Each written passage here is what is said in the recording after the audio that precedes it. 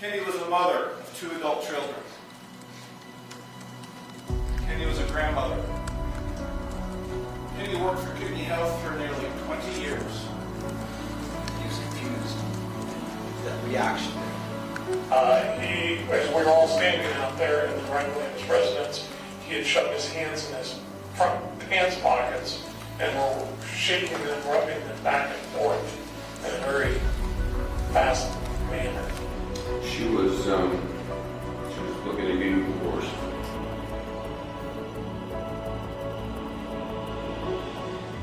Please note that this content is for adults only. Viewer discretion advised. If you haven't yet, hit the subscribe, like, and share.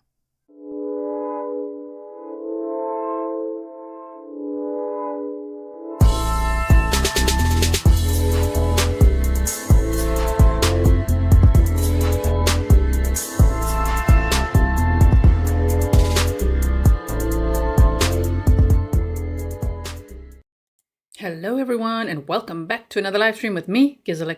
This is Grizzly True Crime, and today we are here to watch day 10 of the Daniel Howard trial together. And since all the events that happened on Friday, which if you missed that stream over the weekend, yeah, Daniel Howard, the defendant, tried to make a run for it, allegedly. Of course, I think, we're going to have to hear what his defense attorney says about it. And I just knew, as we've been defluffing this trial and covering it one day later, there's no way we were going to be able to wait a whole day this time. So we started a little bit late so that we could still skip over the break. So it's still going to be defluffed, just not as, perfectly as before. So I am so ready to watch this trial day with you. Are you ready? Welcome back to all my moderators. Thank you so much for everything you do. We had a previous stream today. It was all about the Delphi case. So if you missed that, go check it out. After this, of course, stay with us now. Welcome to all my patrons, members, subscribers, and everyone who's just checking out the channel for the first time today. I hope you like it here. We like documents, presentations, map time, timestamps. Everything's like organized for you, and snark where appropriate. And I think there's going to be some appropriately snarky moments today. Wow, he tried to make a run for it, really? Is what they said, because they charged him with being a fugitive. So I don't think they would just do that. They could just do it if he violated his parole conditions, which did apparently include him not being allowed within, I think it was 2 miles of an airport or something. So it could be, but still, he wasn't allowed to. He was being naughty, and maybe they had other evidence. Maybe. What if he had a ticket, huh? How's he going to explain that? Okay, so let's make this bigger like this. We're going to put our banners up and everything. Are we all here? Okay, I boosted the sound. And here we go. I'm going to put it at my custom speed. So let's have a listen. Well, now it's just showing us the Great Seal. At least we didn't have to stay at this for hours, right? Okay, I don't want to miss a thing. See, this cameraman is shaking. Hi, oh, camera person. Hi, camera person. Okay, here we go. You can be seated, thank you.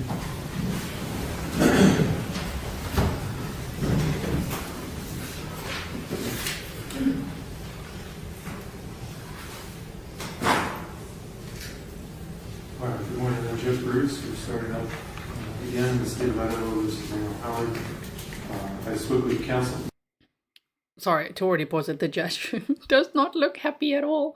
I'll make myself smaller in a moment. If you don't know anything about this case, please check out the description box, the playlist, all of that. I did forget to show you one thing, which is, guess who's back in chat today at Law and Crime? Christopher Lurker. Christopher Lurker, Chris McCullough says, I've known Dan 43 years. He's literally back in the chat there today. Thank you to all the Grizzlies who sent me these screenshots. I was like, what? He's literally watching again? He's commenting still on his friend? Like, what is going on here? Look at this, look at this. If you guys don't know who Christopher Lurker is now, well, you got to check out, which day was it? The day when his best friends were on the stand, and then he admitted to watching YouTube. So here he says that this trial is missing so much of the story. I think it's got a lot of the story. What do you guys think? Okay, so let's... Oh, shame. This poor judge. Okay, here we go. Chambers about a number of issues. Mr. Johnson, you did want to make a record. You got go ahead. Thank you, Your Honor. It's a defense request to poll the jury after the 3-day weekend Obviously, the media has covered extensively this alleged flight of Mr. Howard, who was following an individual who was there at the time of the arrest, returning a rental car. He was allowed to go to Spokane. He was not allowed to go within 2 miles of the airport. He had no bags in the car. He had his ankle monitor on. He had no tickets. He was not even in the airport itself. He was at the rental car exchange. Okay, but if that's all true, you still violated your parole. I mean, why would you risk that, right? Why would you risk going to the airport when you know you're not allowed to? He had a curfew of 11 p.m., not allowed to be within 2 miles of an airport, yet there he is. Yeah, Stefan's like, alleged. An alleged flight. We saw the charges. Right now, he's in the Kootenai County Jail on no bond. Okay, that's a change. That's a big change. He's in civilian clothes on this day. I thought he might be in his orange outfit, but no, not in front of the jury. So this is outside of the presence of the jury, okay? Because of the media coverage and because of the assumption that it was flight, and because of the extensive amount of coverage, particularly locally here, the defense is concerned that it could have tainted the jury's view on the case, even though they're instructed not to. So it's a defense request to pull the jury on. Thank you. Responses? Thank you, Your Honor. So just to clarify, it's not asking to pull away the jury, poll the jury, like ask them all, did you hear about this? Did you read any local reports? See anything come across your page? Did you watch Grizzly True Crime? I don't think the jury should be polled, at least not yet. As the court knows, at least once a day, commonly more than once a day, that the court admonishes and directs the jury not to begin deliberations, not to discuss the case, and to basically not follow or seek information from the news or media outlets. And there, up until this point, including up until now, that there has been no proof or indication or any reason for anybody to suspect that the jury has disregarded the court's orders. I think the court should be trusting of its orders.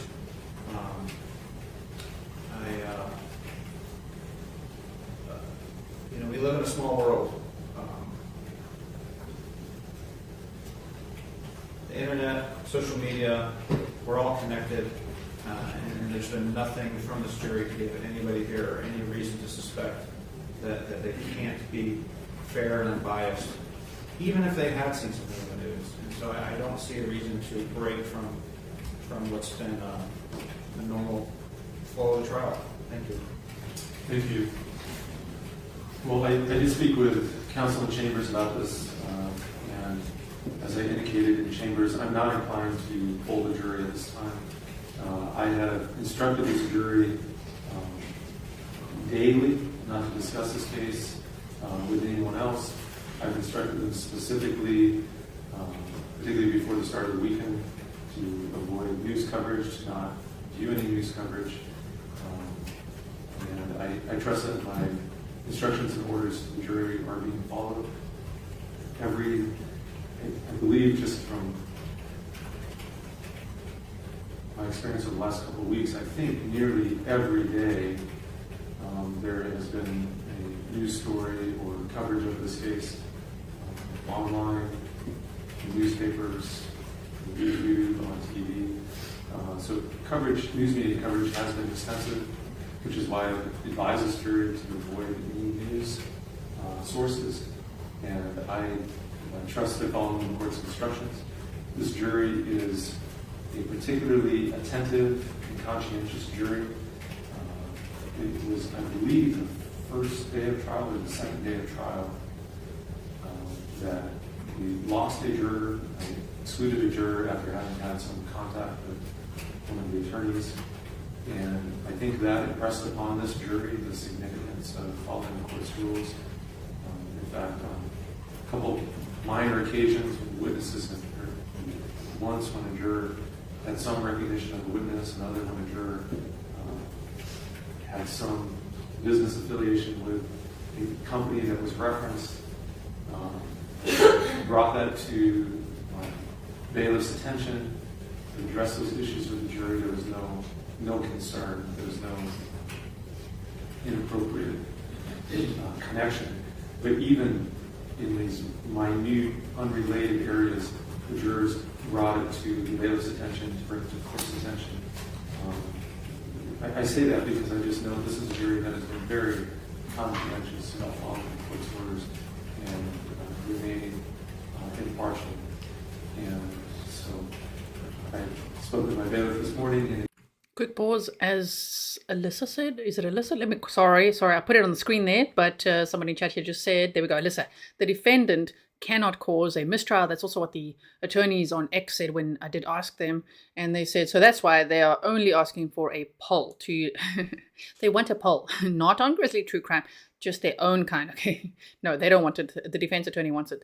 So he can't cause his own mistrial. I suppose if defendants could, that would happen a lot. They would do a lot of things to cause that, right? So he can't. It's just, I don't believe that he wasn't trying to flee. Maybe they saw from his ankle monitor that, wow, he's like getting closer and closer to the airport. Damn, he's like at the airport. Yes, he went to the Spokane International Airport, and at the time that he was there, it was the perfect time to get on a flight to go to Alaska.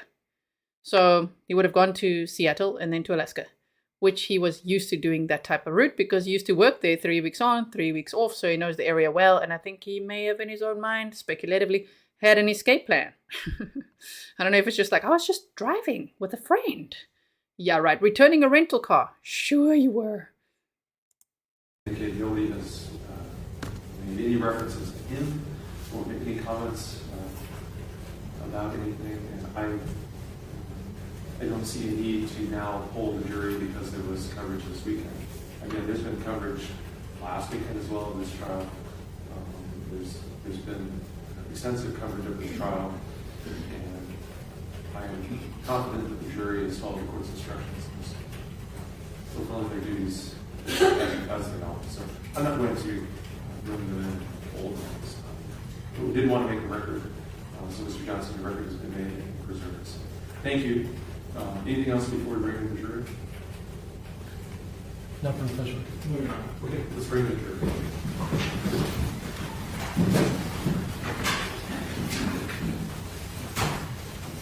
And there he is.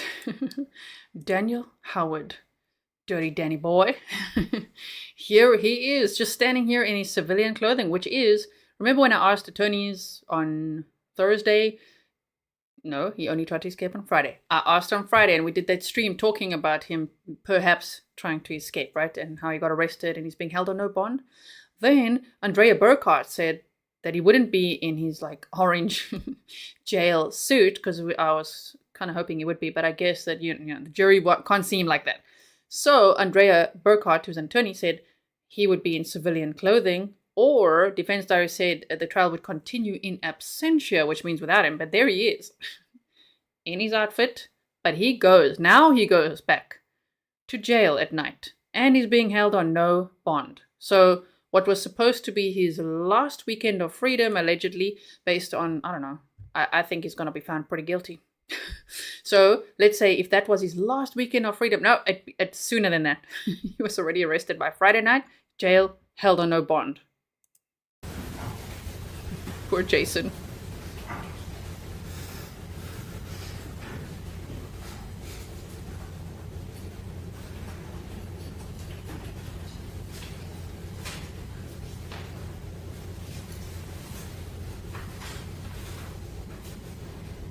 He has a new body language behavior. I'm gonna ruin my lipstick.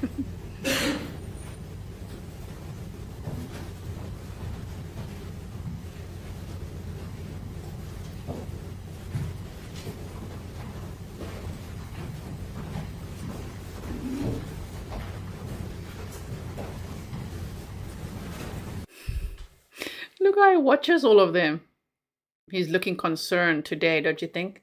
I must say, when we last watched, we watched the Day 9 on Friday. He had a different look that day. I thought, damn, like what is he thinking about? Because he looked like more confident and just like standing there like, Hello, jury. I think he was thinking, last time I want to see you. I've got the upper hand. I've got plans. The judge did say we'll have off on Friday and we could make plans. Well, he's the only one who seems to have made plans. He's like, I'm going to the airport. I'm going to the airport with my friend. Who, I don't know if it's Christopher Lurker or not, but I think it could have been.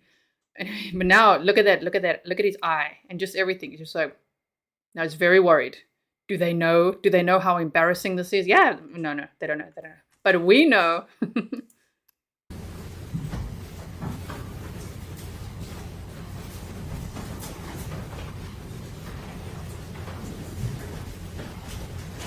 Thank you. Be seated.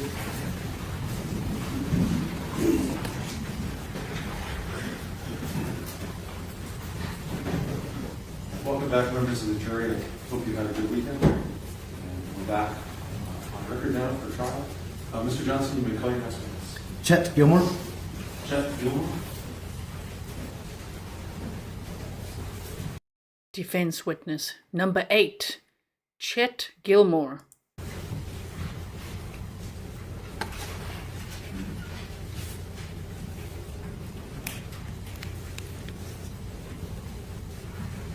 Good morning, sir. Good morning.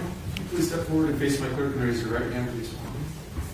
Do you solemnly swear that the testimony you're about to give in this case will be the truth, the whole truth, and nothing but the truth, so help you God?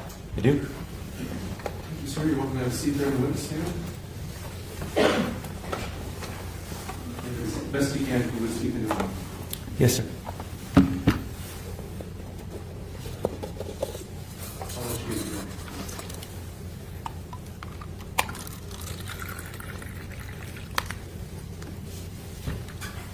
You may inquire, Mr. Johnson. Thank you, Your Honor. Good morning. Good morning.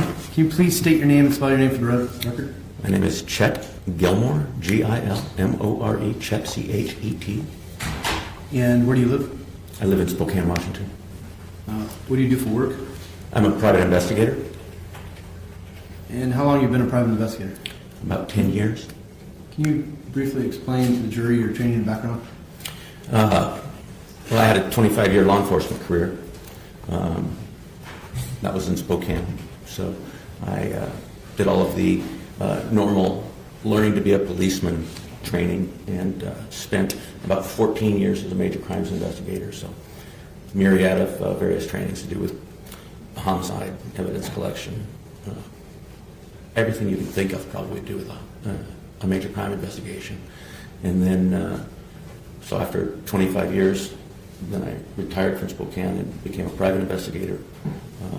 And during the course of that, I've done civil investigations, family investigations. Quick pause for the private investigator, Chet Gilmore, defense witness number 8. There's only 9 witnesses, so it's this one and another one, supposedly. And then we'll see if he because it's not they, if Jason Johnson rests his case. And then is the closing arguments. Very exciting. Anyway, so don't give us spoilers, okay? We're watching this like on the same day. So, what was I going to say? Oh, someone said, yeah, Evie said, ooh, his lawyer's body language says it all got a snark it up vibe. I think he sounds pretty defeated today. What do you think? But the majority of my work has been involved in criminal defense investigations.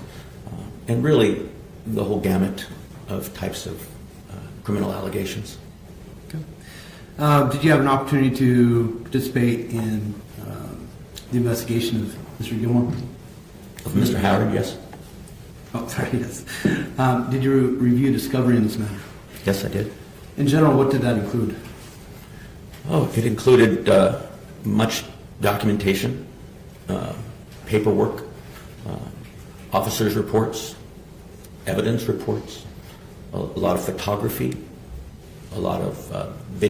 I think he named the exact same thing about in 4 different ways. Much documentation, paperwork. I don't know what the other words were, but you might as well say files, binders, reports. Yeah, those are all the same things, but okay. Videography, both from officers, body-worn cameras, and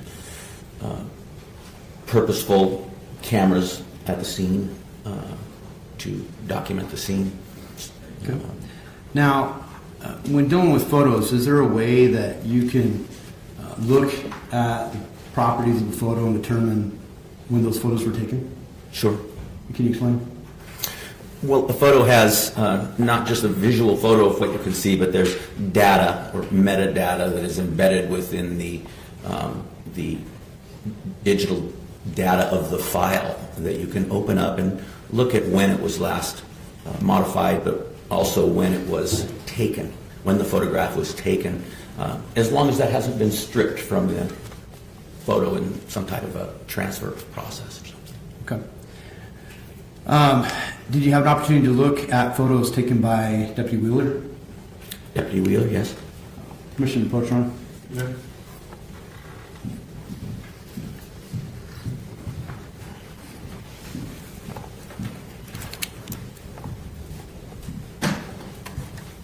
Sorry, there's a bit of fluff now because you see what happens when we stream on the same day.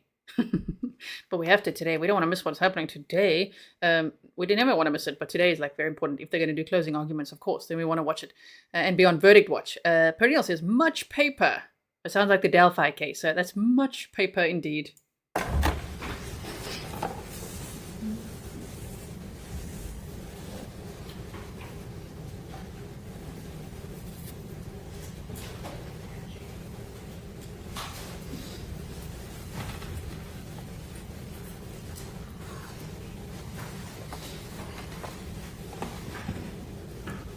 Listen here, Jason. We are not used to this amount of fluff, okay? Just hurry it up.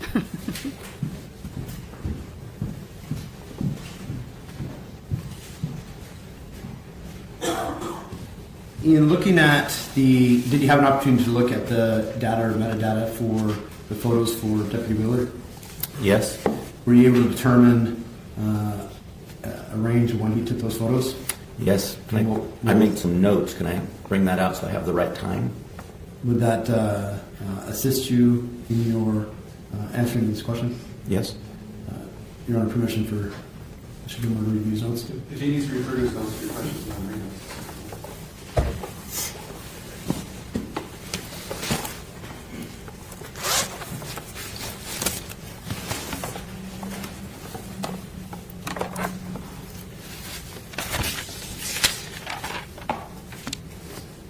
Okay. And your specific question is?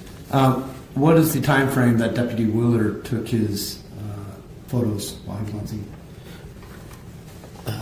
What I made note of was the time that he took photos that included the bathtub area of the scene. Okay. And that time frame is February 2nd, 2021 at 11:24 p.m. until February. I'm going to object to reading from the document that hasn't been admitted to the evidence. Were those your notes you were looking at to refresh your memory? These are the notes that I wrote down when I was looking through the photos and checking the metadata on the various photographs. Oh, so I'll ask you not to testify from your notes. But from Okay. your memory. Sure. Have you had a chance to refresh your memory on Deputy Wheeler's photos? Yes. And what was the range, time frame? The beginning range was 11:24 p.m. past midnight to 12:29 a.m. May I approach witness, Your Honor? You may. The photo unit was admitted as State's Exhibit 16G. Do you recognize that photo? I do. Is this one of the photos that was taken by Deputy Wheeler? Yes. And that would fall within that time frame? Pardon me? That would fall within that time frame? Yes, it would. Did you also have an opportunity to review photos taken by Detective Northrop? Yes, I did. Were you able to identify a time frame of when those photos were taken? Yes, I was. Do you remember what they are? Yes. And what were they? It's spread out over a longer period of time. The very beginning of those photographs that actually showed the bathroom tub area was at like 6:03 a.m. on. Well, isn't that just great evidence? It was at like, oh dear. So you don't really know, okay? Jessica Miller, you said you were in the courtroom all day at the trial, boots on the ground, okay? And you said very small courtroom, 5 rows, only 20 feet long. My question is, what is the jury looking like? You know, like how does it seem like they're taking it? Are they staring at Dan or no? Are they looking at Jason? You know, like what kind of feeling are you getting? What kind of vibe? The 3rd, February 3rd of 2021. Those were a little bit distant because they looked like they were from the doorway, so you didn't have much clarity. Once the photographer moved closer and started taking photographs, that was at 6:05 a.m. And then the officers appeared to be there for several hours, and there were a series of different times when the photographer would come back to the bathroom. And it's kind of hard to tell exactly where the break is from what's in the tub and when the decedent may have been removed from the tub. But sure. Sorry, I'm a little snarky today, okay? We talked about Delphi already. Like, sure, squint your eyes and be like, I don't know what time they took all these photographs, because that's what we're worried about, right? What time the photographs were taken. No. There's so much more. If this is the best that Mr. Johnson has, I can hear the verdict already. the ending photographs all the way up until there was a body bag was in the afternoon. Looks like, excuse me, not afternoon, it was in the morning, 2.5 hours later, almost 3 hours later, 8:58 a.m. Were you provided autopsy photos in this matter? Yes. How many autopsy photos were taken? There were numerous autopsy photos, 200, a little over 200, I believe. Did you have an opportunity to review photos taken at the morgue or after? At a later time? Yes. Yes, a few days later. When were those taken? Those were taken on the 5th of February. Okay. Were you provided any information as it relates to Mr. Howard's phone? Yes. Did you have an opportunity to look at the call record as it relates to the morning of the 3rd? Yes. Permission to approach, Your Honor? Amen.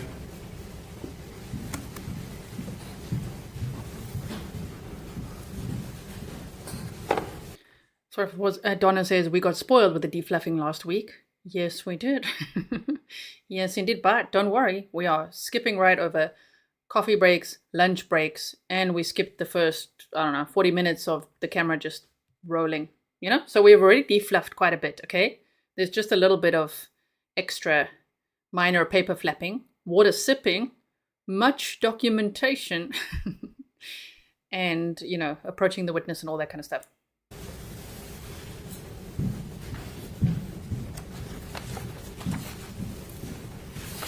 You handed you what's been marked as Defense Exhibit I. Do you recognize that document? Yes. What is it? This is a section of the CDR, the call data record, of the data extraction from Mr. Howard's phone, Okay. cell phone. And is that an accurate copy? Yes. Move to admit Defense Exhibit I. Any objection? Okay. Defense Exhibit I is admitted. Who was the first phone call that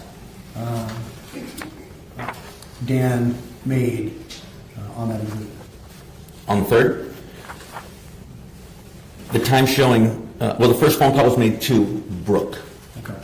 Were there multiple calls made to Brooke on that day? Yes. And was there a call made to Wendell Wilkins?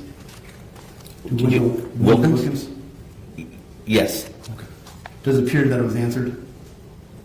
The Wilkins one just appears not to be answered by the length of time on the photo, on the call. Permission to retrieve the exhibit, Your Honor? Yes, certainly. Okay, I'll skip forward over that in a moment when he's going to retrieve the document. Let me show you what the jury has not seen. It's on my community tab as well. It's mugshot time. He is back in custody. That's right. He was out on property bond since December, and not because of the little stunt he allegedly pulled. Well, he did. I mean, he wasn't allowed to be near an airport, so I don't know whose rental car is returning for a friend. Yeah, sure. Anyway, here's his mugshot. Now he's being held at the Kootenai County Jail on no bond. Okay? Mugshot time. We do love that. So, anyway, to continue on here, let's go forward a bit.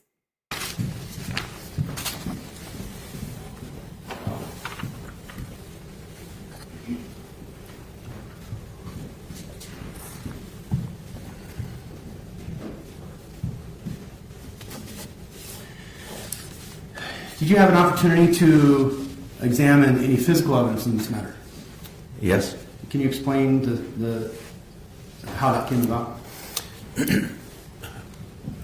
Mr. Johnson made arrangements with the Sheriff's Department and Prosecutor's Office to have me and him go to the Sheriff's Department and look at evidence, various evidence that had been collected for the course of this investigation. Did that evidence contain a vacuum bag? Oh, yes, it did. What was the state of the vacuum bag when you observed it? Well, it was a whole bag, appeared to have contents within it, within another bag for preservation purposes of the contents. Oh my goodness. A whole bag that appeared to have another bag in it for preservation of the contents in the bag. Okay. Was it a Victoria's Secret bag though? And was anyone cooking chicken? If you guys don't know, then you didn't watch the trial with us, so I hope you'll catch up. Had the vacuum bag been opened prior to your observation? No. And then, did you have opportunity to look at any physical evidence as it relates to GSR? Yes. And can you explain? One of the pieces of evidence that we observed was a gunshot residue, a GSR kit that had been collected from the decedent at the time of autopsy. The sample had been collected at the time of autopsy, and then the sample was tested for gunshot residue. Okay. And what was the state of the? Did you have another gunshot residue evidence in property? No, that was the only test kit. Okay. Permission to approach, Your Honor? You may.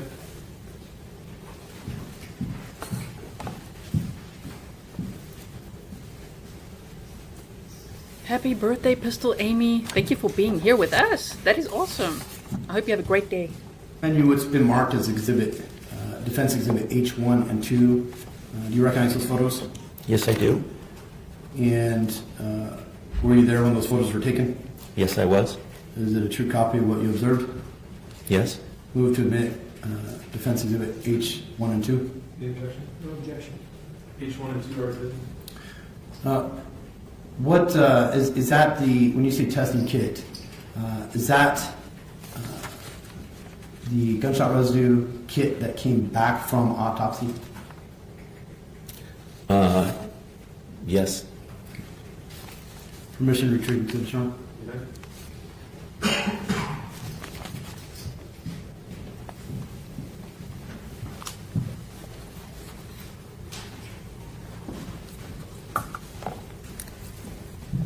His little tiny water cup.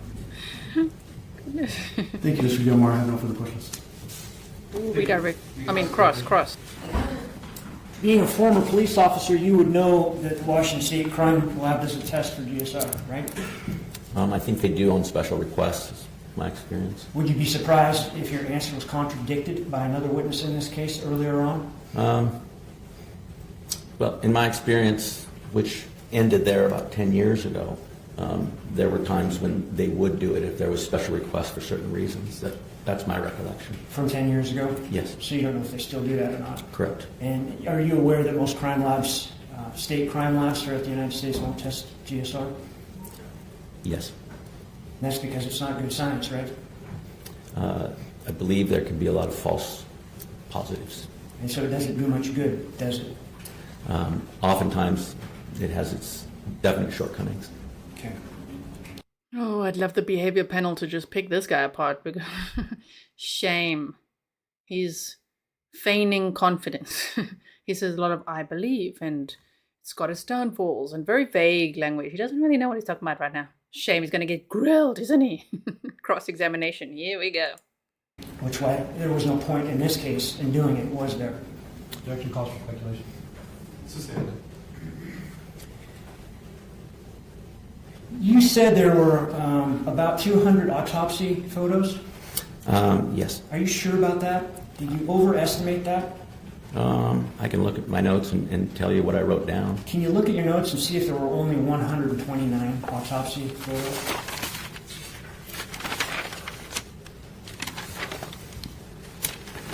Yes, that's correct. I was counting a different set of photographs. So 129 autopsy photographs, not 200? I have one. You literally lied just like that? Okay, yes, that's correct. I was just counting a different set of photographs. No, you were asked by Mr. Johnson how many autopsy photos there were. He said 200. 200, I believe so. Already then, that's what I mean. You don't even know. You know, I love how the prosecutor's like, are you sure? What if I told you there's 129? He's like, oh, yes, that is correct. I was, I was counting another set of photographs. Sure. 129 photos. All right. This vacuum bag that you saw in evidence, this didn't have any evidentiary value, did it? Well, it was certainly collected to see if it had evidentiary value in it. Oftentimes, you collect things to see if there's anything that might support or negate assumptions or possibilities within an investigation. So I you get don't that, know. but this bag didn't have anything of evidentiary value, did it? Do you mean after it was looked at? When you looked at it, it didn't have anything of evidentiary value, right? By the end of the examination we did, yes. At the beginning, you don't know. You were free to look at all the evidence in this case, right? Yes. You were free to read all the police reports, look at all the photographs, all the videos, right? Correct. And assist in the defense of this case in various ways, right? Correct. And I assume that you spent many, many hours doing this? Yes. How many? I don't know. Don't you keep billing records? I didn't keep. How many hours did you work on this? I don't know. I have no idea. He doesn't want to say what, half an hour. Giovanna says, today is my birthday. Happy birthday, Giovanna. Thank you for being here with us. Billing records in this case because it was billed as a retained case with a certain fee for the entirety of the case. You mean a flat fee? Correct. What was the flat fee? Objection to relevance. Goes to bias?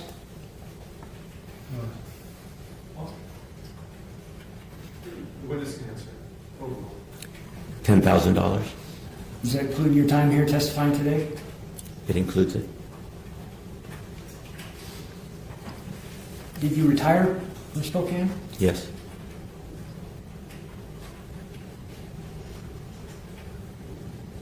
No further questions. Thank you. Any redirect? Yes, Sean. So counsel asked you about evidentiary value.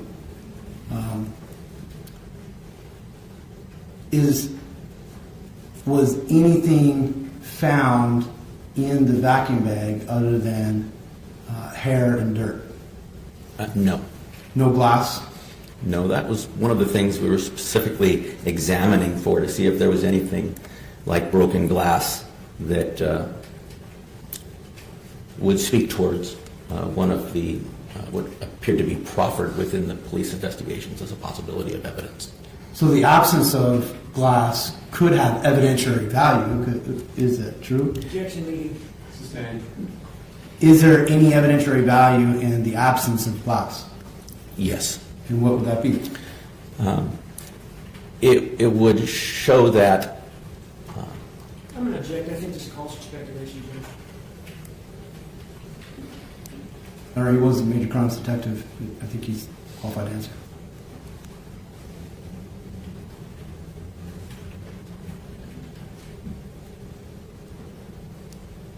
I'll allow him to answer as to what his perception of the evidentiary value would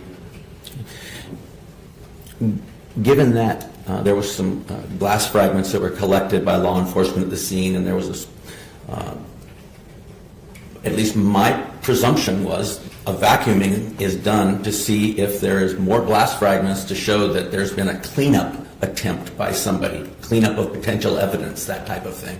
And so in that examination of the vacuum bag, there wasn't any evidence that we could find sifting through it that there was broken glass in there. So I guess that would negate that one, that particular assumption or speculation. Counsel asked you about your flat fee in this matter. When did you start working on this case? I started working on the case shortly after the incident occurred in February of 2021. So for 3 years you've been working on this case? Dog Defender says, Mike, so your detective husband, right, is standing here yelling. He's a liar. I would love to know. Yes, Joe Giacaloni's here. What do you think of this witness? This is a private investigator. What are we thinking? Because, like, well, shame. I don't know. I don't know about this. How many years have you been working on this case? 3 years. Okay. And was your flat fee $10,000? And I need to make a correction. When I first started on the case, there was an hourly fee. And I believe for that first section of investigation, I think it was $1,600 maybe, I believe. And then you approached me for a flat fee for just the remainder of everything that might need to be done during the course of investigation, and that was the $10,000. No further questions, Sean. He got a lot of fluff. Lots of fluffy answers. Keeping it very vague, which isn't helpful. You understand right now. Defending Dan Howard. No, I think, luckily he's in the Kootenai County Jail, being held on no bond. Juanita Cope, you make a good point. You said he was retained within days of her death. Why would Dan need a PI if Kendy unalived herself, as Dan claims? Speaks volumes. It does, right? Thank you, sir. You can step in. Thank you, sir. Thank you. I still have a couple minutes. Approach.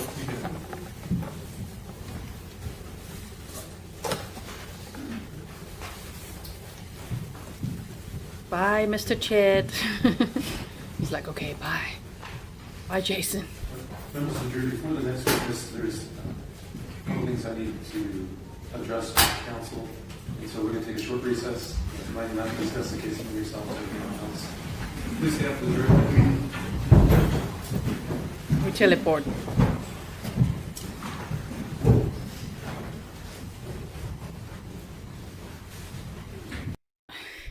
I was about to teleport, but then I saw in my periphery, I saw again. I'm telling you, I want to ruin my lipstick today.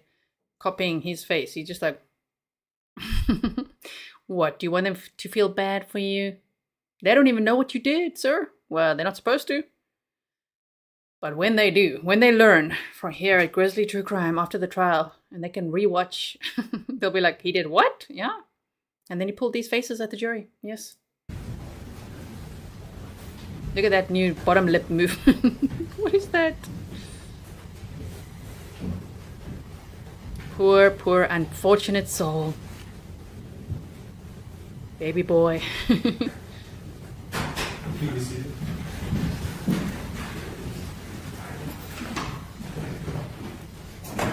We spoke in chambers earlier, and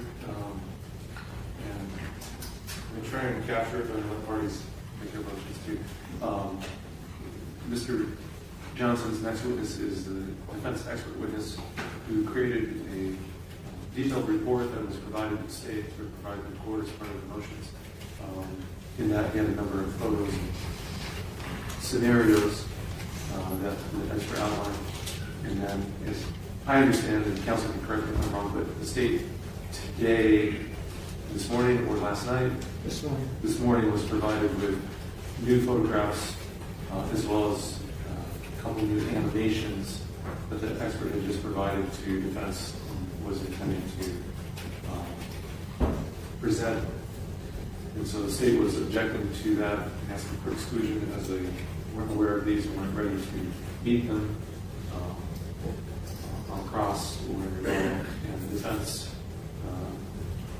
was arguing that these were essentially, I think, Mr. Johnson, you're kind of saying that you thought it was consistent with the report, but ultimately I indicated I thought it was too late to spring that on the state this morning. I indicated the witness was still welcome to. These were animations of a person's arm in the position of Ms. Howard, as the defense would put it. I indicated the witness is certainly welcome to show the jury whatever he wants in his own movements, you can testify from the stand, but as to providing these animations and photos of this too late, it's prejudicial, I think it was appropriate to allow that. Mr. Verheeren, I don't know if I've accurately stated the state's You have to. objection.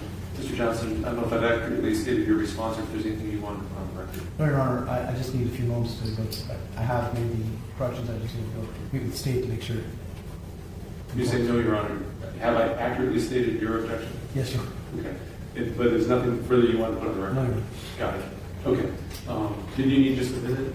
Just a couple minutes to just confer with the state. Your Honor. Listen, does anybody need like a cotton break or anything, or just a couple minutes? Sure, Judge.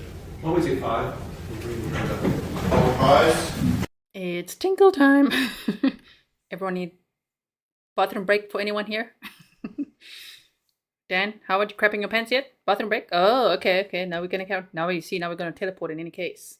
Oh, they're back here. They're back. So we went from there to here, somewhere here. Here we go. There. Okay.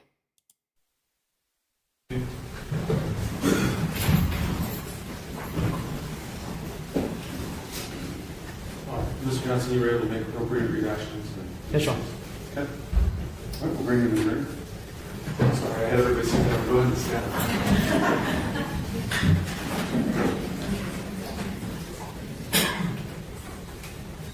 That's right. Did you hear that, Dan? Ha ha ha ha. That was for you. Even more coming your way when the jury after the trial learns what you did. Naughty. Look at him. He's like so worried. Oh my goodness. This guy looks so worried now. If he didn't look worried before, he looks damn worried now. Yeah, watch your back.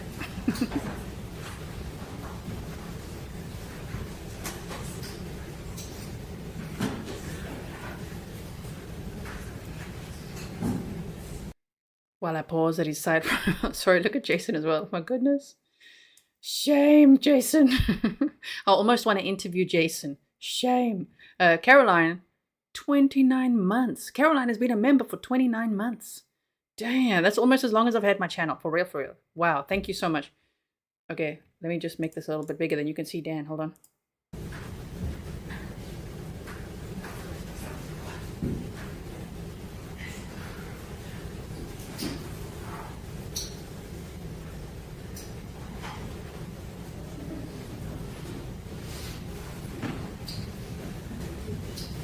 Is this security? Yeah. That's right. Yeah, you got security with an earpiece right next to you, right? Who's this guy? Look at Dan, I was looking at him. Yeah, you should be worried. He's feeling threatened.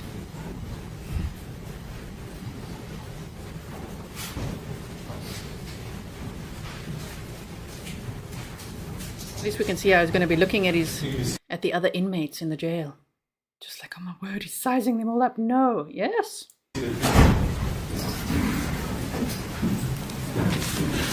Johnson, you call your witness. Geoffrey Desmoulin. Geoffrey Desmoulin.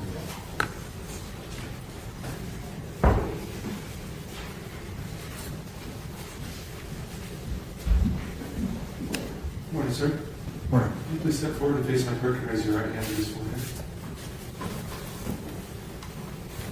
Do you solemnly swear that the testimony you're about to give in this case will be the truth, the whole truth, and nothing but the truth, so help you God? Thank you.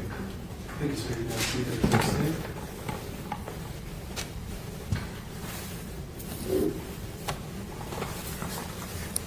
As best you can, if you would speak to the mic. Thank you. Will do. Thank you. Is that good? You may depart. Thank you, Your Honor. Good morning. Good morning.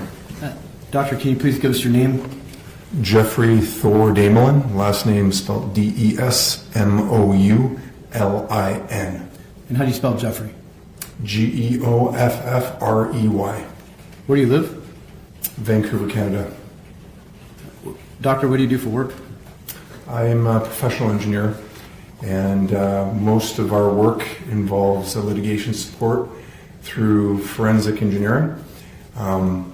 We also teach. In fact, I was supposed to be at ILETA this week, which is the International Law Enforcement Educators and Trainers Association, teaching a course on biomechanics from video. Okay. Can you... Wow, you're going to be at CrimeCon too, or what? That's in May, right? Tell the jury a little bit about your educational background. Sure. I have 4 degrees. The first one being in kinesiology, which is the study of human movement. So you're going to see a lot of that today. I specialized in biomechanics and undergraduate courses in anatomy and physiology. I went on to do a master's degree also in kinesiology, specializing in biomechanics, but as part of that degree, took courses in neurophysiology, and then went on to do a second master's degree at Wayne State University in Michigan, specializing in injury biomechanics, so the tolerance of the body and how engineering parameters are used to predict injury. And then finally ended up with a degree in mechanical engineering at the University of Calgary, also specializing in tissue injury and repair. Have you had any publications? Yes, I publish regularly, both in scientific forum and non-scientific forum. I think we're above 40 for scientific forum now, and likewise, similarly for non-scientific forum, i.e. magazines, etc. Okay. Permission to approach, Ron? All right.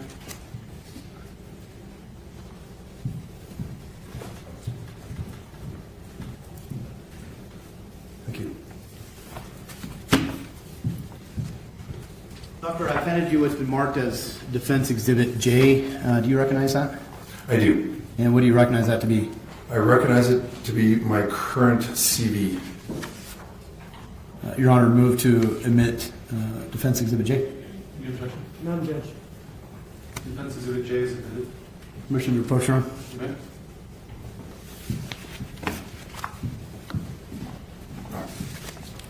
You're welcome.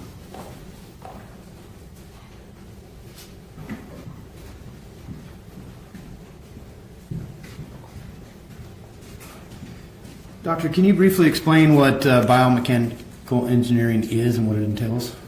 Sure. It's the understanding of mechanical principles applied to a biological system, and in this case, humans. Okay.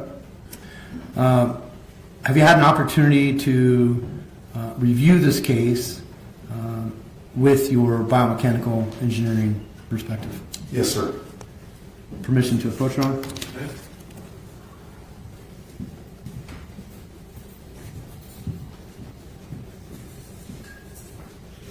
Doctor, I'm going to show you a series of photos. Just let you know, or let me know if you recognize these. This is Defense Exhibit K1. Do you recognize this? I do. K2. Do you recognize this? I do.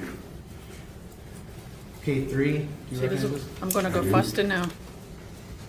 K4. Yes, sir. K5. Yes, sir. K6. Yes. And K6, for the record, has been redacted.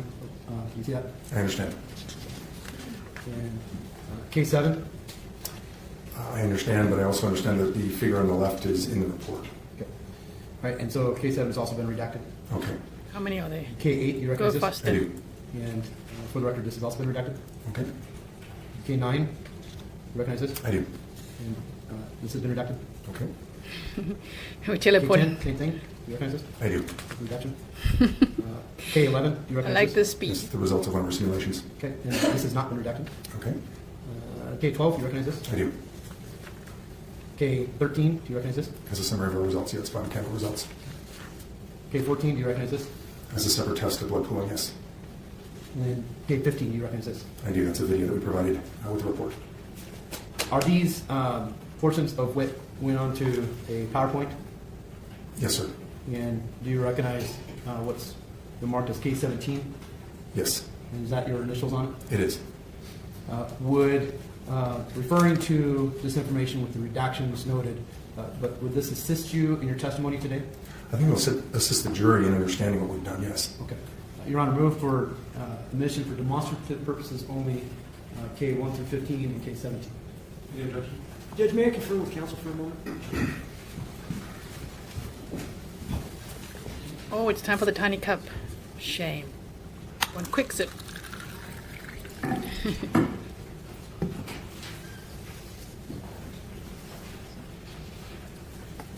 No objection. K1 through 15 and K17 will be admitted as demonstrative exhibits.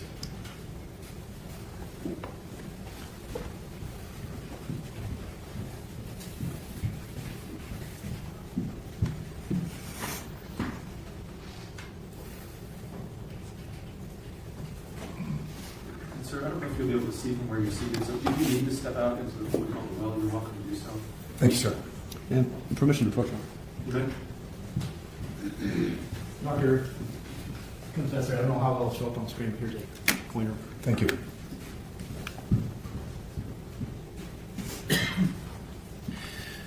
Now, what is the investigatory process? Okay, so the purpose of this investigation was to see if biomechanics could rule out suicide. That was the goal, eliminate the possibility of suicide. And so what you're seeing here in this first process flow, or the investigative process, is a published process in which to approach an investigation such as this. It was published by myself and a former professor of mine, Dr. Theodore Milner, in scientific form. It's also been published several times in non-scientific form, and it's dictated the process in which I followed to come to our conclusions. And so if we start with defined injuries, you'll see that it says from autopsy report, and that would be Dr. Howard's autopsy report with his cause of death, and relying on that. Moving forward, we're talking about defined dynamics. This wasn't captured by video. We do have witness statements from police officers as to her final resting place. We also have many scene photographs over several time periods, and we relied on that, especially her final resting place, as we'll get into in a minute.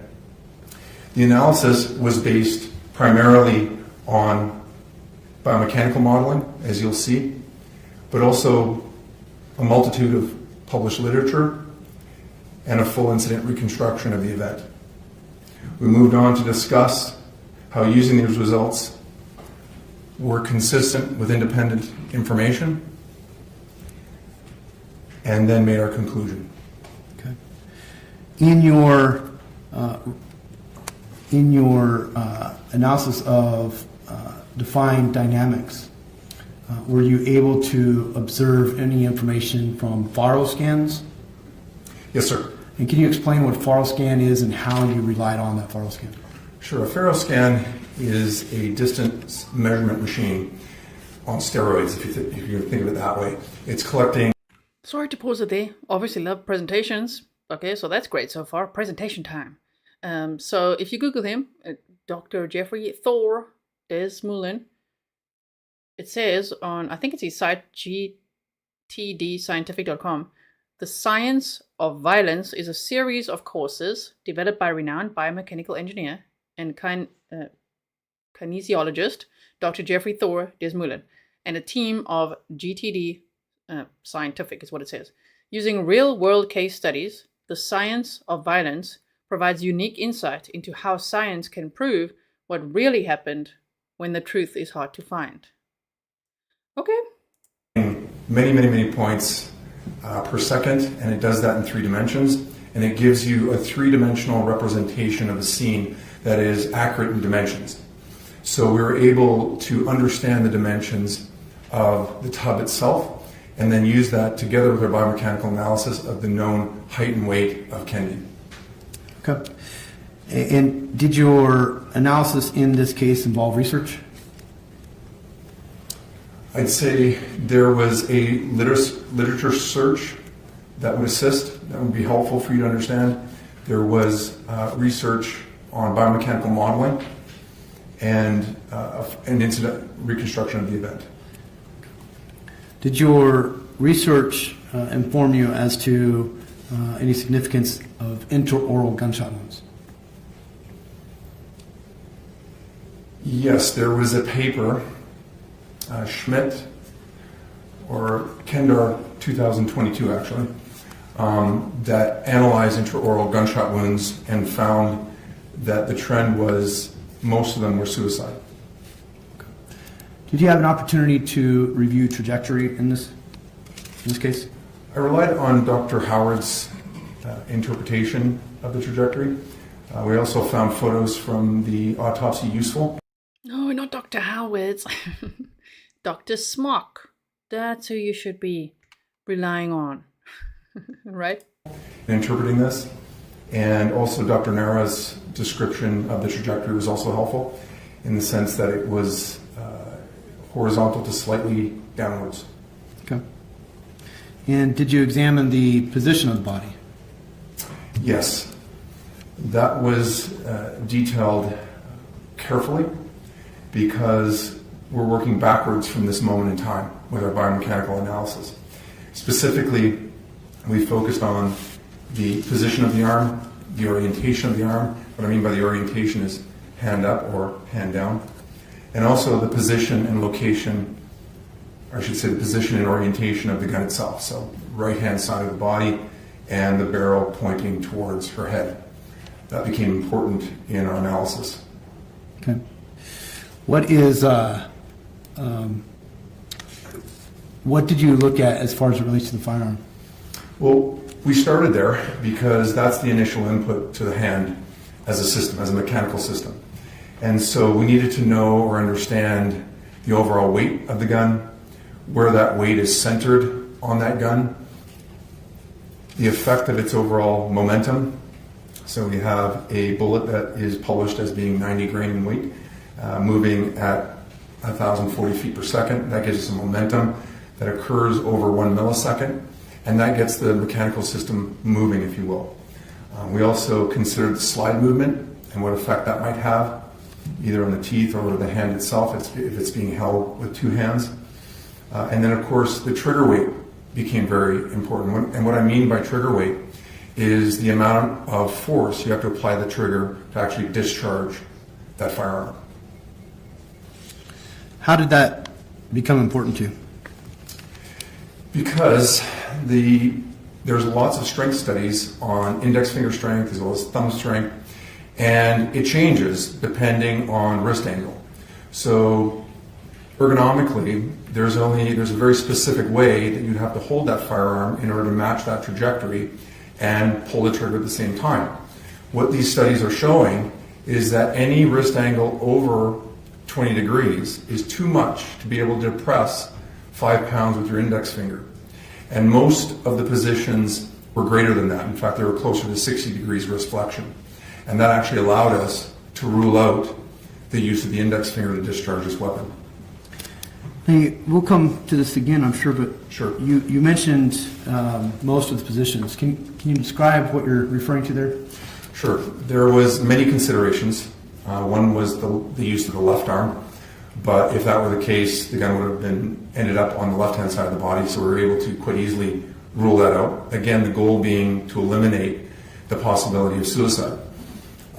Because the gun was found on the right-hand side, we focused on right hand and both hand scenarios. From there, we considered Kendy's stature with respect to the bathtub and what would be a natural position for her to be sitting there in. One is a sitting position and one is a reclining position, and then various positions from there, as you'll see in our results section. Doctor, what is ergonomics? It's the study. It's Mr. Johnson with these curious questions again. You know, like he's like, what is lividity? What is it? Well, what is what? Just love his curious questions. Also, a lot of you are saying that this doctor, Geoffrey Desmoulin, was part of a show, a TV show called Deadliest Warrior. They say Jeff Desmoulin is known for Deadliest Warrior 2009, Cannibal Possession, Heart of Ice, and Spike TV VGA Video Game Awards. So they say in its first 2 seasons, the show was hosted by 3 commentators, one being Jeff Desmoulin. I've never seen that, but okay. Now you know. Of how humans interact with their environment. Specifically here, we're looking at strength requirements to perform a task. This task being depressing that trigger at least by 5 pounds.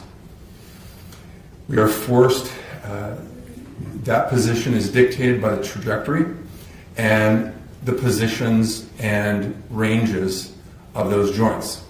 As I mentioned earlier, Lee 2002 found that any wrist postures flexion greater than 20 degrees was impossible.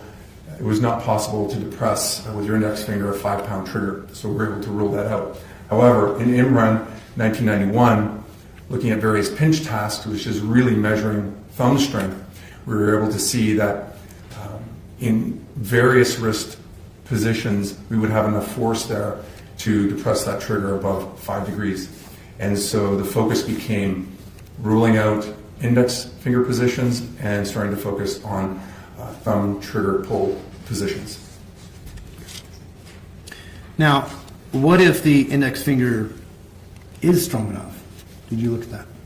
Then it would actually increase the number of scenarios that would be consistent with suicide. Okay. Did you examine the effect of recoil? Yes, sir. And can you kind of explain that? Sure. So as I mentioned before, the transfer momentum from the gun to the hand applies a force to that hand. And the line of action of that hand, the line of action of that transfer momentum is along the barrel. That's what the assumption was. And it lies just above the hand itself. And so in that position then, the only thing that can happen with the wrist is supination. That's what this motion is here. And you can even just try it yourself by pushing on your first knuckle there. You'll cause an opening of your hand. And that became important to rule out many scenarios. Okay. Did you have a chance to look at flexation? And, well, let me back up. What is joint axis and how did you test them? Right. I think what this slide is getting at is the axes that were tested. So, for example, we limited it because the majority of the interaction with Kendy's arm after the discharge of the firearm would be gravity. We limited the axis of the shoulder in deflection extension, so in line with gravity. Did the exact same thing with the forearm, but the wrist we considered pronation, supination in isolation, i.e. it would be controlled by the input from the revolver. And then we also considered wrist flexion extension in our model. So those were the axes that we considered to move from a starting position to her final resting position. Can you just imagine how excited Mr. Johnson was getting this witness? Very creative approach, right? Because he's a biomechanical consultant, so he's an engineer. Very interesting. But as Molly said there earlier, there's only one problem, is that Kendy, they've definitely shown a lot of evidence that she was deceased before the gun was fired. So, you know, it's all good and well, but what about all the other evidence? Do you have any, how many scenarios did you examine? We considered many, but we simulated 10. Okay. And on that, when you say simulated, can you walk through what you mean by you simulated scenarios? This is a mathematical model. It's not a graphic artist's rendition of what they believe to have occurred. This is physics driven. And so what you're seeing here, this is one of our scenarios results. And this is a situation where we had Kendy reclined and holding the firearm with two hands. And so what you're seeing here, the green line, is in fact the gun hand complex. Okay? And you can see it slightly flexes, slightly extends as it moves throughout the motion. The first blue line represents the forearm, and the second blue line represents the upper arm.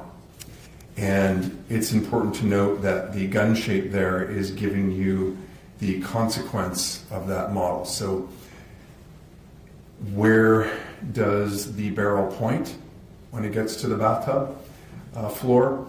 And is that associated with any supination? As I said before, so you can think of supination as holding some soup in your hand. It's open. In this case, that supination torque was actually canceled because... Supination, okay, like holding soup in your hand. Oh, okay.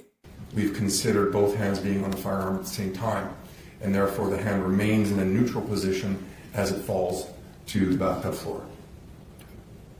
But this would be a very typical simulation result, and we'll get into what those results mean in a table in just a moment, and what we've considered with each of them.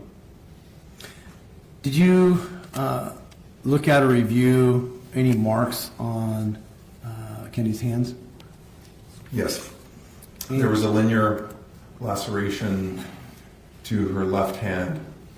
And in some cases, when you're not always aware of exactly where your fingers are in three-dimensional space and you discharge a firearm, you get what's called slide bite. And so this linear cut could have been caused by slide bite. Objection, lack of foundation and calls for speculation. You tell them, prosecutor. They definitely debunked that already when the state presented their case. Were they experts? So I don't know if the jury feels anything like this. Like, no, man, we've already heard this. We've heard, I don't know, in my opinion, more convincing evidence. What do you think? That it wasn't slide bite. Overruled. Okay. Did this also serve to rule out other possibilities? This Mark? Again, the idea was to eliminate suicide as a possibility, and so we used this slide bite mark as a way to do that. So if we did away with the slide bite mark as being a possibility, then we'd actually add to the number of scenarios that would be consistent with suicide. Okay. Now, did you put your, you said you considered many, but you modeled 10 scenarios? Yes, sir. And did you put that in any sort of visual representation? The results we did. Does this explain that? It does. And feel free to move about and explain it to the I jury. was going to say, I think this would be a good time to do that.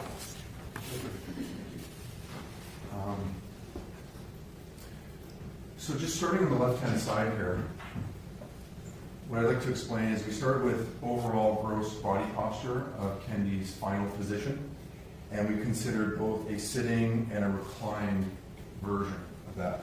Okay, so that's what the S and R mean. And doctor, real quick, just so you know, that is a touchscreen. So. Oh, I'm yeah. sorry. I'm bad with touchscreens. I'm a Mac guy, but anyways, gun orientation. So this is the gun orientation at time of discharge. Okay, so we considered a vertical position as well as a horizontal position on the firearm. When I went to the hand, as I said earlier, we eliminated the left hand being involved because that would have caused the gun to be located on the left-hand side of the body. That's pretty clear in the evidence that it didn't happen, so we did not consider it.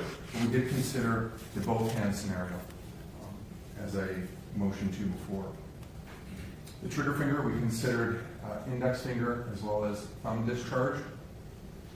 And then how did these scenarios align with the evidence? So if we can just go through these one at a time.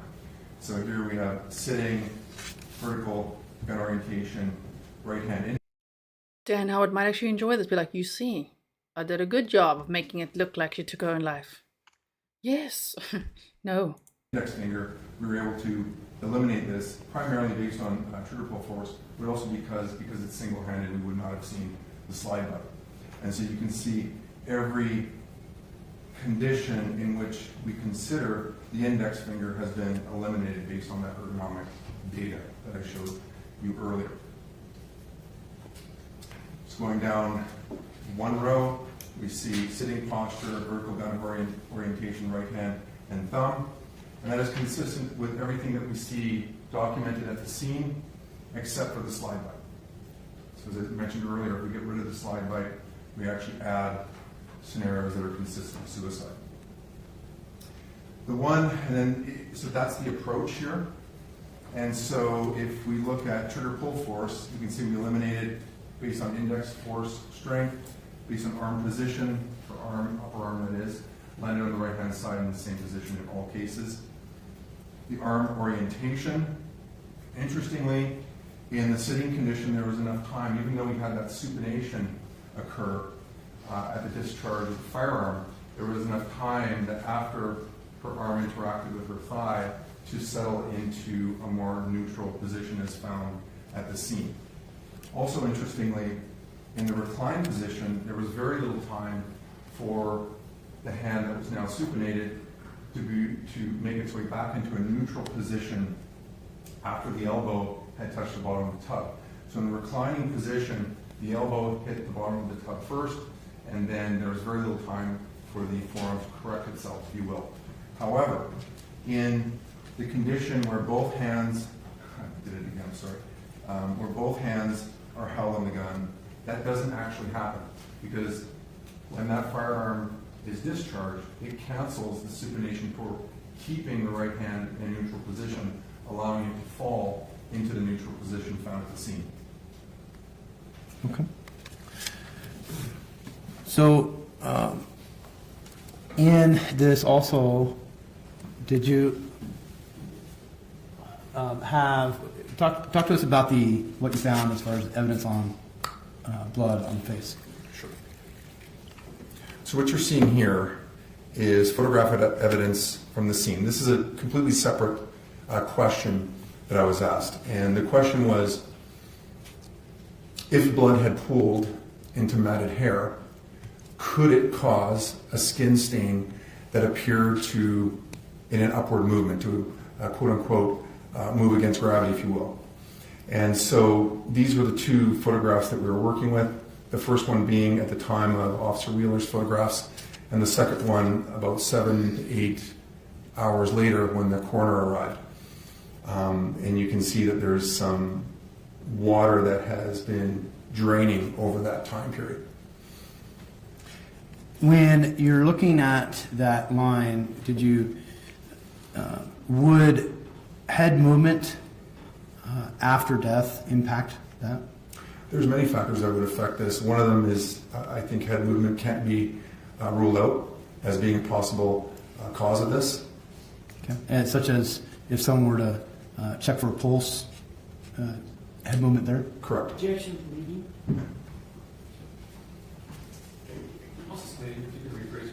What's an example of something that could cause head movement? Checking for a pulse. Now, can you give us, did you do any experimentation with blood? We did. Can you explain that a little bit? Sure. So to test that question, or to answer that question, if hair is matted against the cheek and there's bleeding. Just a pause. I feel like I'm also like zoning out. Then, maybe the jury is too, because I see many of you like, boring. Like Carol says, wish he left that chart up longer. I might have found my size. This is the defense's final witness. Yes, indeed. Bleeding into that hair, could it cause a skin stain that has an upward curvature to it? What we did is we took sheep blood, ordered from the government, which is the forensic standard, to do that. You warm it to 37 degrees Celsius so it maintains appropriate fluid flow, etc. And we used human hair against pigskin to test this result. And if you go to the video, you'll see a summary of exactly what. Well, let me ask you about that. Sure. In your testing, I can't wait for cross-examination, because surely they're going to ask, were you aware that the victim, according to all the experts, was deceased before the gun was fired? Because it doesn't seem like he's accounted for that. Of course not, because he's trying to rule out suicide, right? YouTube's going to send me an email again. Are you okay? Because I said the word. My goodness. That's what they do. did you model it with video? Or not model it, did you capture a video of your test? Yes. Okay. And is this depicted here? Right, so we're calling this blood accumulation on skin in a water basin test. Here's the injection shown with time lapse, 12 times the speed it actually occurred. So there's the bleeding from the mouth into matted hair on the skin. This is a little choppy, but you get the idea. I think what's important here is the settling of the blood on the bottom of the basin. So the blood didn't taint the whole water? Sustained. And what I mean by settling the blood. He's like, no. Settling. There's no witness, no question. Oh, dear. Okay, that's fair. Can you, let me go back here, can you walk us through, let's just back up this first experiment, or first portion of the video. What are you showing on this first portion of the video? This is just the how we simulated bleeding into matted hair on the skin. What happened to the blood when in your testing? It settled at the bottom of the basin. Okay.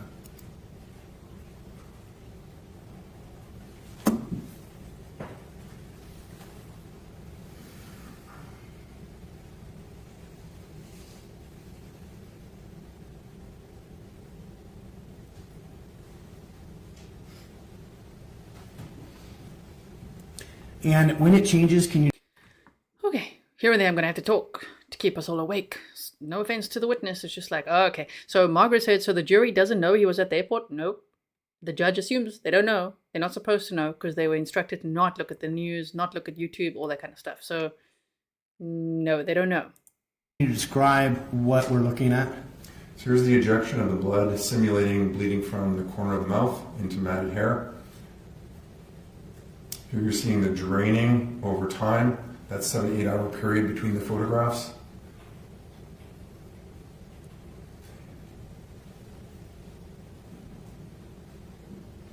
And then a reveal once the hair is removed as to what the skin stain actually looks like.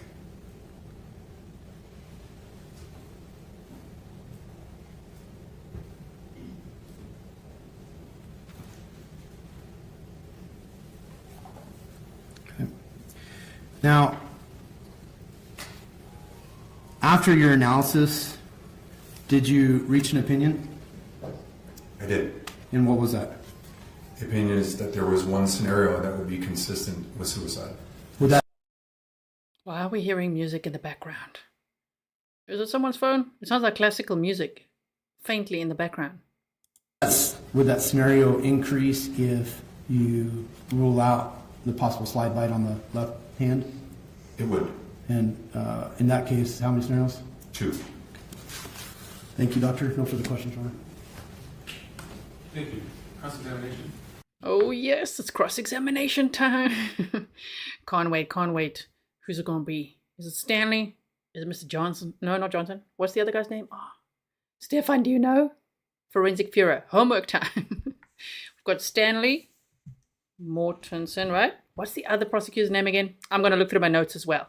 But now it's time for cross-examination. Okay, I'll update the banner in a moment. Let's play. Thank you, Judge.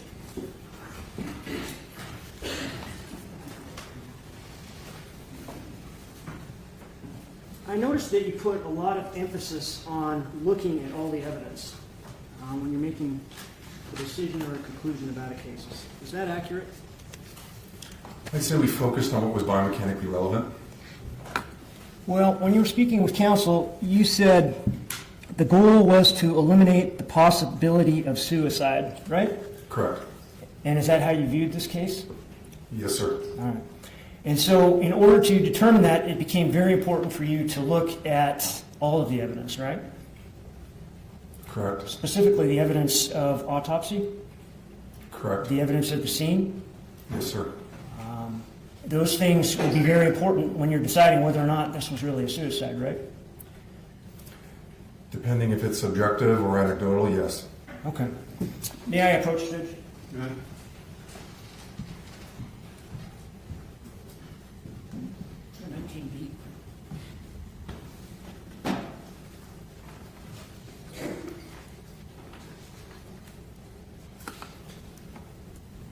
Well, at least you'll appreciate the defluffed. This is a little bit defluffed because we're going to skip over breaks, but you know. Let me publish for you 19E. This came into evidence a little bit earlier in this case. And I'm going to ask you some questions about it in terms of your opinion about suicide, okay? We're going to object. It's been outside the scope as it relates to a diagram put together related to bruising that was not the subject of his direct examination or biomechanical analysis. He's testified he relied on the photographs of the autopsy in this case, and that's simply what this is, Judge.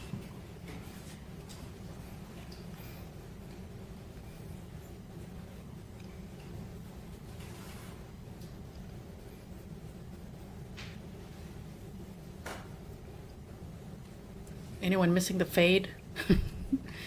Teleport fade. Okay, let's speed it up a little bit. I apologize. I'm going to have you step up for a minute. Do the bottom lip thing, Dan. Do it, do it.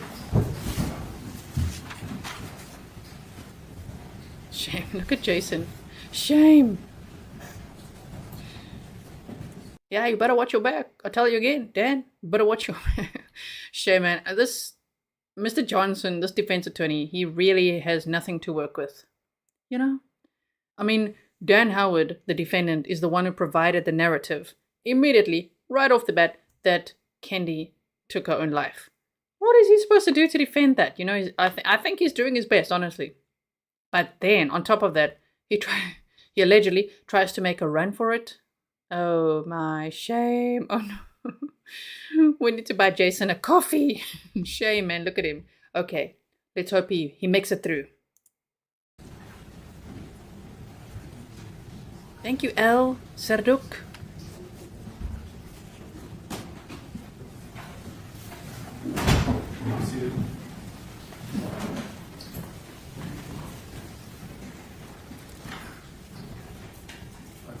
Counsel, I guess I want to understand. Well, I mean, this seems beyond the scope, but I want to understand what you're. I want to give you a chance to give me a little bit more. But it sounds like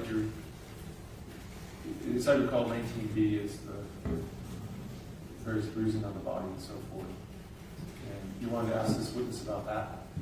I did, Judge. This witness has already said that he's relied on the autopsy photographs. He's already opined about an autopsy photograph that had what he called a slide bite on it. To simply ask him about these other autopsy photographs at this point would be relevant, and it would be especially relevant as it pertains to his idea that he's trying to rule out a suicide. I think it goes directly to the heart of that testimony, Judge. If you have someone who has multiple injuries throughout their body, who has a second-degree burn on their arm, who has a broken jaw, who has signs of suffocation, whether or not there was a suicide in this case is directly on point. And so I think I should be allowed to go there. Mr. Johnson? Thank you, Your Honor. He was asked to look at the body position, gun position from a biomechanical engineering standpoint. Whether or not he was to look at or provide an opinion of marks that show up 2 days after the traumatic autopsy where they do so much stuff, there's lividity. That's a separate, he has not. Oh, no. Okay, no, empathy's out the window. He still didn't listen. You're still just saying lividity and bruises showing up from a traumatic autopsy. No. You can't bruise after death. Bruises can become more pronounced after someone has died, but they're formed before they die. We know this, right? Why is it still saying that? Testified to that, it's beyond the scope. This was solely focused on the biomechanical and the interaction of the blood and the water. We know the state's opinion on 19B, but that's not fact. And I think it's beyond scope, but I think it's improper. Ooh, let's hear the arguments. Bunty McBunface, your name always makes me smile. He's saying the difference between Jason and the state attorney is mind-boggling. Jason isn't young when he comes across as a boy in comparison. The thing is that I believe he's only ever, so that means I'm not 100% sure, but a lot of people have emailed me and I've researched a little bit that, okay, he's only tried DUI cases before. So, not being a defense attorney at a murder trial before. Well, that would explain it then, you know?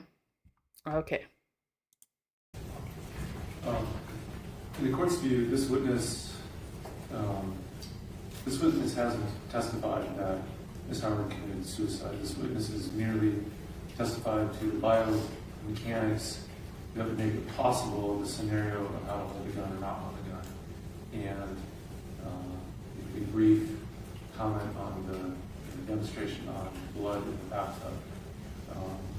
This would be very different in the court's view if this witness did opine that Ms. Howard committed suicide, where the evidence, the autopsy and so forth was consistent with her committing suicide and so forth. But this, in the court's view, this expert has limited his testimony solely to the biomechanics of what is possible biomechanically or engineering-wise in terms of how equipment can be held and so forth.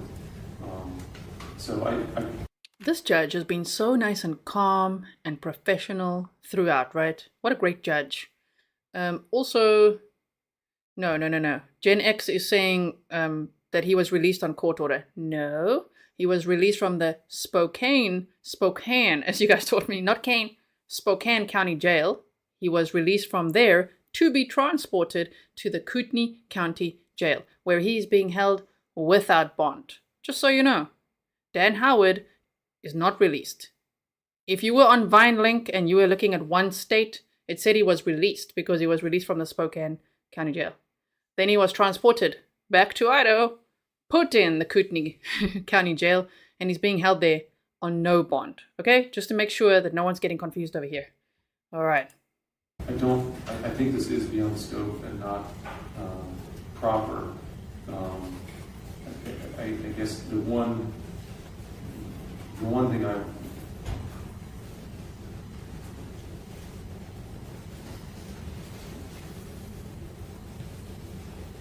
I can see allowing a question simply to the extent that there were multiple other injuries that you didn't consider as part of your biomechanical review, but to show the witness additional autopsy.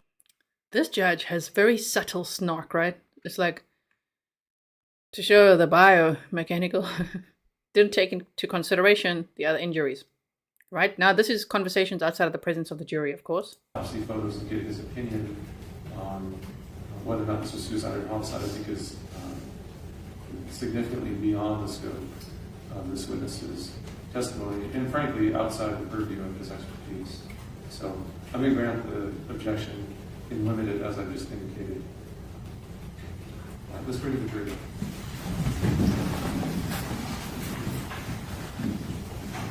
Yes, let's look at Dan making the bottom lip face.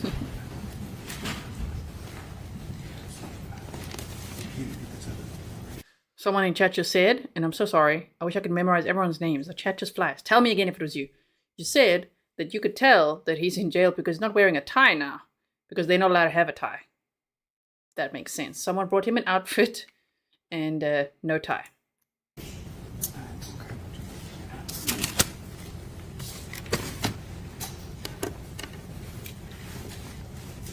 While we wait, Annalene said, is this a death penalty state? Yes, but it's not a death penalty case.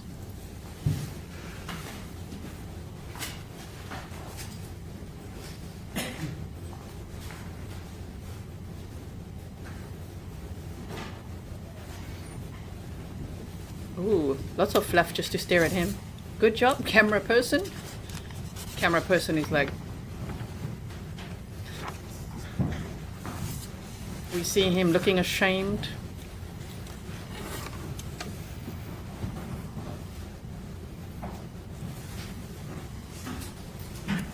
He's doing the bombastic side eye. You can be seated. I sustain an objection. Mr. Rickard, you may continue. Thank you, Judge. Sir, if you eliminated the possibility of Kendy being alive when she was shot, wouldn't you eliminate the possibility of suicide?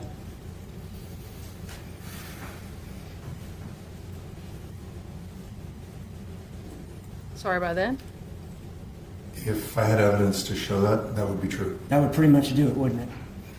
If I had evidence to show that, yes. All right. And so in terms of evidence, I assume your attorney that you work for gave you all the evidence in this case. Is that correct? Yes, sir. Because you wouldn't have come to the conclusion that you had otherwise, right?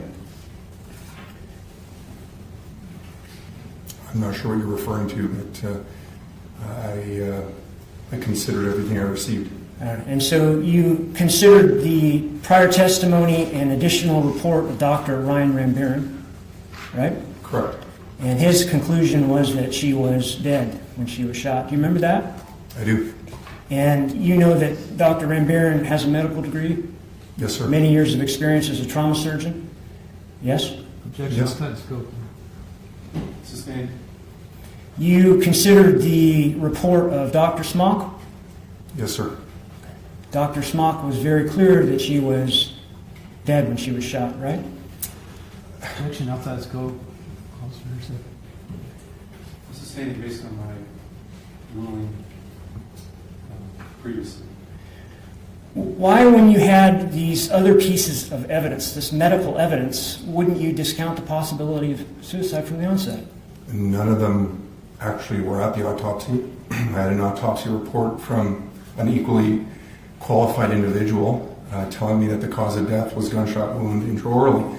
And that's how I moved forward. A lot of the evidence that I had considered from those individuals I felt was primarily anecdotal. Even though they had training and experience far in excess of yours? In the medical area, Right. Agreed, except there are many things that don't fit. For example, the amount of blood that was present.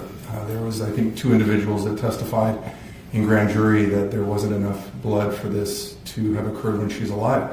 But in fact, there's many factors that would prove that. I didn't say they prove it wrong, but could prove it wrong in the sense that first of all, nobody's accounted for the amount of blood that was actually present, as far as I know. Number 2, we saw that the blood, via test, which you don't need to be a doctor to assess, sunk to the bottom of the bathtub. Number 3, you've got blood that was lost during the draining between the hours of when Wheeler took his initial photographs and the coroner took his initial photographs. Further to that, Schmidt, 1990. But he's not an expert in that.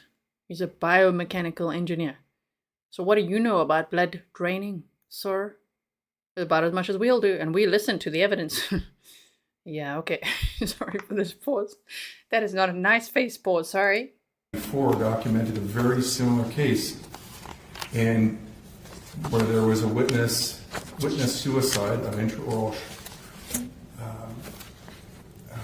gunshot wound that perforated the tongue and ended up in the upper cervical region, very similar to what we see here. And there was no aspiration of blood. There was very little blood found at the scene. And the conclusion of that paper, which was not by me, anyone can read that, was that there's a possible mechanism of reflex arrest when the spinal cord's involved. And so it stops the heart very quickly. And so taking all of that information in consideration, I think it casts doubt on that opinion. On medical opinions. And Testing can do that. You're qualified to make that assessment? Testing doesn't lie, as you saw. Those were my findings. In your report you wrote on page 32, last paragraph, last part of the first paragraph, last sentence, furthermore, neither Mr. Livingston nor Dr. Rambaran offers an explanation as to where the missing blood might be found or how it disappeared. Do you remember that? Don't you think it's brilliant that this prosecutor is bringing up all those expert names again? Because it's helping me remember all their I'm like, oh yeah, that one. So the jury would also be like, whoa, remember that one. He's just like name dropping, peppering in the names, which is so brilliant. What a great strategy. I do. Okay. And you were provided with the transcript from the grand jury, right? Portions of it. And so you had that when you made that statement, right? That's correct. Let me show you that grand jury transcript of Dr. Rambaran.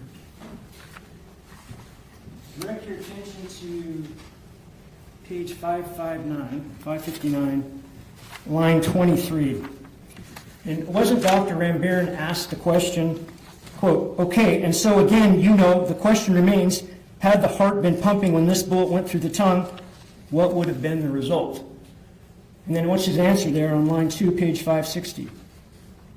Says again, significant and profound blood loss. Why don't you take a moment, sir, and go through the rest of that particular page on that transcript and tell me whether or not Dr. Rambaran does explain where the blood would have gone. Had she been alive when she was shot?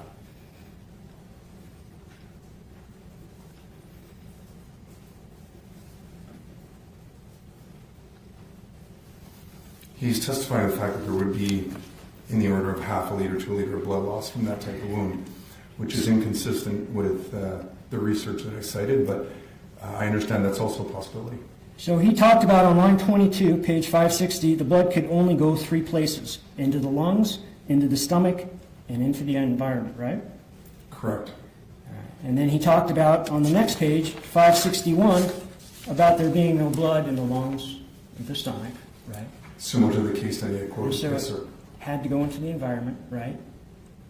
No, sir. That's what he testified to, right? That's what he's testifying to. Okay. I've shown you. You told us in your report he gave no explanation.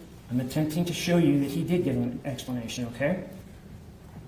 He says into the environment, but we don't ever see that, is what I meant by that statement. And because he drew the conclusion, because there is very little in the environment, that she was dead when she was shot, right? Except we still don't know where the missing blood is. Do you agree that his conclusion was... Well, we do. Sorry to say it like this, but if it's still in someone's body because they were already deceased before, and that's why it didn't escape the way it normally would, that's why. That's the one factor he didn't consider because of what he was given. You know? So, wow, this prosecutor, this is very intense. Was that she was dead when she was shot. That was his conclusion, correct? And so when you wrote that he gave no conclusion in your report, that was incorrect, wasn't it? I think you're mischaracterizing what he said. Didn't you say, furthermore, neither Mr. Livingston nor Dr. Rambaran offers an explanation as to where the missing blood might be found or how it disappeared? Right. And isn't his explanation that she was dead when she was shot? Except it still doesn't account for where that blood actually is. It would be in her body. Yeah. He's like, it would be in her body. He's like, oh, let's see his face now. Sir, would it not? Except there's blood in the water. Yeah, there's very little blood in the water, isn't there? Nobody knows that. Don't you think a medical doctor can make such an assessment? I think a test is worth 1,000 expert opinions. Don't you think a medical doctor has extensive training in terms of determining how the heart works? Of course, I'm not judging that. I'm just going by the literature I cited. Okay.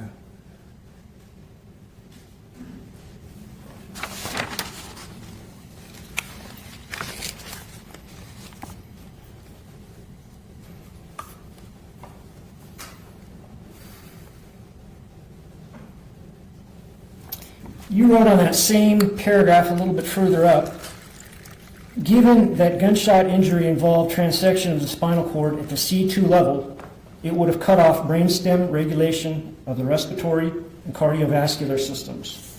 Remember that? I do. And is that accurate by your account? It's also, yes, and it's also consistent with the research that I cited. I speak specifically to the regulation of the heart rate. So blood pressure can go up, blood pressure can go down, or the other option that was given by the research I cited was that it can also stop the heart. Are you familiar with the medical concept that the heart runs on a different nervous system than the lungs? Yes, it can continue beating. All right, and so that bullet transection at C2 wouldn't necessarily stop her heart, would it? Not necessarily, no. Okay, so her heart could have kept pumping, right? That's true. And so your statement's not correct, right? No, you're mischaracterizing what I'm saying.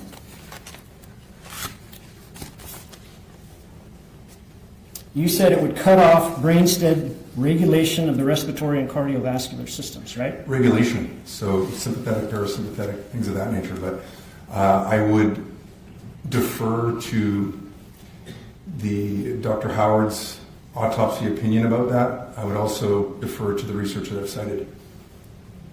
Okay, so her heart would have kept pumping had she sustained that bullet wound. Is that what you're saying? Not necessarily, no. And I've shown how that is possible. Because of that study? Correct. Do you remember what that study was?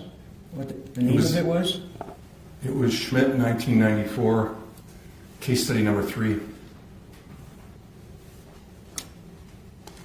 Good memory, good memory.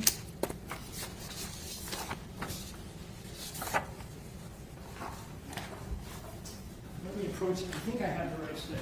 All right? Take a look at it. Tell me if you recognize it. Sure.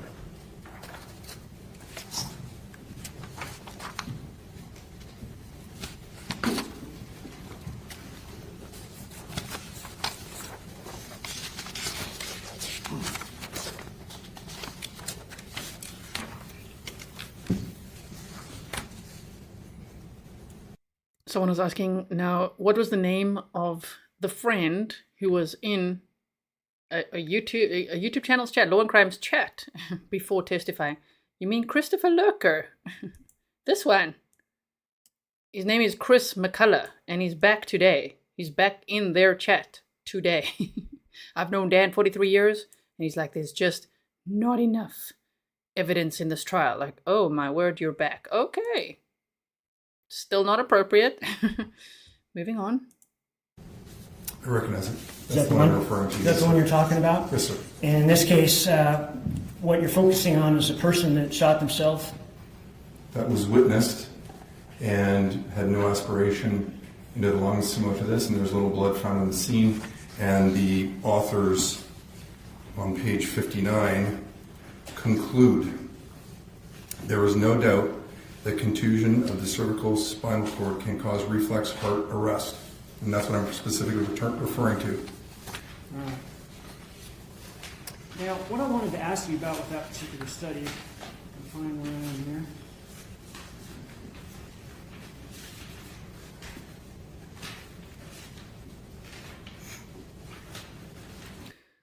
Equinox says, my screenshot. You know I always protect my sources. Well, thank you so much. There were a couple of Grizzlies that sent me some screenshots. Yes, of some of those chats. So thank you, Equinox, for being one of them. I really, really appreciate it. That was quite something to see, right?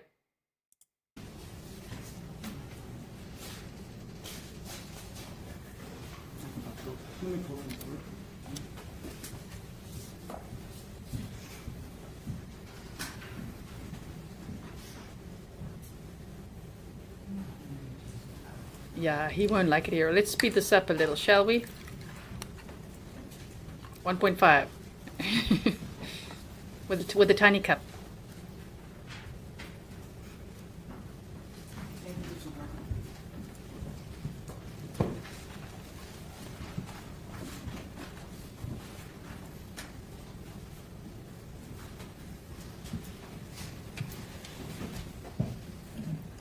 I'll slow it down again when it's time.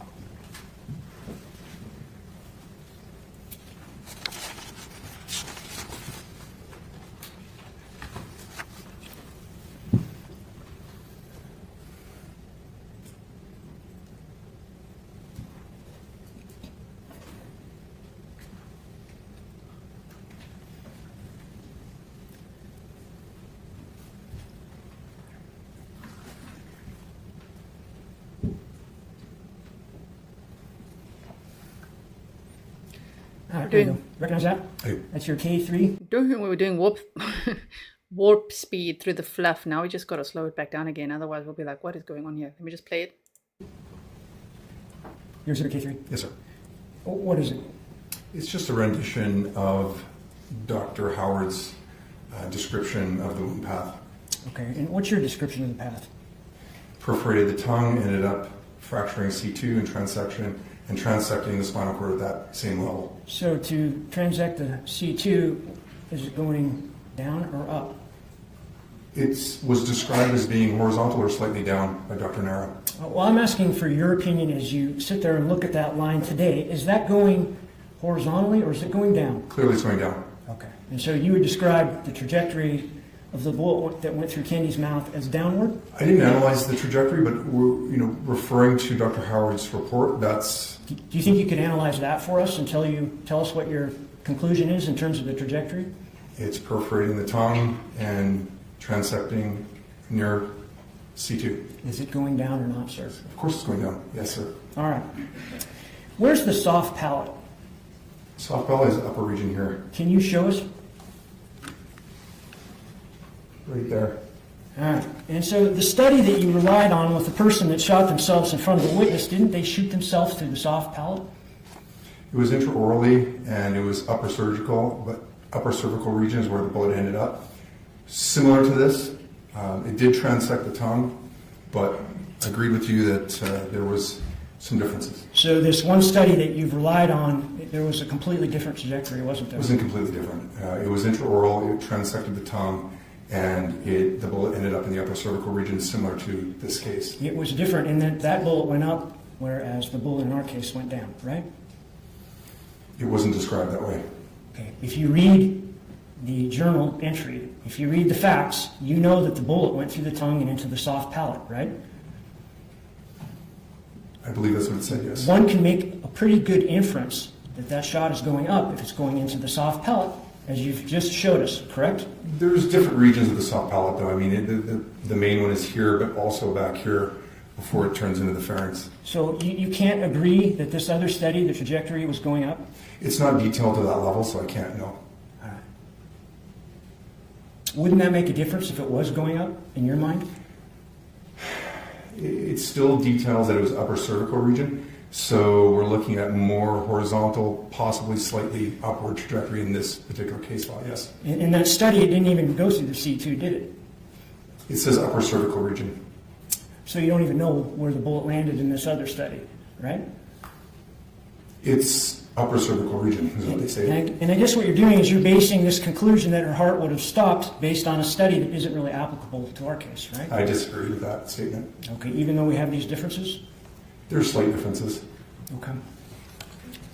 In that particular study, I think you still have it in front of you, on page 57, it indicated a very low percentage rate of handgun injuries that involve the neck region. What was it, 2% there under discussion, number 3?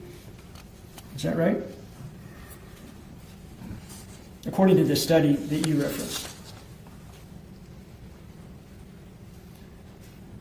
Are you referring to the sentence that says only a few suicides shoot themselves in the neck? Actually, I was going to get to that one next. I was looking at about 2% of handgun injuries involve the neck region. It's a little bit above that. All right, I do see that. Do you agree with that? That's what they state, but I'm assuming that's external. Okay. Well, what about that next line there? Only a few suicides shoot themselves in the neck. 1.5 to 4% of firearm injuries in this location may be attributed to self-infliction, while the vast majority, as in cases 1 and 2, are homicidal. You agree with that? I'm not sure what line you're on. This wouldn't be fun. Would not be fun to be him right now. He's getting grilled. Go down about 5 lines. So we're still under discussion on page 57. It starts off, as you noted earlier, only a few suicides shoot themselves in the neck. I see.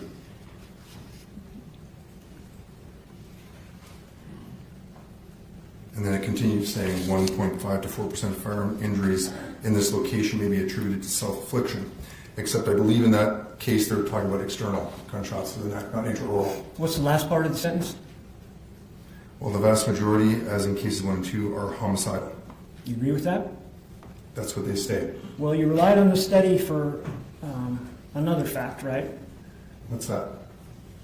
That her heart could have stopped based on that shot. You mentioned that there's a reflex mechanism for that, yes. Yeah, so I'm asking you if you are good with this as well. I would be, yes. Okay.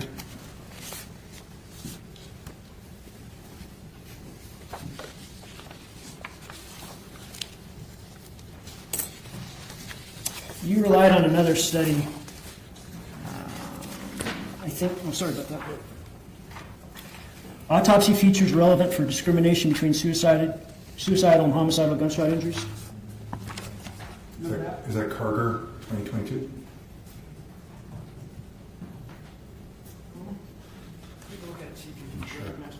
Yeah, that's Carter.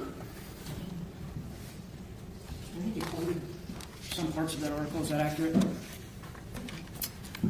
I didn't cite them as accurate. I mean, if they're published, the scientific community has accepted it. What I was drawing some attention to is the trend of intraoral gunshot deaths are primarily suicidal. Okay. What I wanted to ask you about is on the first page under abstract. It's kind of near the end on the left side. And quote, it says, from 61 suicides who fired the gun inside their mouth, only 1 pointed the gun downwards. Consequently, some bullet path directions cannot be considered indicative of suicide. Downwards and back to front in gunshots to the temple, left to right in gunshots to the left chest, and downwards in mouth shots. You remember reading that? Yes. When you cited to this article in your report? That's also in our report. Do you agree with it? I can't deny it, no. Okay. I believe the statistic was 95% are homicide and 5% are suicide. So you still can't rule it out is the point. Okay. And in our point here, when you've got a downward trajectory in terms of the gunshot wound to Kendy, it's indicative of homicide, is it not? According to that literature, it is. That you cited to. Correct.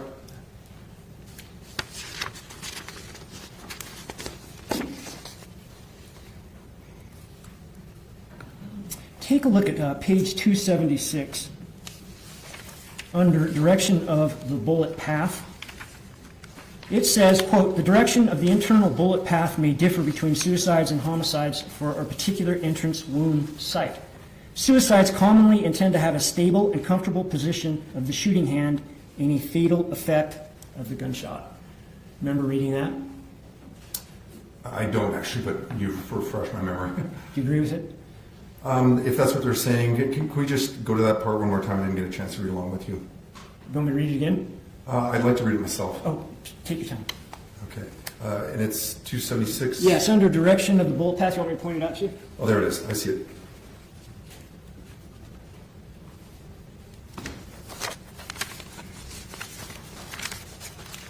Also, sometimes when I do this, then people ask me, what is that? I didn't realize it's not a universal thing. Could be a South African thing where it's like, it's when things are getting hectic. It's like getting so intense. And you're like, oh my word. Okay.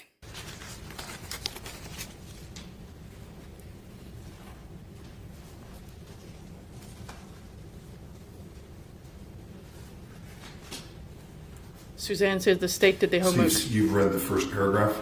They did. That's what you're referring to? Not the whole paragraph, just that first couple of sentences. Yeah, those are the trends, yes.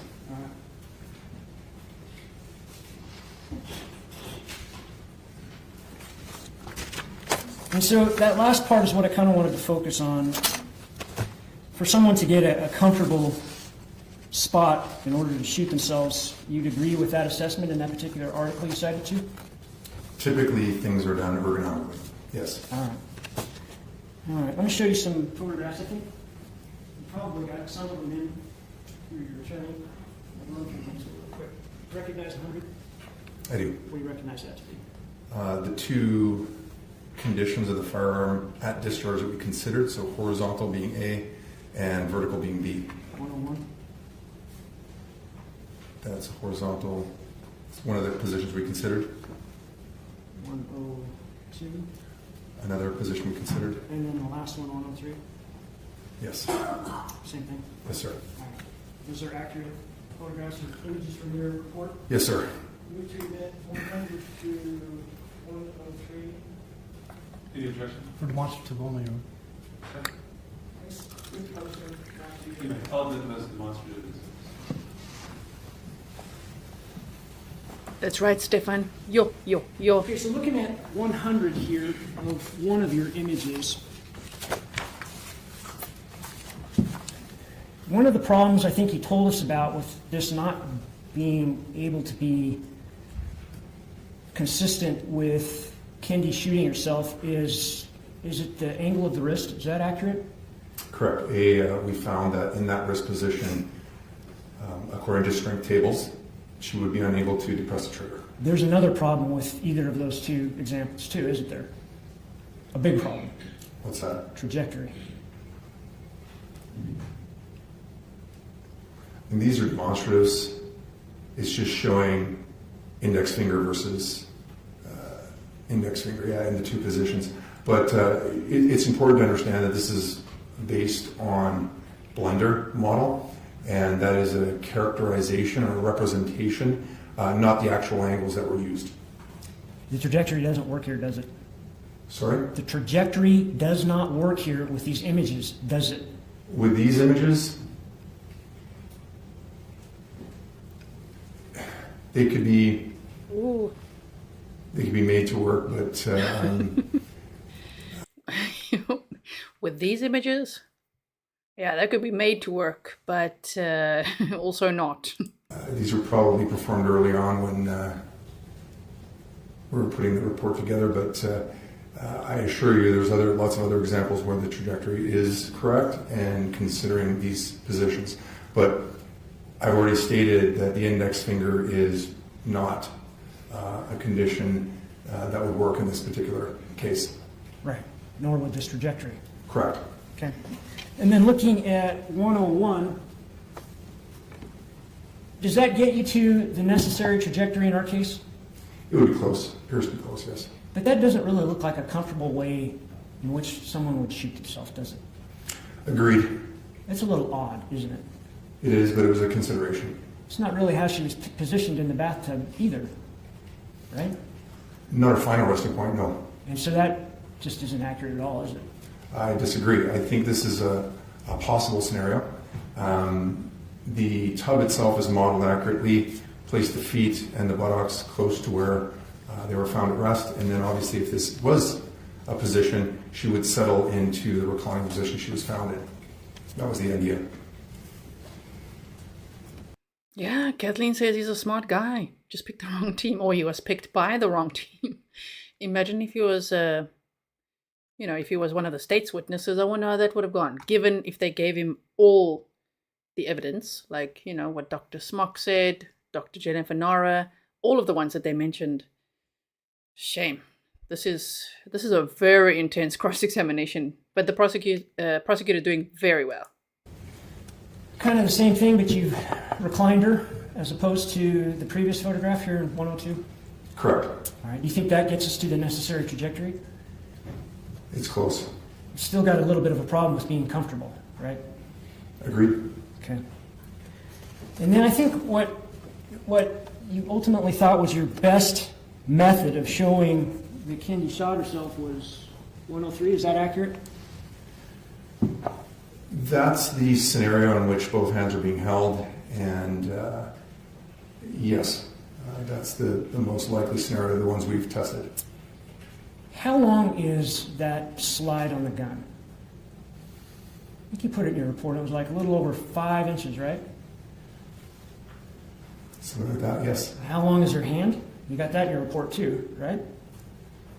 I don't recall. Let me track that down. Hold on.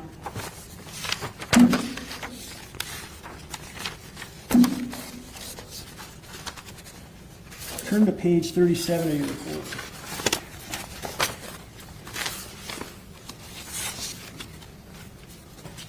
Rose says, if you're hungry, Let me know when you get there. prosecutor is serving grilled witness. Yeah. Thank you.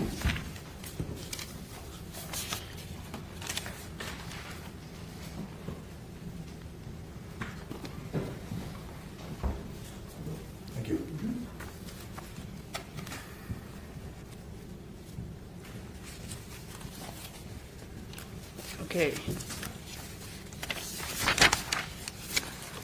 I speed it up a bit. Okay, I'm there.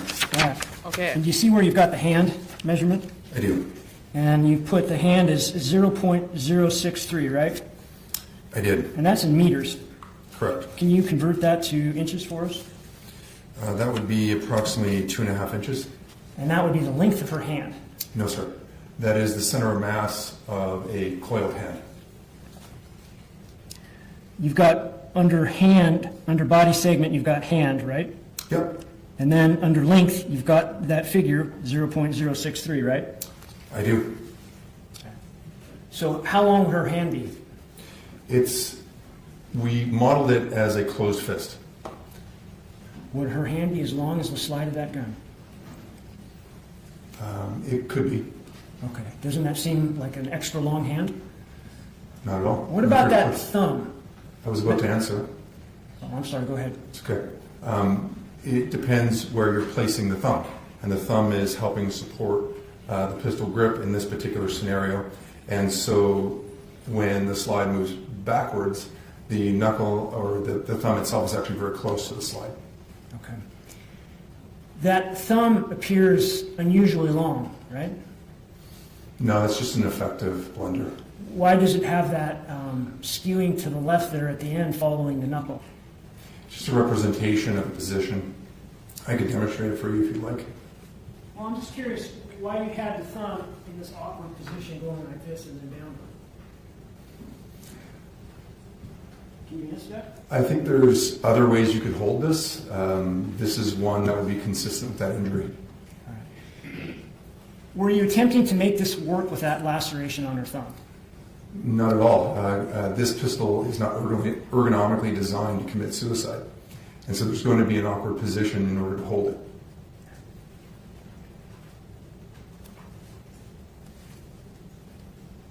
So this article that we started off on this tangent here about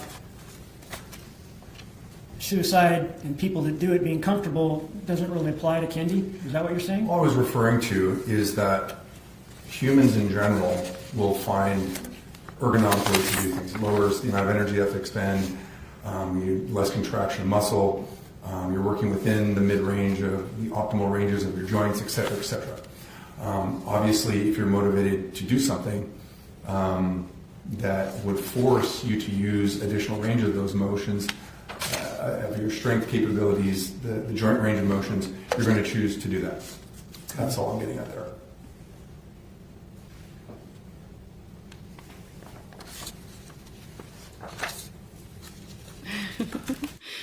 Someone asked if he's fake sipping. I think at this point he might be a little bit. Maybe not on purpose. The cup is just so tiny. I think he forgets it's already empty. You know? Doesn't look like there's any water in there. Don't be shy, sir. Fill it up.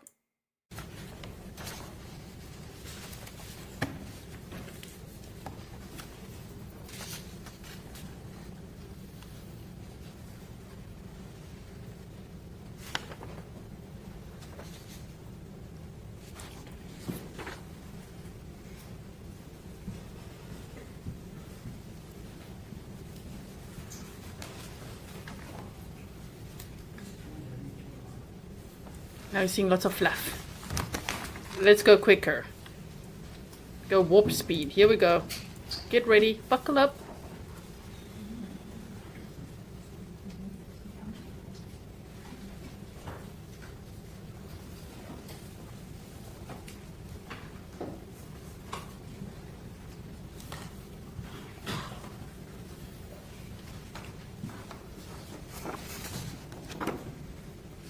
Let me publish 20Y for you. And you remember what that is? That's the linear abrasion we're referring to. Yeah, one of the photographs of it, anyways. Okay. What about 20W? What's that? I believe that's the same linear abrasion. Doesn't Kendy have two of them? She may. You don't know, do you? This is the one I was specifically referring to in the slide bite. Did you know that Kendy had two cuts on her thumb? They didn't appear to me to be in the same place. There is an explanation for it in the sense that this would be the one that would be most likely to have occurred. The other one would also be possible if both sides of the thumb interacted with the slide. So, you do know that she had two different cuts on her thumb, or you don't know that? It appeared to me that they were in different places, yes, but I couldn't confirm that they were or not. So one was a slide bite and one wasn't. Is that what your assessment of that is? No, I'm just saying that injury is consistent with a slide bite. It's also consistent with other types of injuries. Okay. Have you treated slide bite before? I don't... You don't see patients? Excuse me. I was talking... Oh my, it's getting snarky now. Excuse me, I was talking. Wow. But so it could be consistent with slide bite, and it could also be consistent with other injuries. Okay. I don't see that as an injury that needs to be treated. You've never treated slide bite before, right? I don't think Objection argument. any of the slide bite references that I've seen, I don't think would require anything other than minor first aid. Overruling the objection. So are you saying that doctors don't treat slide bite? Not at all. It would just be minor first aid. Do you think a doctor would be more familiar with slide bite than you? I think there was an example of slide bite in Dr. Smock's report, but that's a completely different position and also dealing with soft tissue rather than tissue that's overlying bones.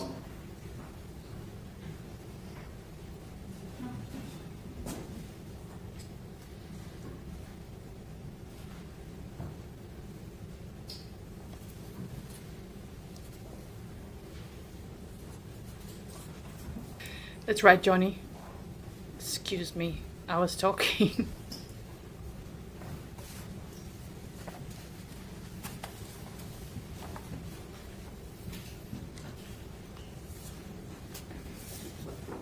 So are you referring to 22C when you're talking about slide bite? Correct. That's abrasions and lacerations over soft tissue in a very different position of the hand And rather than 22 over the knuckle. and 22D. Correct. Okay. And so you would agree with Dr. Smock that that is slide bite?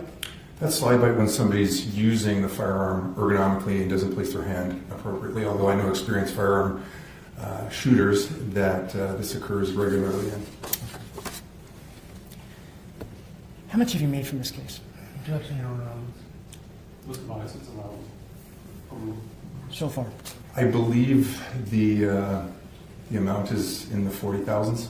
Okay. Was that for the report? I think the majority of that is, yes. Okay. And then for today? For today was complicated. I had other commitments at council.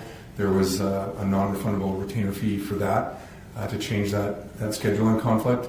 And obviously I was paid for my time while being here. So how much total? It might be Just whoa. Mr. Jason Johnson said that this witness couldn't make it until Monday, but it sounds like he had something else scheduled for Monday that he had to cancel. Then there was some retainer fee. I'm just saying that Mr. Johnson, want to have a long weekend? I don't know, but wow, sure, this prosecutor is going for it. north of 50.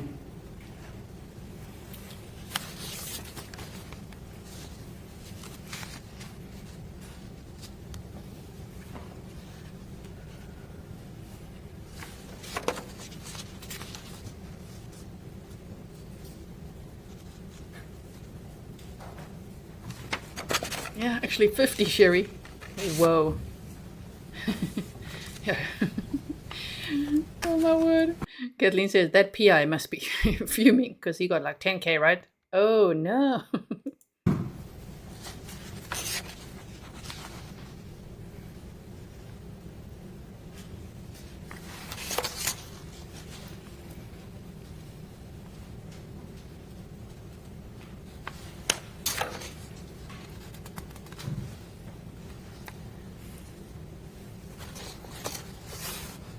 I like the long silence now. It's pretty awkward. It's just like, okay. No further questions. Thank you. Redirect, Mr. Bennett? Yes.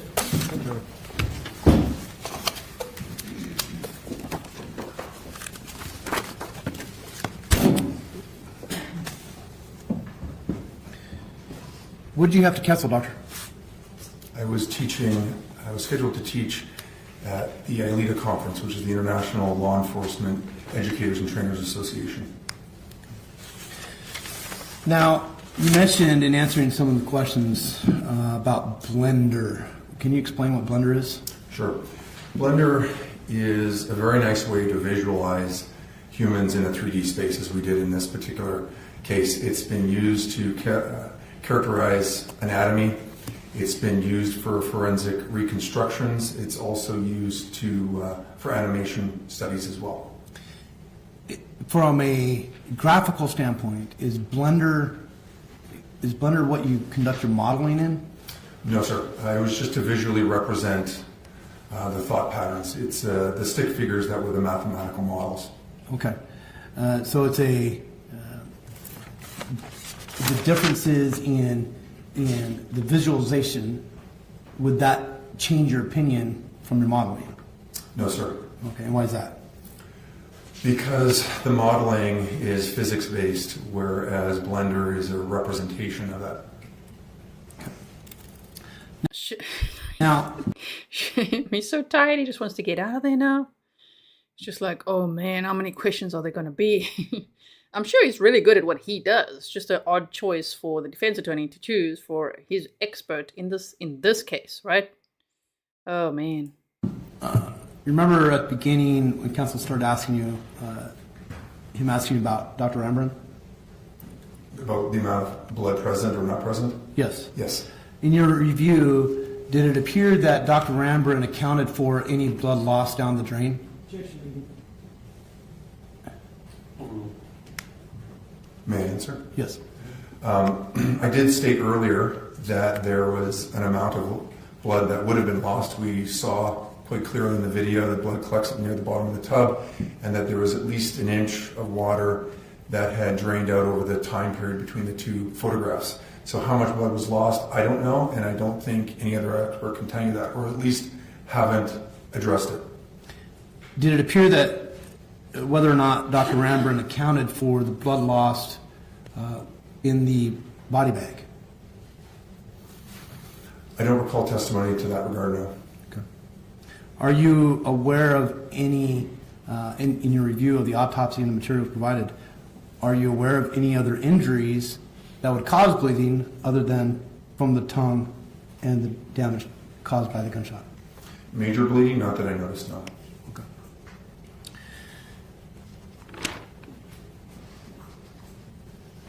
Now, you stated earlier that...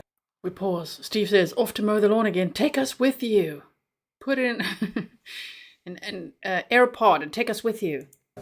Testing is worth 1,000 opinions. Do you remember making that statement? I was quoting a gentleman who was, one test is worth 1,000 expert opinions, in my opinion as well. And as your opinion, can you explain that? What I mean is that, and we can see this at work in this file, there's many well-qualified people with differences of opinions and focuses on various aspects of the evidence presented. However, with one test, I think it's very clear that you would be able to understand as a jury that blood now sinks in water, and that is a visual and an example of that phenomenon that is undisputable.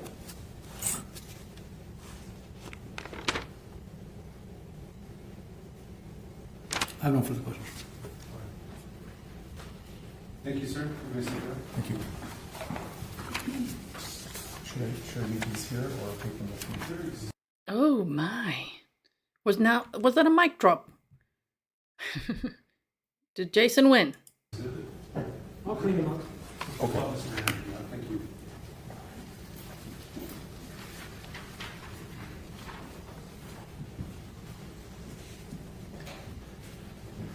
Council, please approach.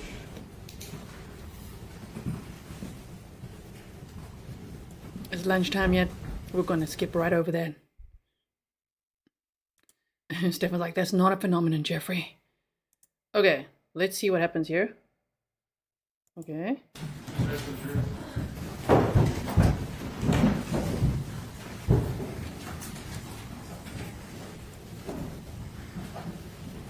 What is happening here? Oh, talking? Okay. Did I miss something? Wait.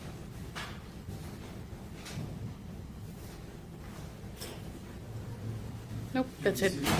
I may have just a moment, Roger.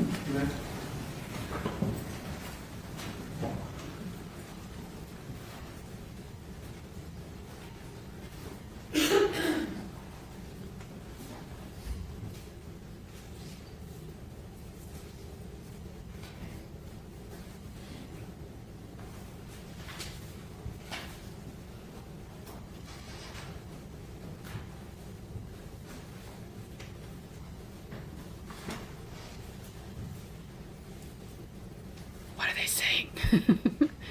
Can't see a thing. And Mr. Judge, I understand that was your last witness outside of your client, is that correct? Yes, sir. And is it your understanding of whether or not Mr. Howard intends to testify? You know, I've discussed this with Mr. Howard. He understands it's his decision. Under advice of counsel on his decision, he will be not testifying. And Mr. Howard, I'm going to ask you some questions, okay? Do you remember that you have a constitutional right to remain silent during your trial? Yes. Do you understand that because the state has the burden of proof, the law does not require you to testify in order to win your case? Correct, yes. Do you Oh, we hear understand him that talk. If you do testify, you will be subject to cross-examination by the prosecutor? Yes. Do you understand that if you do not testify, the prosecutor cannot mention this to the jury or suggest that failing to testify is an indication of guilt? Yes. Have you made a decision as to whether you will testify at your trial? Yes, sir. What is your decision? I'm not going to be testifying.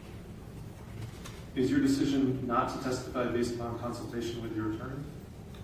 Yes. Do you understand that your decision to testify or not testify is solely your decision and your decision alone?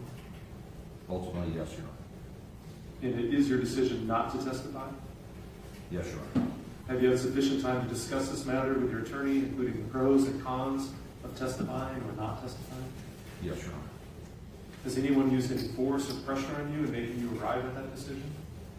No, Your Honor. Have you made your decision not to testify freely and voluntarily? Yes, Your Honor. All right, the court hereby finds and concludes that the defendant has made a knowing, intelligent, and voluntary decision to exercise his Fifth Amendment right to remain silent. All right, then what we'll do moving forward, we'll bring the jury back in. I'll have the defense. I'll give you the opportunity to rest.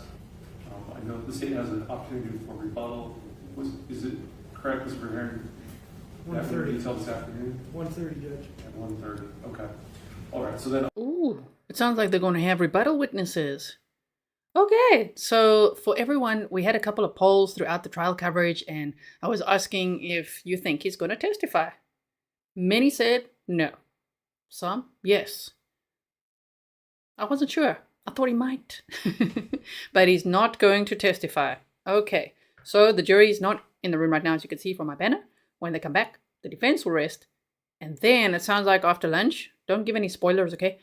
After lunch, it sounds like there'll be rebuttal witnesses. Oh, yes. Okay, that's good. I'll let the jury know that when we let them have a longer lunch than normal today. And we'll go from there. Okay, we'll bring the jury. Nice, okay.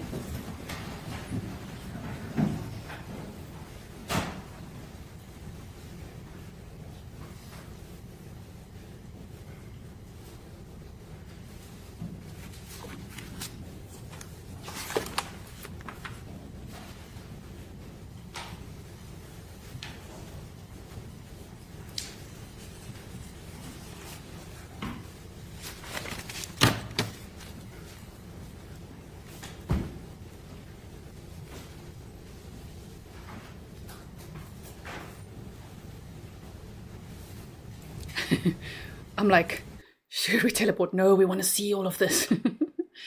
Oh man, just like I just want to pause every now and then. Shame. Like, but Jason, he really looks tired, right? He really looks like he didn't get much sleep this weekend. I'm sure he didn't. Someone said earlier, imagine being a fly on the wall when they had to call Mr. Johnson and tell him, your client is in jail. He's like, what? Yes, he was at the airport. He took a friend's rental car back. Okay? Oh, man. And how was he getting home? How was he going to get home? Anyway, shame. Like his face says it all.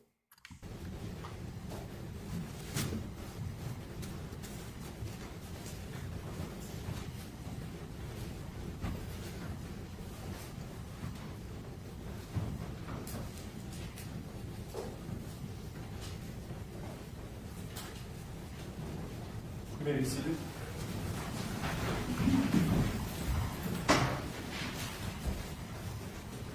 Mr. Johnson, any further witnesses from the defense? Your Honor, the defense rests. Thank you. Come on, that was too fast. The jury must be like, wait, what? Like, damn, you said that quick. I'm at 1.1. I want to play that at normal speed. Just slow down there, Jason. Okay, here we go.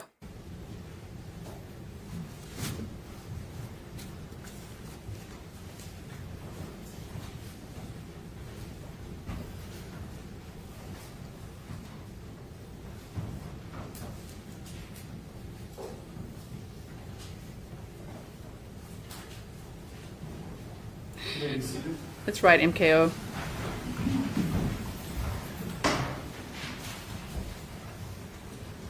Mr. Johnson, any further witnesses from the defense? Your Honor, the defense rests. Thank you. All right, members of the jury, the defense having rested, the state is allowed the opportunity to present rebuttal. They do have rebuttal lined up at 1:30, is my understanding. We moved a little faster this morning. So I'm going to give you a 2-hour lunch today while I address some other matters with the council. I anticipate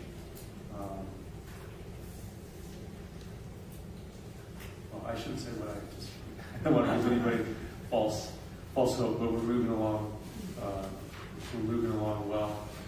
There's a chance the case will get to you even today. That's what I was going to say, but I don't want to promise that. I'm just telling you, we're moving along. The judge is always so nice and considerate, right?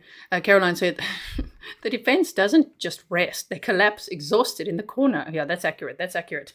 Well, so I'll give you a longer lunch than normal. Look forward to seeing you back at 1:30. Remind you not to discuss the case among yourselves or with anyone else.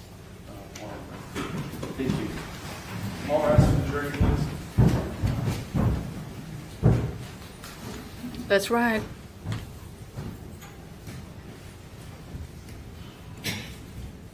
Is he going to look back again?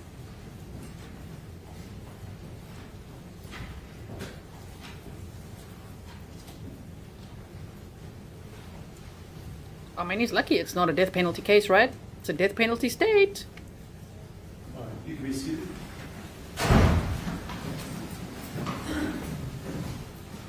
All right, counsel, before we break, there is the issue of the state's motion, which I have received. Mr. Johnson, I'll trust that you have a copy of you via email probably that you haven't seen yet. Yeah, I haven't seen it yet.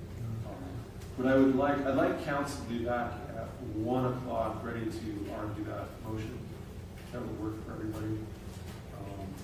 Because, Mr. Johnson, I know that's moving quickly, but it should give you time to review their motion. Will that work for the state? Certainly. Would the court be inclined to take up the issue of the jury instruction conference during lunch hour? Yes. I just want to make sure Mr. Johnson has enough time. Do you want to meet at... Sure. Why don't we talk off record? Why don't I meet with counsel chambers real quickly and let's sort that out. Okay. All right. We'll be in recess then. Thank you. All right. That means it's lunchtime. Okay, so lunchtime, longer lunch than usual, and they're going to come back earlier than the jury, okay, so that they can discuss motions, which I think is one of the state's motions. And once they come back, it sounds like there's going to be rebuttal witnesses. So are we ready to teleport? Okay, let's go forward. We're going through lunch here. And now we're there. Order for release from custody, and in that order, the Should I put it there for a second? Put it there for a second? No, we don't want to see that. Hold on. court issued an order for release from custody, and in that order, the court placed some very specific conditions on the defendant's release from custody.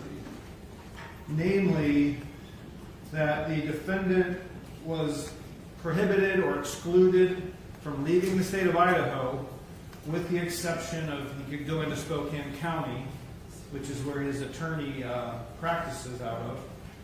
However, the defendant was further prohibited or excluded from coming within 2 miles of the Spokane International Airport. Additionally, Mr. Howard was notified that intentionally leaving... I like these discussions. Oh, they're talking a little bit more about that alleged escape attempt, which I think was an attempt, because it would have timed it perfectly for a flight to Alaska. Anyway. The area of restriction may be prosecuted as a crime of escape and subject the defendant to the penalties under Idaho Code pursuant to escape. The court is well aware of the procedural history of the trial.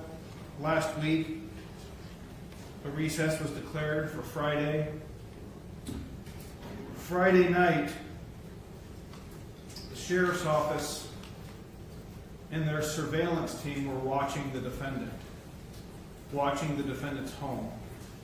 And the sheriff's office observed the defendant leave his home in his vehicle. With the defendant in a separate vehicle was Mr. McCullough, a witness who testified in the trial.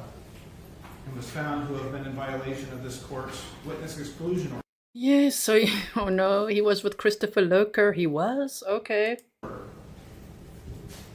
State is in possession of screenshots from YouTube indicating that Mr. McCullough testified differently than what actually happened, that he was knowingly on the live portion of the trial and commenting in the live chat.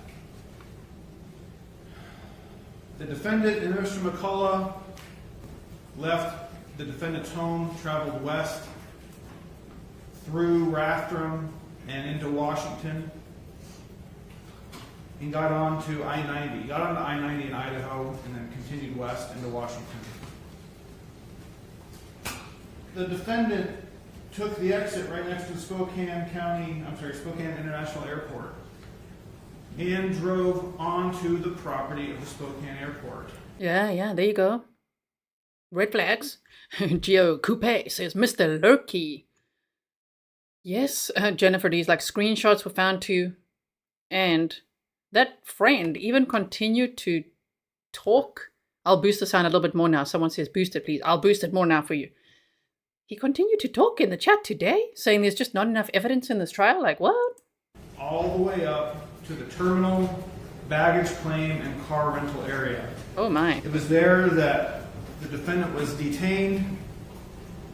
Ultimately, my office and the sheriff's office sought a warrant for the defendant's arrest. His bond was revoked and he was taken into custody. What's very interesting about this encounter, Your Honor, is that Mr. McCullough was permitted to sit inside of the defendant's vehicle in the driver's seat for a short period of time while Mr. Howard was being detained and dealt with. Within a few minutes of that, law enforcement second-guessed their decision to let Mr. McCullough sit in Mr. Howard's vehicle. They pulled him back out and asked if they could search him. Mr. McCullough consented to a frisk or a search, but advised officers that he had put a gun under Mr. Howard's seat. This gun was a full-size Glock, 5-inch frame, not conducive to Stop it. This is very hectic. Okay. concealed carry. While frisking and searching Mr. McCullough, no holster was observed on Mr. McCullough. Your Honor, I believe this gives the inference that Mr. McCullough wasn't possessing this gun, that this gun was under Mr. Howard's seat the whole time. Mr. McCullough was permitted to leave the scene in Mr. Howard's vehicle. What's also very interesting about this... In Mr. Howard's vehicle. Okay. Margaret, you said, I hope Christopher gets charged for helping. I mean, will he get charged? He probably should. Surveillance, Your Honor, is while they were following Mr. Howard on I-90. He was traveling westbound, further away from his home. He quickly took an exit. He took the Pine Street exit, and then immediately got back on the highway. The officers that were on the surveillance team are very experienced officers, and they've conducted surveillance before, and they're aware of counter-surveillance methods. It's very common for people involved in the criminal element to try to determine if they're being surveilled. And the way they do that is to make abrupt lane changes or get off and then back on the highway just to see if somebody's following them doing the exact same thing. And he was These a cop before. officers detected what Mr. Howard was doing as a counter-surveillance measure to see if he was being followed. So now we know there's a gun in his car. He's conducting counter-surveillance maneuvers.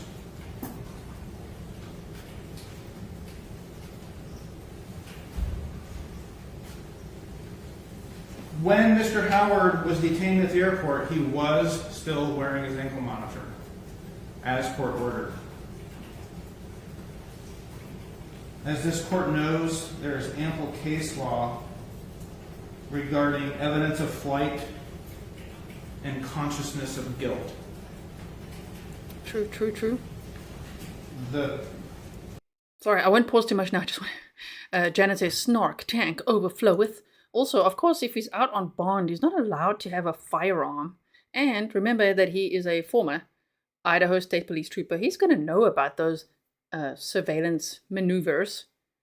And is that friend going to be charged with obstruction of justice or perjury? I mean, oh man. If you guys didn't see Chris McCullough, one of his friends, on the stand, it's time-stamped for you, which was from Friday, day 9. Oh man, it's worth the watch to know, like who are they referring to and who was Dan with, and wow, okay. Most recent case on this matter is Kimberly. And the sentence I want to focus on the most, Your Honor, is on page 4 of my brief.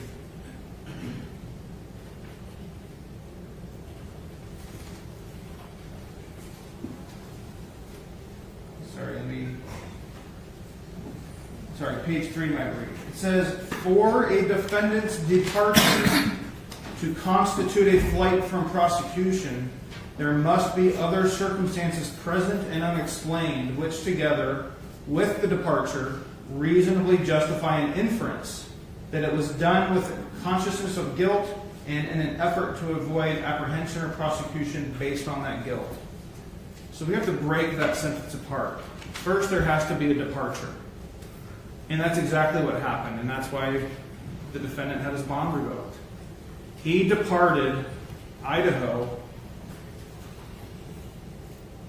and departed the area of Spokane County he was allowed to enter.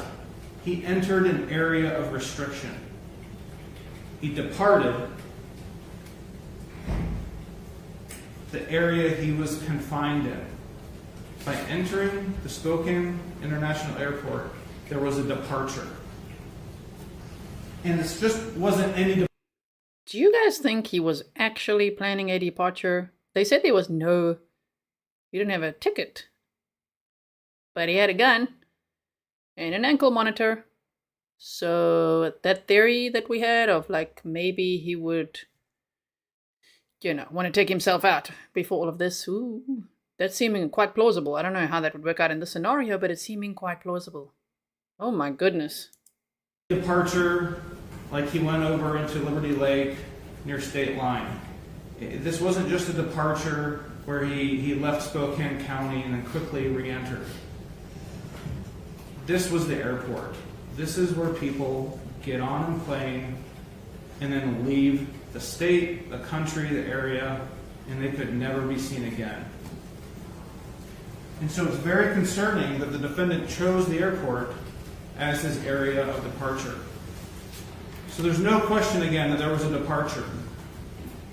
Next, what the court has to consider is whether there are any other circumstances present and unexplained which reasonably justify an inference that the departure was done with consciousness of guilt. And I'd like to point out that this is just an inference, Your Honor. That's the standard here. There doesn't have to be proof beyond reasonable doubt. It doesn't have to be 100% certain what the defendant was doing. We're talking about an inference. And that's why I want to focus on these circumstances. The defendant departed with a gun in his vehicle. In the light most favorable to him, he departed with his friend who had a gun that ended up in his vehicle. That is highly concerning. Somebody who's going to flee. Yes, that's very concerning. I'm putting up the mugshot of him from when he was arrested on Friday, and he was actually initially put in the Spokane County Jail, and then he was released by court order, and we're all wondering, like, was he released, or no, he was booked into the Kootenai County Jail, and he's being held on no bond. Are best able to do that with a gun. Because people who are fleeing prosecution know that it's only a matter of time before law enforcement is on their tail. And law enforcement are going to bring their guns. And it only makes sense that somebody who's fleeing is going to want to meet force with force when it comes time to take him back into custody. Or that. He wasn't going to go down without a fight. Whoa, this is very hectic. Your Honor, he was with a witness who is well informed as to what's happening in this trial. Mr. McCullough testified, and I believe he demonstrated to the jury that he was not an unbiased witness. This is Mr. Howard's ride or die. In addition, Your Honor, we have to look at the timing of the departure. This wasn't a departure pre-trial. This was a departure, and Mr. Howard chose the timing of the departure after the state rested its case in chief. And the timing of that is significant because that was after Mr. Howard had a chance to assess the strength of the case against him. Some very compelling evidence is before the jury. Actually, it was after his friend Christopher Lurker, Chris McCullough, was on the stand, and I think he realized, damn, like, I don't know, and Brett Gunnarsson and that Kerry Maitland, the friends were on the stand. There was 3 out of the 9 witnesses we've seen. Yeah, it didn't go well. I don't think the stories were very believable. You know, the whole boat thing and Kendy falling and the way they said the 2 friends, and then when when Christopher Lurker, who would do anything for Dan, yeah, we could tell. When he was on the stand, he's like, yeah, I'm going to hit out of this. And, of course, then on Friday, there was no court. So they saw a gap and took it? Wow, it's really terrible. Demonstrating that he is guilty of murder. He chose that time to depart. Now, there's the issue of the ankle monitor. And I think this could cut both ways, and I expect Mr. Johnson to stand up and say, well, he of course wasn't going to flee because he still had his ankle monitor on. Your Honor, I think that's also evidence that he was about to flee. Somebody who's about to flee and they're wearing a GPS ankle monitor, they're going to want to keep that ankle monitor on until the last possible moment before they cut it and run. Plausible. Because as soon as they cut the ankle monitor, the alarms are going off and everybody's looking for you. So it only makes sense, after conducting counter-surveillance measures and showing up at the airport with a gun, that Mr. Howard would still have his ankle monitor on. It's because law enforcement caught him before he cut it off.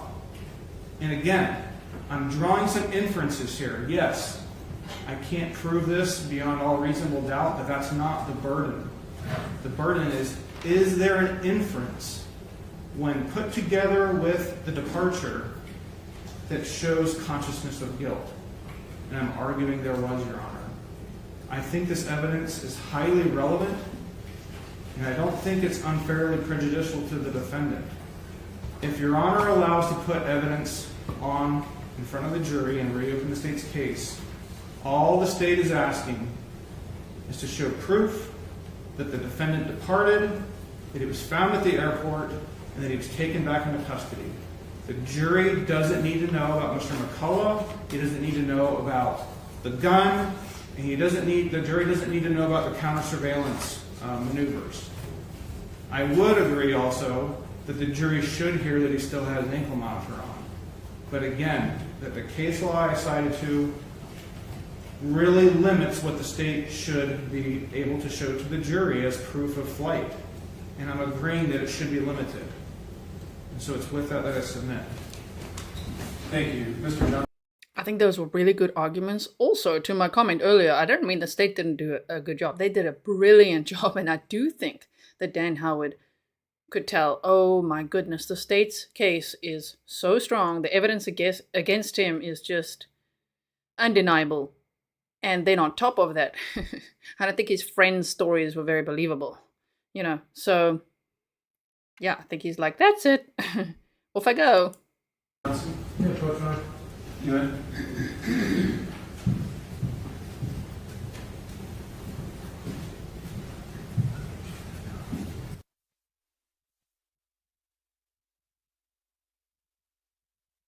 Approaching. So let's see when they come back. Wait, we'll just speed it up like this.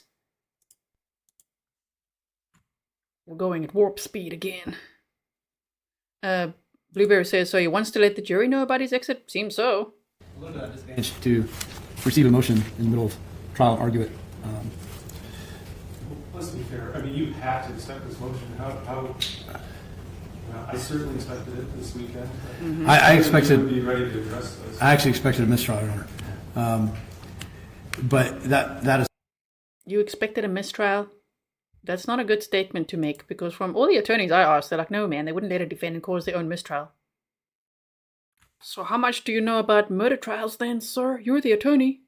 If I don't know it, then I have to ask lawyers. That makes sense. I'm not a lawyer. Why did he expect a mistrial?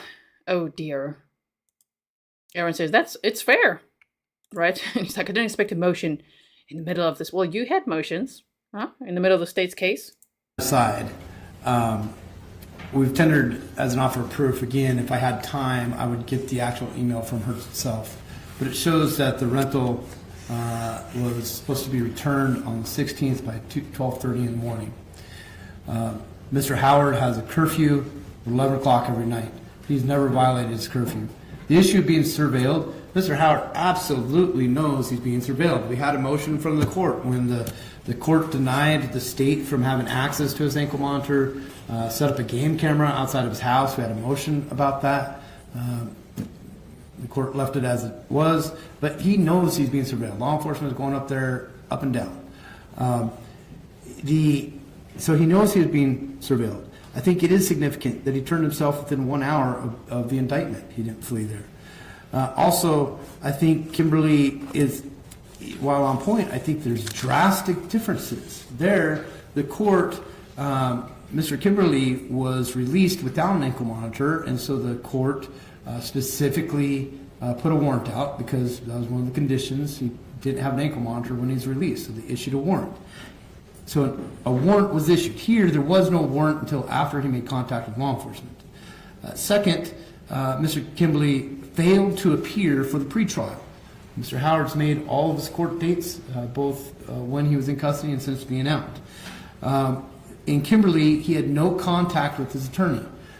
I've had multiple contacts, and offer proof you can see my phone. I've had multiple contacts. In fact, as an offer proof, you can see my phone revolving errands that were going to be done in Spokane on Saturday. I knew about that.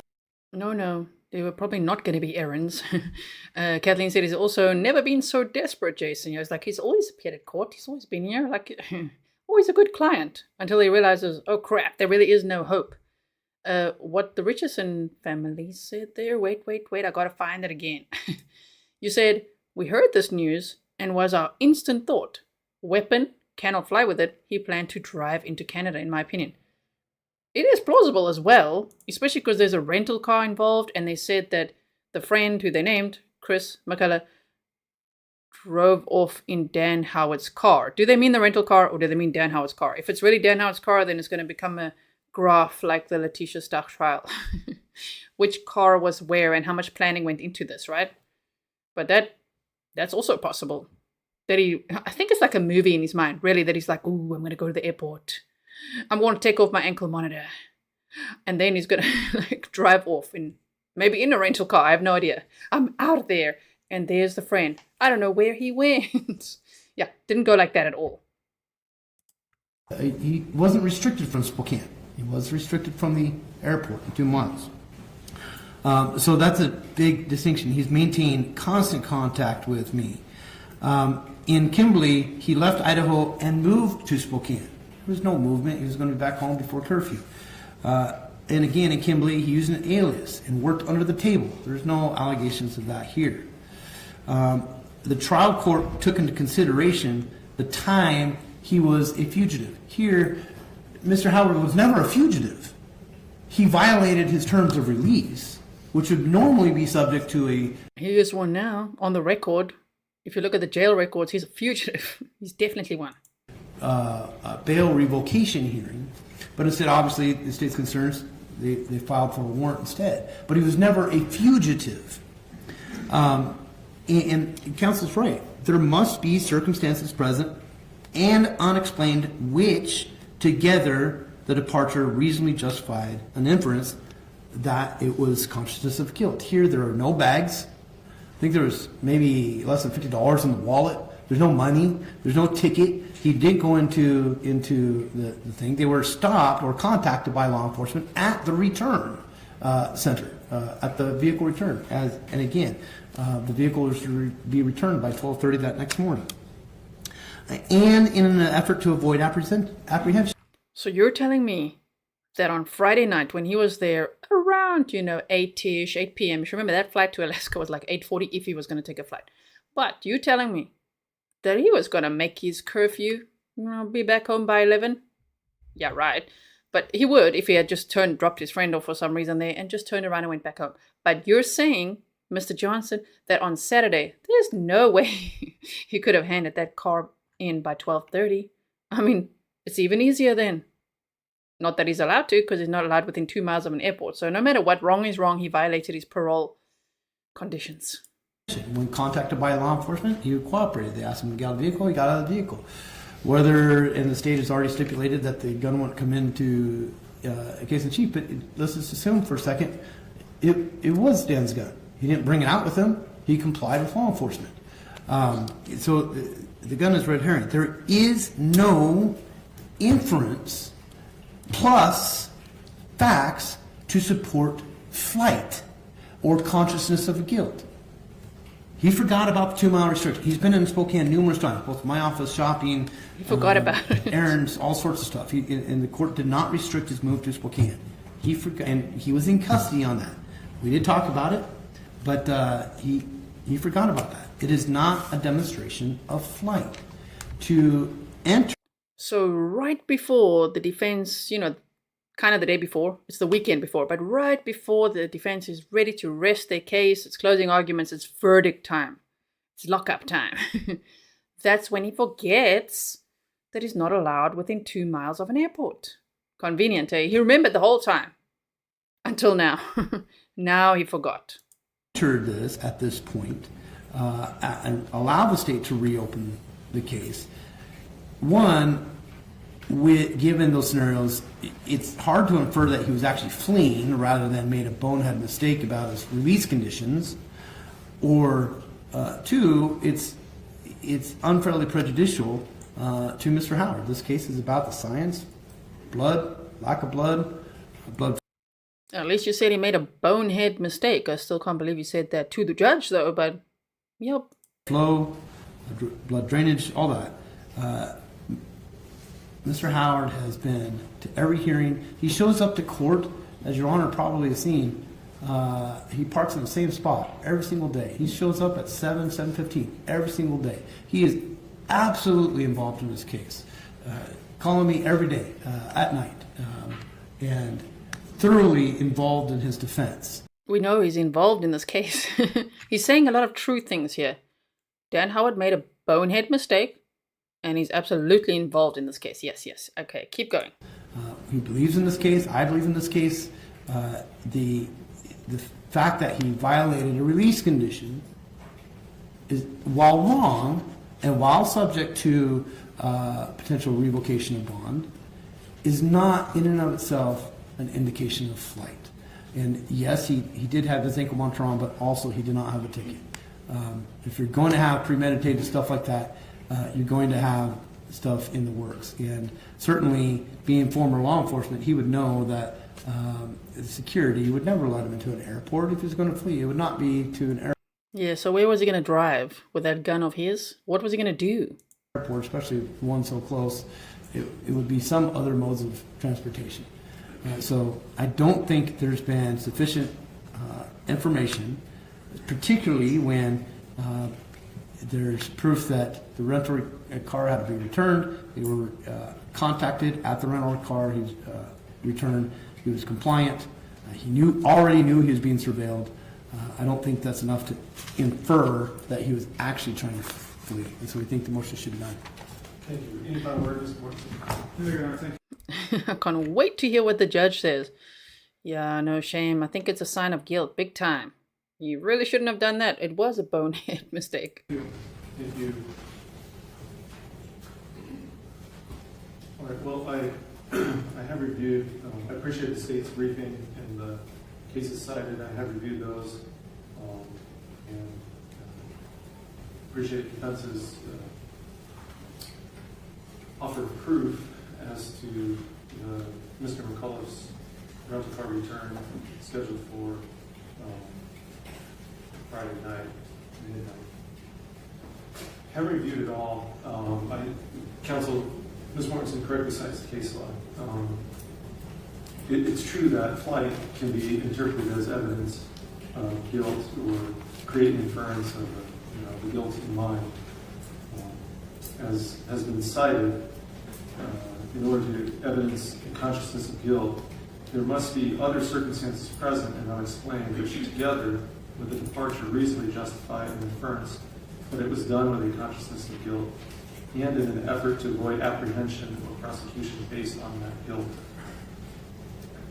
In these circumstances, I'm struggling with the initial finding, even of flight. Mr. Howard clearly violated his conditions of release. He was ordered not to go to the airport or go within 2 miles of the airport, and he violated that. It's unclear to the court that there's flight or departure. He's been allowed to go to Spokane.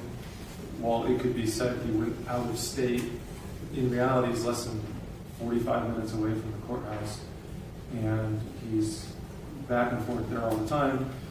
His attorney's office is there. He's not restricted from going there, and it's just unclear to the court that I actually have flight. Mr. Howard his case has been pending for years, and Mr. Howard has turned himself in. He's been present at court at all times. And Wow. Okay. I boosted it as much as I can. I know the judge does speak a little bit softly. Sorry, I've got like a lozenge in my cheek here now. Anita, you're asking who had a gun? Yes. When Dan Howard made the alleged escape to the Spokane International Airport with his friend, who we call Christopher Lurker, right? Chris McCullough. He had a gun in the car. Isn't that shocking? Oh my goodness. Without diving too deep into the nitty-gritty of what exactly he was doing, I don't know what exactly he was doing, but it certainly seems probable to accept that his friend had flown in here to testify for him, and he had returned in his car rental that night and was doing so. The facts, again, this is just offered proof, but seem to support that that's what Mr. Howard was doing. Now, the things that go counter to that, as the state's mentioned, the counter surveillance maneuver, the evasive maneuver, so to speak, on the highway, the fact that there's a gun present in his car, though Mr. McCullough claims that it's his, those causes the court pause and some concern.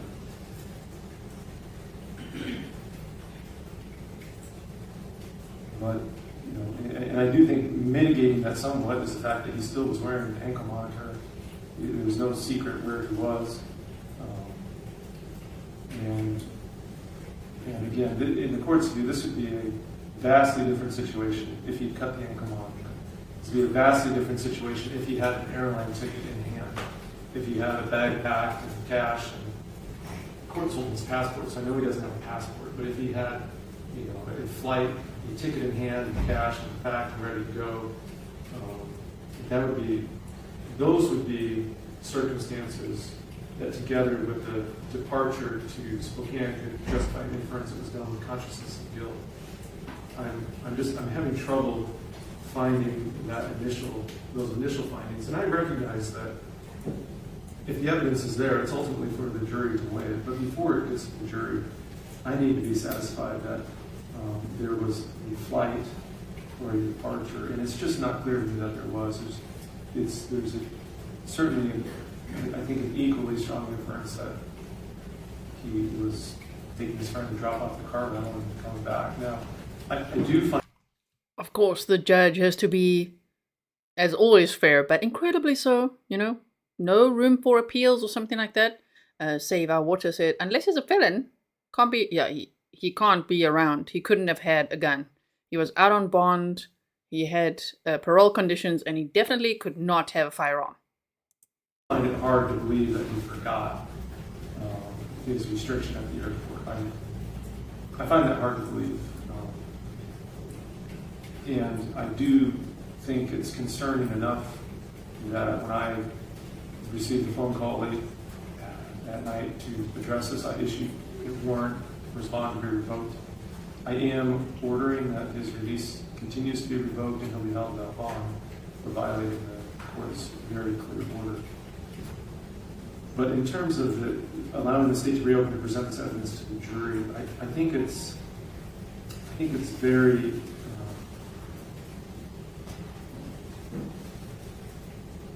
I don't think it's a strong. I don't think there's strong evidence here, and even with the just needing to justify an inference, I'm not sure there's an inference here that what he did was done with a consciousness of guilt, and that it was an effort to avoid apprehension or prosecution. And given that, then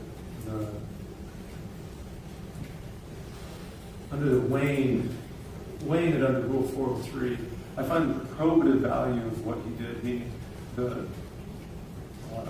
that's the legal term, the probative value, the strength of the evidence for proving something, I think is relatively low. I think the prejudice outweighs the probative value. Frankly, I don't know that the prejudice is tremendous either, though, because the defense could explain all this, apparently. But nonetheless, I think the probative value is outweighed by the prejudicial effect of this evidence. And so I'm going to deny the motion to reopen the evidence and to present this evidence to the jury. All right, with that, though, we will turn to the state's rebuttal case, and then I anticipate us adjourning for some time to get your instructions ready for the jury and the parties to prepare for the closing arguments, and we'll move forward to deliberations. Your Honor, just a clarification. Earlier this morning in chambers, you indicated that. Okay, so they're not going to be able to present that information to the jury. KPT, you are so right. You said parole is after conviction and jail time. These are bond conditions. Thank you so much. You are right. These are bond conditions. He wasn't allowed within 2 miles of the airport. He had to, of course, wear his ankle monitor. Definitely not allowed to have a firearm. And his curfew was 11 p.m. So. After you ruled on this motion, you reconsidered whether or not to pull the jury. That's correct. Thank you. I did indicate that earlier. I explained I wasn't going to pull the jury. I did say in chambers, one of the reasons I wasn't going to pull the jury as well is that if we presented the evidence, the jury has no point in pulling them because they would have heard the evidence. So since I'm not allowing this to be presented to the jury, the issue of pulling the jury is back before the court, as Mr. Johnson's requested.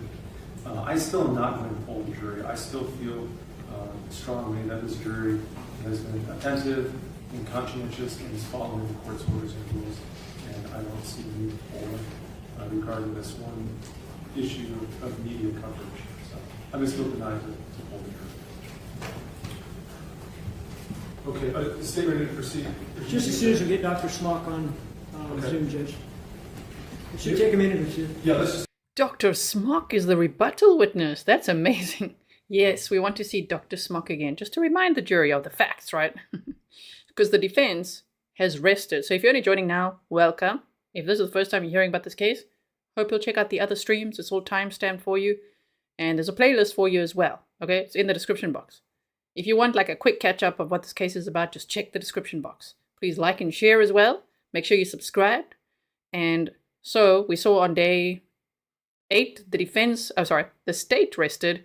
And now today, the defense rested. So now the state has an opportunity to bring up a rebuttal witness to some of the crap we had. Some of the stuff we heard that was not relevant to this case, even if the witnesses were experts in the field, didn't make much sense for this case. So now they're going to have a rebuttal witness, which I think is so good. Yeah, it's like Dr. Mic Drop Smock. And you guys are like, welcome back, Dr. Smock. I'm very excited that that is the rebuttal witness. So let's have a look how this goes. Take a short recess and then just let me know when you got it. Right. Thank you. Okay. Thank you. All right. Now we go forward again. Oh, he's looking really nervous. This guy. I'm still really worried. I really think he should be on, I'm going to say the naughty words for YouTube now. I think he should be on suicide watch in that jail, because this type of control that he likes and the routines that you said he has and everything, and calculated, and the humiliation, man. I think there's a high probability of him taking himself out before even hearing what the verdict is. It's so stressful. He's out of control now, So I think that was his last attempt, that little escape plan, maybe, of being in control. Well, now it's in the jury's hands. He keeps looking at them today, but almost like, with that bottom lip thing. And then looking back, he's really nervous. And he looks down the whole time, which is kind of like knowing his fate. I'm very, very worried. I hope they're watching him very closely and keeping him safe. You then mustn't let him take himself out, okay? Don't you take the coward's way out. No, you face the consequences.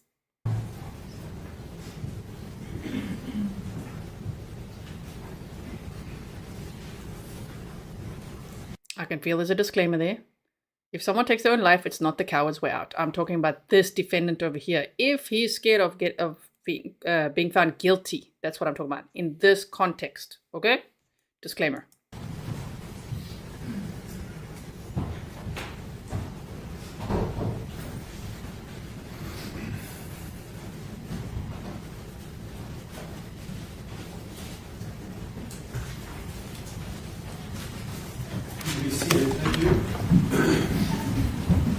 Ooh, he's appearing virtually. Welcome back to Lurker.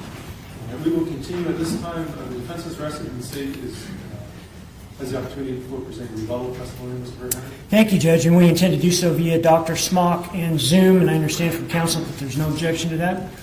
That's correct. And You may proceed. I think we have Dr. Smock on Zoom at this point. Dr. Smock, if you're able to hear me, you're welcome to turn on your video.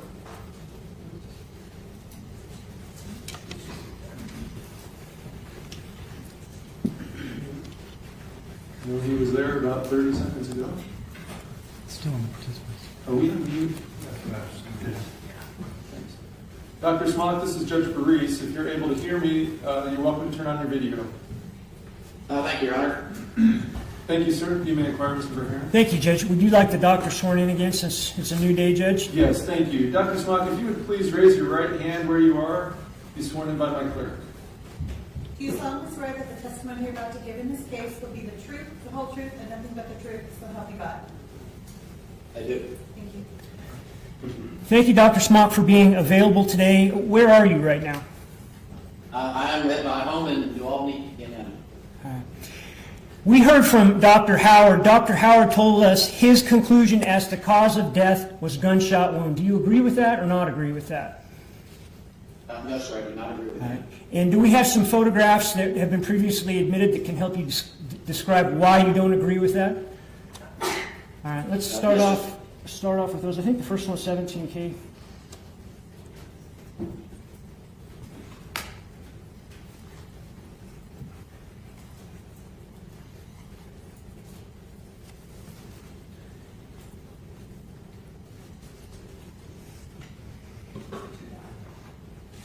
We are all looking at 17K. Doctor, can you see it as well?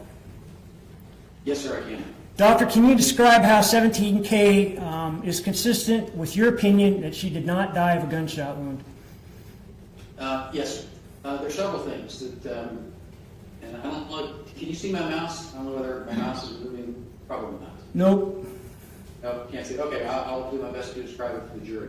But when we look at the front of Ms. Howard, there's several things that tell us that she sustained other injuries other than a gunshot wound, and that she sustained injuries pre-mortem, meaning before she died. So let's look at the two. First, let's look at the lip. The left lip, and you can see the bruising that goes down from her lip, down her chin, and down into her neck. So remember that in order to bruise, your heart has to be beating. So that's number one. And number two, there's an injury to the front of her neck. There is bruising to this area right here in the front, which Dr. Howard didn't even mention in his autopsy report, but it's clearly visible in these photos. So in order to bruise, you have to be alive. Your heart has to be beating. And I think as we go through some of these other photos, so clearly Ms. Howard sustained a gunshot wound, but my opinion is she sustained that gunshot wound post-mortem after she was dead. And I think if we work through these photos, I'll be able to, again, explain to the jury why that is what happened to Ms. Howard. Okay. Can we go to the next one, please? And what we're looking at is 20C. Can you tell us how this supports your theory or your belief, Doctor? Yes, sir. Well, let's look at, she has injuries on the left and the right. And what is underneath that injury on her lip? Well, on the inside, she has a laceration, a tear, where her lip pushed into her bottom teeth. That bruising is on the outside of her lip, meaning if you look inside the lip, it's between the lip and on the inside of the lip. So why is that important? Well, let's look at Dr. Howard's opinion that this fracture occurred from something related to the gun. Well, I can tell you. Just to clarify, the court feed itself is not showing these images, which is great because I'm sure they're graphic. And even if they were, I wouldn't be showing them. Okay, so that's why I'm just seeing the back of the prosecutor's head right now. I wish they would show us the doctor, but maybe he's got the pictures there with him. So that's the problem. It didn't happen from the saliva of the girl for two reasons. One, the bruising is on the outside and on the inside of the lip, not on the inside of the gun. And her teeth are not broken. And when I've seen injuries from a slide, meaning the top of a semi-automatic handgun, going back into the teeth are broken. And her teeth, both upper and lower, are pristine, which says this injury did not occur from the slide of the gun. Looking at the far side of her, on the right side, which is away from that fracture and the bruising on the left side, she has some damage, injury to that lower lip. That is what is consistent with some trauma pushing her lip into her teeth. And that is consistent with suffocation, pressure being applied to her nose and mouth. And not a gunshot wound? Not a gunshot, no, sir. It's on the opposite side. If you start looking, remember, I tried to explain before that I take every injury and analyze every injury to determine does it fit or not fit with any particular history for the facts of the case. And when I see injuries on two sides of the lip, that doesn't support, for several reasons, that it's associated with the gunshot wound at all. But number two, we have those two locations, and we have injury to the left side of her nose as well. So three separate locations on the nose and mouth that are unrelated to the gunshot. I think our next slide is the inside of her mouth. I think this is a better picture from the front of her mouth, showing on her nose, the left side of her nose, she's got a bruise over there, and the bruise comes from blunt force trauma, something causing the blood vessels to rupture. We've got the mark on the right lower lip, and what's interesting about that is that length of that mark is consistent with the length of one of her teeth, being pushed into her teeth from the outside, not from the inside coming out, but from the outside coming in, and the extensive bruising over in the area over the line of fracture of her jaw. Show us the next one. Looking at 20G, Doctor, what can you tell us about this that refutes what Dr. Howard said? This is, I don't know if we can zoom in on that lip itself. I don't know if the PowerPoint can zoom in or not. If not, but looking at the inside of the mouth, the inside of the lip, look where the laceration is cut. It's on the inside. And then look at all the bruising that is on that part of the jaw, the skin that overlies that part of the jaw. That's where the bruising is, not from the inside, where something could come from the inside out. And certainly that happens, but that is not what we have in this case. And so the injury that we see here is from some sort of external trauma, and I believe there was a blunt force trauma to her jaw that pushed her lip into her teeth, and then that same force fractured the jaw directly underneath that part of the lip. Can we go to the next slide, please? Oh, that helps? That close-up that I was hoping we would see. When you look at that laceration in the tear of the skin, and where is it? That's on the inside of the lip. And the characteristics, you see how it's a line going across? That's similar to what we see on the other side. So that's the type of injury you expect to see and do see when tissue is pushed into the lip or into the teeth from the outside. One of the things that Dr. Howard said was that the blood that was visible in Kendy's mouth, tongue, and neck issues was essentially consistent with an intraoral gunshot where someone was alive when the gunshot was made. Do you think that that is correct? No, sir, I do not. Why not? But look at the photos of the tongue. We know that the heart will continue to beat for a certain period of time after a bullet goes into CD2. So where is that blood? If Kendy were alive when the gunshot went in and through her tongue and then down into her stomach cord, we would expect way more blood. And why is that? Well, when we asked when Dr. Nara dissected the tongue, you saw all the arteries and the veins that were torn apart, ripped apart. Arteries bleed like stink. They will pump.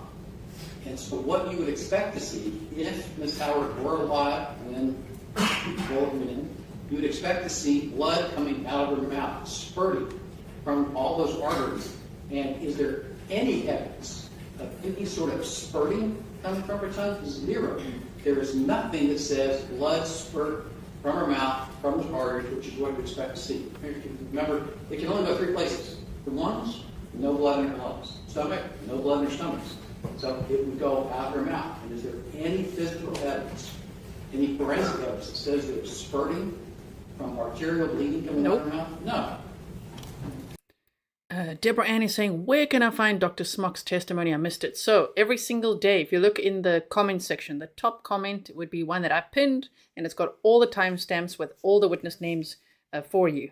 I can't remember exactly which day it was, but Dr. Smock was witness number 28. And it is a must watch. It was really good. It's basically it's dripping out of the mouth. It's not spurting. There's zero evidence of spurting. And looking at that slide there, would that be the normal amount of blood for a person to displace in a tub like that had she been alive when she was shot? No. Everyone knows, men, women, that when we even get 1 or 2 drops of blood from our rectum or from our vagina, whether it's menstrual blood from women or hemorrhoids from men or anybody, we know that 1 or 2 just drops of blood that will turn the whole toilet bowl red. And you can see through this blood. This is basically, you've got red blood cells dispersed in the blood, or in the water of the bathtub. But had the injury occurred and she was spurting blood or arterial or even venous blood flow into this while the heart is pumping, it would be way different. There would be so much more blood, you would expect it to be, you couldn't see through it. Okay. So the blood seen in this photo, in that water bathtub, is not consistent with the other person being shot.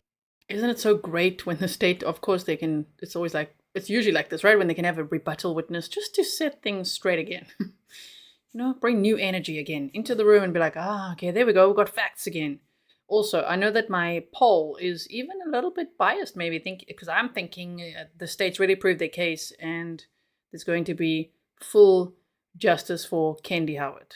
So I said less than 2 hours, because many people throughout the trial, especially in the last few days, have been saying like, well, it's going to be like an hour. Of course, there's documentation they've got to do and all sorts of things which can take time. But I say less than 2 hours, 2 to 5 hours, 5 to 8 hours. Now, of course, instead of saying 8 to 24 hours or something, or even longer, I said hung jury, just to see if anyone thinks that maybe the jury won't be able to agree on this. So we can make another poll closer to the time when it's closing arguments. Just for now, I wanted to see what you say. And so far, 59% says 2 to 5 hours. Okay, thank you. Next slide, please. Okay, so Dr. Howard called that skin slippage. Do you agree with that? There is skin slippage because there were blisters on the skin, but the skin slippage is from a second-degree burn. And what's very interesting about looking at this pattern, when we are exposed to a liquid and you have a burn, it's based upon, the severity of the burn is based on 2 things. One, the temperature of the medium, water, oil, whatever it happens to be, and the duration of contact. And again, I'm sorry, you can't see my, but I'll try to explain this. You can't see my cursor. But is there, just look at this photo. Is there a difference in the color of the burn that's closest to the wrist versus the one that's down closer to the elbow? And to me, the one further toward the wrist is lighter, and the one closer to the elbow is darker. So what explains that? What physiologically explains a difference in the characteristics of the burn? Well, think about when water or any liquid goes onto a surface, and here it's to the right arm. As that water drips down, there is longer contact with that water with the skin because it's dripping down. So the longer you have the contact, the deeper the burn. And look at the difference between the color of the burn at the top and the color of the burn at the bottom. Is there a difference? Yes. The color of the burn at the bottom is darker, which indicates a deeper burn, which goes along with liquid running down the arm, staying in contact with the skin longer, creating a little deeper burn. This is not skin sloughage from being in the water too long. Now, where you start to see sloughage is on the fingers. This is not from being immersed in the water for a couple of hours. That just doesn't make sense. I would not agree with Dr. Howard's opinion. Okay, I think we have one of her heel. That's another one of her forearm. I think the next one is her heel there at the bottom. Would that be what you would call skin slippage? And how would that differ from what Dr. Howard called her forearm skin slippage? Well, slippage, this could also be a burn. Now, what I was a little disappointed in Dr. Howard is it would be so easy to take a microscopic section of the heel, of the arm, and look at it under the microscope. Under the microscope, you can tell what is burned and what is just skin from excess water.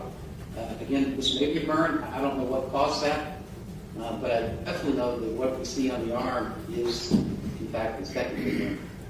Shame. So there's even a possibility that her foot was burned. My goodness. How quick is it to take a slice of either that heel or the forearm in what you think was the burn and make a determination that it is a burn? Oh, just seconds. All you do is you make a little cut and you put it into a little cassette that we have at the autopsy, and you fix it. There's a process for fixing tissue, and you look at it with a microscope, and you can say, yeah, this is definitely a burn, because that will look different than a non-burn. Okay. Dealing with her jaw, Dr. Howard attributed her broken jaw to the gunshot. Can you tell us whether you agree with that and why you don't? Absolutely. No. And the reason is, look at where the amount of bruising, number one, and where is that bruising on her body. If it did come from the gun, what would you expect to see? Because I've seen it from guns, but the teeth are going to be broken from the slide coming back. And that's the difference between revolvers and semi-automatics, is because that slide, the top part, is going to come back an inch or so. And if it is deep enough into the mouth, you would see a totally different pattern. But this pattern is not from internal trauma. This is a fracture and bruising from external, meaning there was some force applied to the left side of the jaw, and most consistent with the whole blow. Don't you think Dr. Smock just explains everything so well? It's just so easy to understand when he explains it all, and he showed x-rays before, showed that Kendy's jaw had been broken and the area around it was swollen before she died. Yeah, so Christina says, Dr. Smock is disappointed in Dr. Howard's opinion. Shame! Yes. Punch. But this is not what you expect to see from a slide inside the mouth, because the injury pattern doesn't fit that. No broken teeth and no hematoma, no blood collection on the inside of the jaw. It's all on the outside. Okay. What's our next one? Same thing, just different angle? Yes, sir.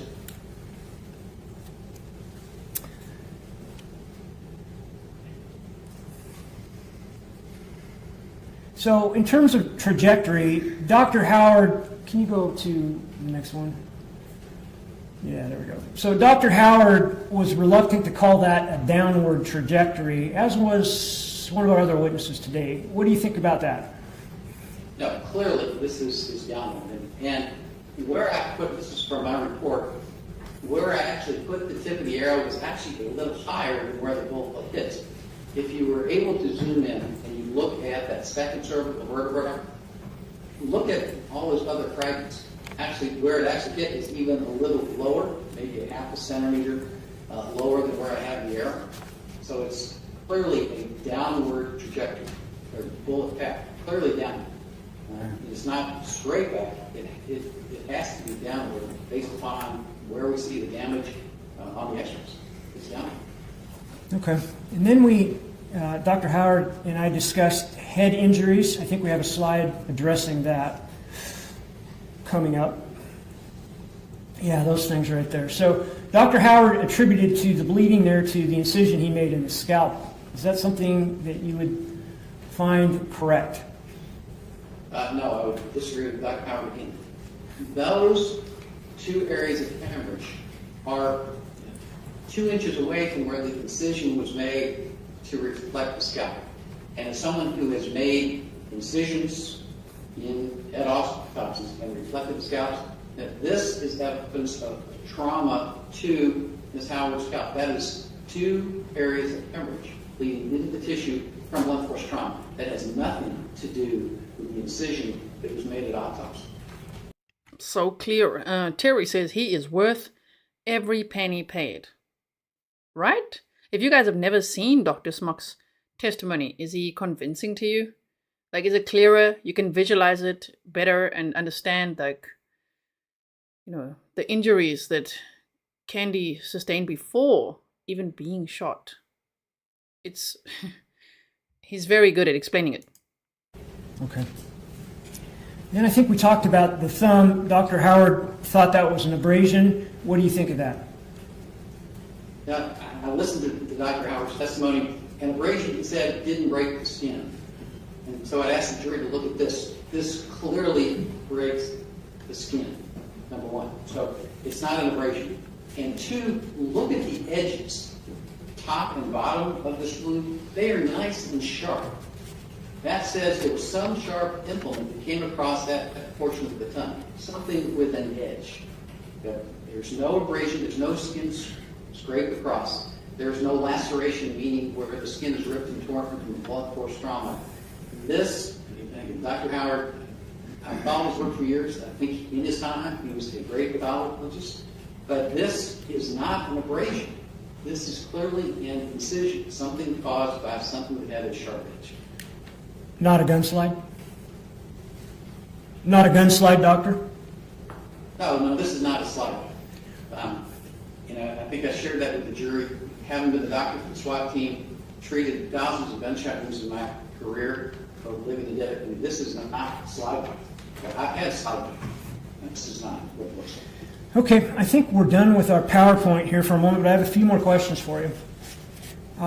Dr. Howard talked about how it was common to save tongues in an autopsy. I know that you've told us that you've participated in thousands of them. Has that been consistent with your work? No, sir. I think the only reason we would save a tongue, and I've only seen it maybe once or twice, is if there's some sort of tongue lesion or cancer that we want to look at it under a microscope. But no one routinely saves tongues. I was a little taken aback by that statement. I think a lot of us were. People were saying, "Oh damn, why is he doing that?"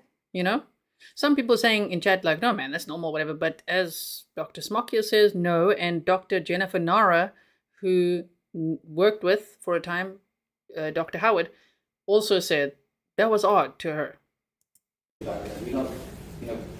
We have refrigerators full of tissue in little plastic jars, and I don't know any medical examiner in the country that routinely saves it. In this case, I'm glad Dr. Howard saved it because Dr. Nara was able to dissect it and get some more information. So clearly, we thought there was something important about the tongue, and there clearly was. But we don't really save tongues. Okay. Dr. Howard also talked about the fact that he didn't need to see scene photos, much less go to the scene in order to make an assessment of manner of death. What do you think about that? I couldn't disagree more.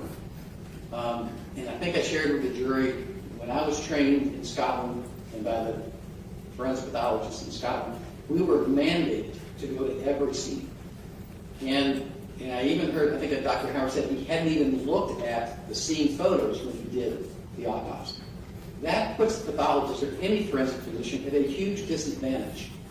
You want, I want, as much information as I can possibly gather or be given in any scene. Which is why I go to scenes, I send my medical students to scene, I train detectives, crime scene people, the importance of scene documentation and evaluation and collection of evidence. So not going to the scene, not looking at photos of the scene before you do an autopsy, I think put Dr. Howard at a disadvantage by not having all the information that I think would have helped him in his evaluation of Ms. Howard's death. Dr. Howard also admitted several times to not taking photographs of various injuries. Is that the best practices method of someone doing an autopsy or not? No, it's not. The way pathologists and crime scene techs and the way I train my forensic nurses and techs, ideally you want a minimum of 4 photos of every injury on the body. And overall, a good range and a close one with and without a forensic ruler. And always take it to 90 degrees so that that forensic ruler gives you an accurate assessment of the size of any particular wound. I think what was disturbing about Dr. Howard's the autopsy, one, there were several injuries that weren't photographed, and 2, he lumped the injuries on the arms. Like he said, there are 10 bruises on the upper extremities. Each one of those bruises should be described individually because you don't want to lump all this blunt trauma into one sentence. You need to put each injury and give it its due, and that did not happen in this science. Is that because it's important to sometimes note pattern injuries? Yes, it is. Again, I think it's important, and the way I approach it, in the living or a deceased individual, is I look at each injury and try to figure out where did that particular injury come from. Is there a pattern to it? If there is, what object or implement created that particular injury? If there's no pattern, all I can say is one close trauma. Also, sarcasm for fun says no one would take their own life naked, period. Especially not women, usually, is what the stats show. And Kendy's friend said that she was self-conscious being naked, so she wouldn't want to be discovered that way. No.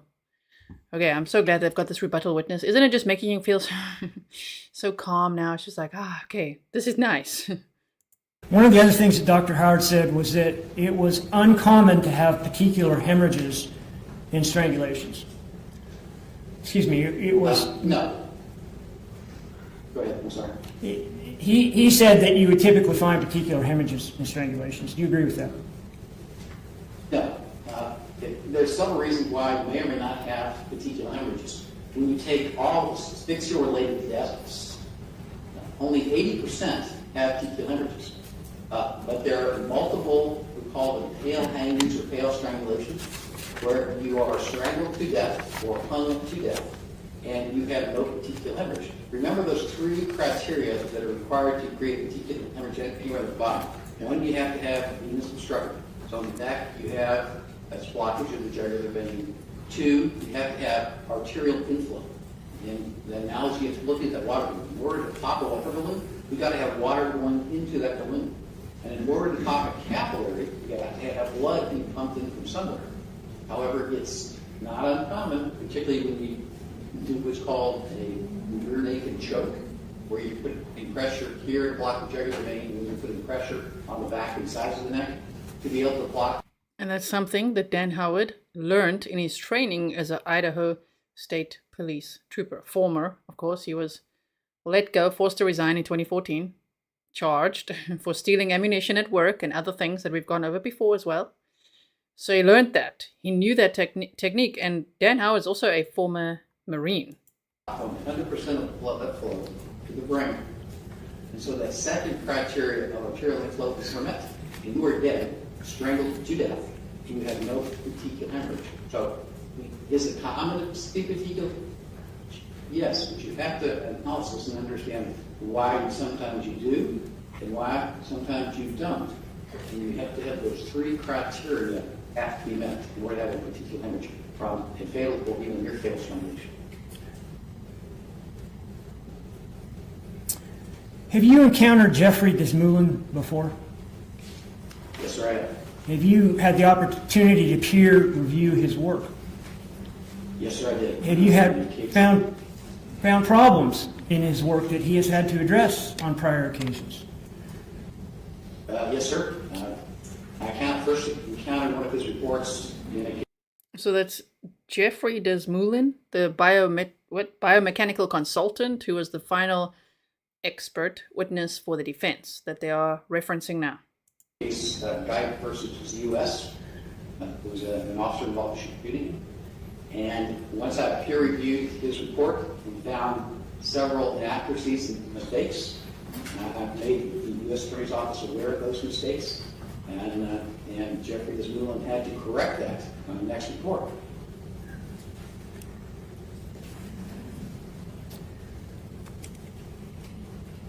Mr. Desmoulin's talked about how much he expected to make from this case.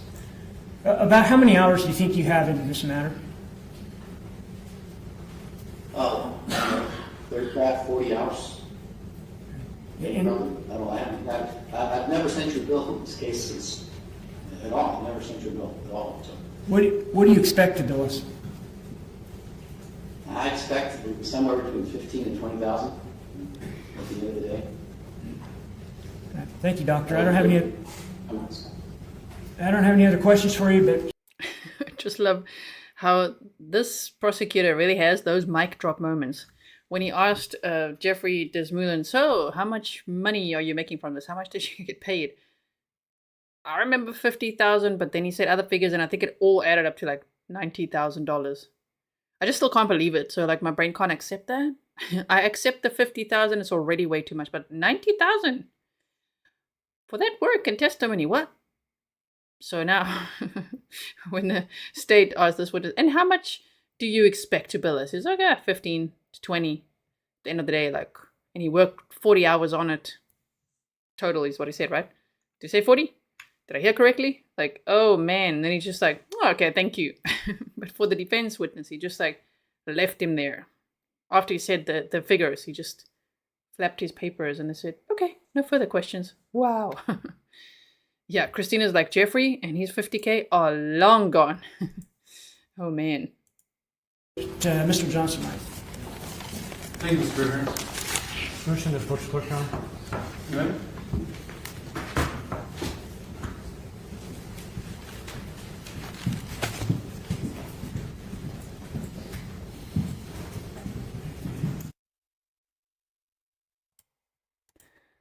Karen Moring, welcome. Thank you so much. Welcome to all the new members. If you're only joining today, please check out the members only playlist because there's lots for you to catch up on there. Maybe we can also see how we do Snark Tank. See the vibe. We don't always do Snark Tank. Sometimes we just talk about true crime cases. But if you are joining today, make sure you check out that playlist. Okay, so...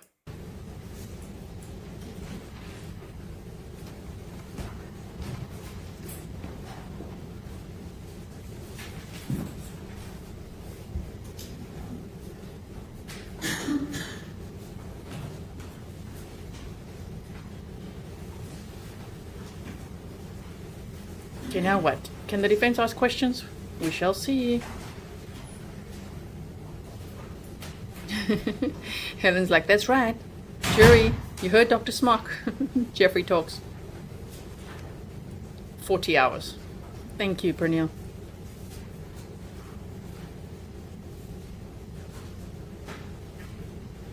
Okay, let's speed this up a bit.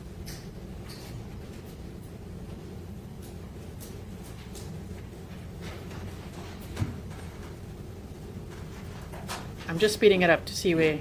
I think there's going to be some cross-examination this time, meaning from the defense.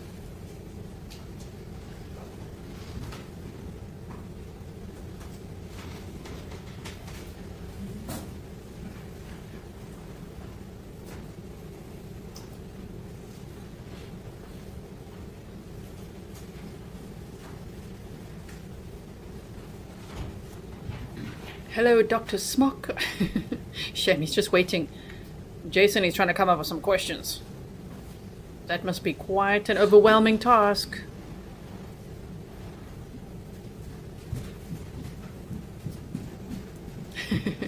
I've sped it up, so he's like...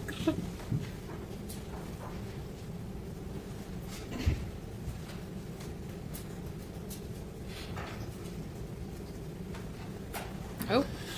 All right, good afternoon, doctor. Okay, wait, let's... Now, Dr. Nara testified that the damage to the lip would be consistent with the damage to a gunshot wound. Would you agree with that? You're talking about the left side of the lip or right side or both? Because neither, in this case, are consistent with an intraoral gunshot wound. Okay, so you would disagree with Dr. Nara on if she said that the damage would be consistent with the gunshot wound? Again, are you talking about right, left, or both, sir? The right lip. I'm sorry, maybe I think you broke up. You're saying The right left lip. side? Yes. The left side. The left side lip. Okay, the left side, no. Oh dear. Shame. He's sweating now. It's just like, yeah, the right side lip, right side lip. Okay. And he's like, no, actually the left side, left side. Oh dear. Pick a side. Shame. I disagree with that for the reasons that the injury, the bruising is on the outside and going down this way.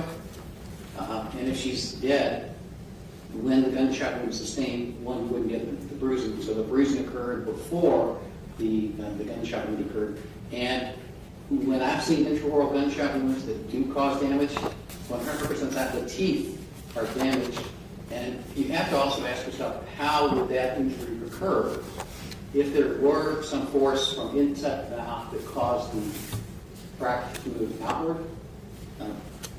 And that's not how it happened, because if that were the case, you would have to have damage to the teeth, the inside, and you would. Thank you so much, Jenny. You say, be careful. Jason flashing photos. I did see he's picking up one or two, and then we see a little bit. I really appreciate that. Thank you so much. I love protective grizzlies. Grizzlies are protective. So that means you guys, you're grizzly. If you subscribed, you're a grizzly. Do you know? Okay. So I'm trying to zoom in a little bit more into his face so that if he lifts those pictures, we don't see it, okay? Expect to see bruising on the inside of the mouth, inside the gum, and where do you see it in this case? You see it on the outside. Dr. Nara also... I would not agree with that. I apologize, Doctor. The Zoom sometimes. Dr. Nara also testified that the bleeding would be contained in the mouth. Do you agree with that? I'm not asking for why, but do you agree with that?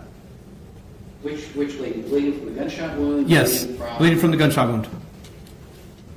Yes, there will be bleeding. Well, it depends. If her heart is beating, no, I expect the blood to be outside of her mouth. Because with each pump of the heart, you're going to see the arterial and venous blood spewing out of the mouth. So you expect to see some blood from the injury itself pulling inside the mouth after she's dead? Yes, that can certainly happen, and in this case it did happen. Because the gunshot wound occurred after she was already dead, we don't see the amount of blood you would expect to see if she were alive. Might be a delay, but can you see my screen? Yes, sir. Okay, this is, I believe it's 18F, and this is a photo taken after autopsy, correct? Yes, I believe I don't know if this is a funeral home or the autopsy, but clearly she is on a table. Okay. And you're aware that Dr. Howard took a 100% 129 photos, correct? Dr. Nara took 129 or... Dr. Howard took 129 photos? That's correct, sir. Okay. And you traveled here recently, so you're aware that we have 2 states that are in close proximity, correct? I'm sorry, you broke up. 2 what are in close proximity? 2 states that are in close proximity? Yes, Idaho and Washington, yes, sir. Is it your understanding that as a Spokane medical examiner that Dr. Howard would be allowed to go to the scene of an Idaho case? In my experience, if a investigator wants, anybody can go anywhere if they want to see a scene. I would think any detective would relish having a forensic physician go to their crime scene. Are you aware? Sorry. I don't know of any, personally, I don't know of any state law that would prohibit Dr. Howard from going to a crime scene in Idaho. I don't know of any state law that would prohibit anybody from crossing the state lines. Doctor, do you know what software that the Idaho coroner uses to communicate information to the Spokane medical examiner? No, sir. Do you know what information was transcribed from the coroner who was on scene to Dr. Howard prior to the autopsy? No, sir.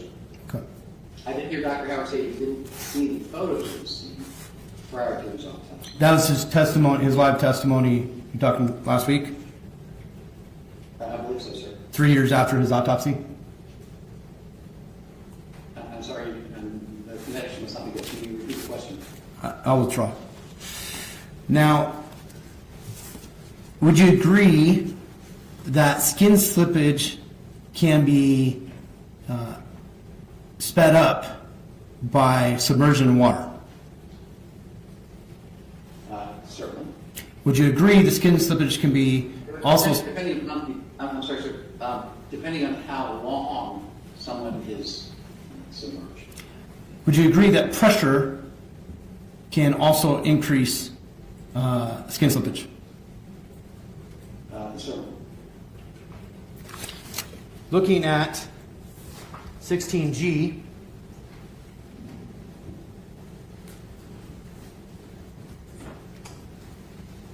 can you see which direction her body is leaning?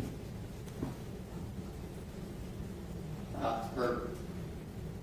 think you said which direction her body was leaning? Yes. Well, what I see is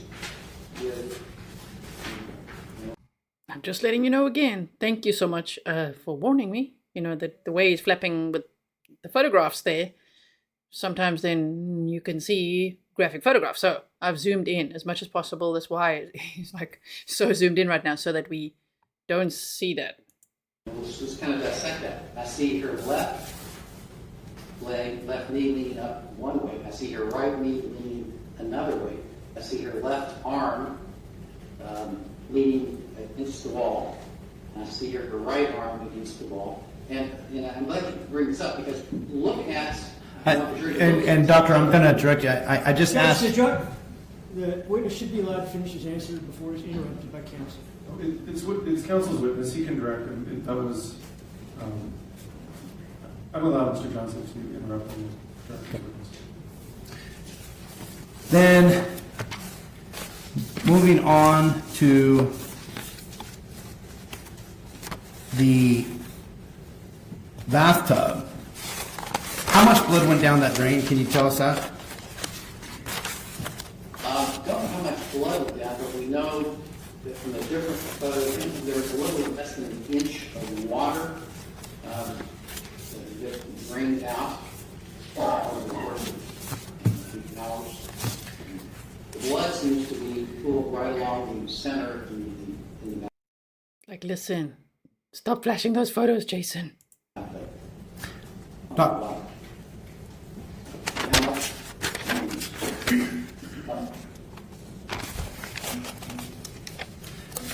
On the arm, the bruising did not cause the death, correct? No, sir. The bruising was part of the assault. It was not caused the death. And there's a difference between bruising and lividity, correct? Absolutely, sir. Your theory of strangulation comes down to lack of blood, correct? No, sir. The presence matter. The reason I was looking, let's go back to her lips. There's evidence that her lips were pushed into her teeth. There's evidence of pressure on the left side of her nose. And then the very first photo that was shown in the PowerPoint showed... Shame. Jason's gonna need a holiday after this. Like, he is looking exhausted.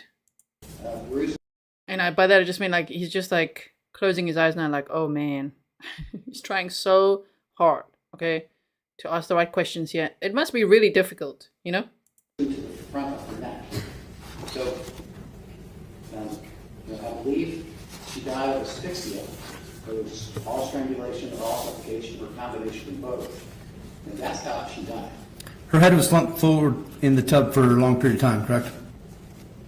I'm sorry, can you repeat your question? Her head was slumped forward in the tub for a long period of time, correct? For some period of time, I don't know how long. It was clearly slumped forward from the time the photo starts until she was removed. But on the left, I can't define a long period of time. The photos you reviewed, do you know the gaps in time in which they were taken? Yeah, it was over a period of hours. So unless when I go back to the photos, I couldn't. I mean, he did tell you exactly when the first was taken and the last was taken, but I haven't done that.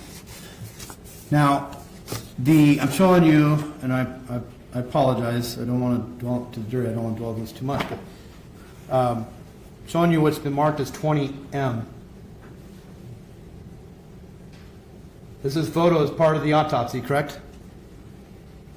Yes, sir. The autopsy is a traumatic experience to the body, correct? No, sir. It's not a traumatic experience because the heart. Exactly. I don't know why I keep saying that. The autopsy is a traumatic experience to the body, and so he's still stuck on that the bruises are being caused by the autopsy, but no. Beating. Now, we're not beating the body autopsy.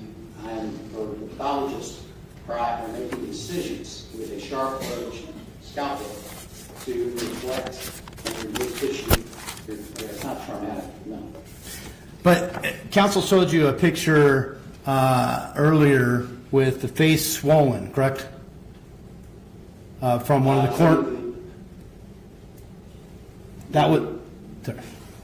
Bruising to her mouth and her jaw, and he also showed me this photo of the blunt force trauma to the top of her scalp. The photos taken by the coroner were taken 2 days after autopsy, correct? There were some photos that were taken by the coroner, yes, 2 days after autopsy. The photo that I think you just showed me was taken at autopsy, as well as some of the other photos. You talked about the tongue being saved. Remember counsel talked to you about that? Yes, sir. The point of injury with the tongue was unique in this case, correct? I'm sorry, you said something about the tongue? You can eat with the tongue? Is that what you said? I don't know if standing closer or backwards will make it better, but can you hear me better? Let's try it again. If you could repeat the question, please. The tongue, in this case, had unique injury, correct? It had a bullet going from top to bottom through it. From... That was it. Sorry. I'm not meaning to cut you off. Is when you start a new sentence, I think you're done, so I apologize. So, doctor, you said it top to bottom. Tip to back? So the tongue, the bullet went through the top of the tongue, through the tongue, out the bottom of the tongue, and into the spinal cord.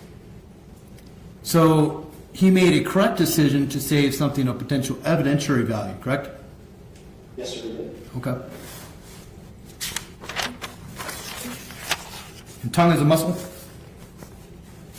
The tongue is a muscle with sensory organs built into it as well. Taste buds, Yes. Now, That's correct. Yes. I apologize. You testified a couple weeks ago that you reviewed the materials in 2021, correct?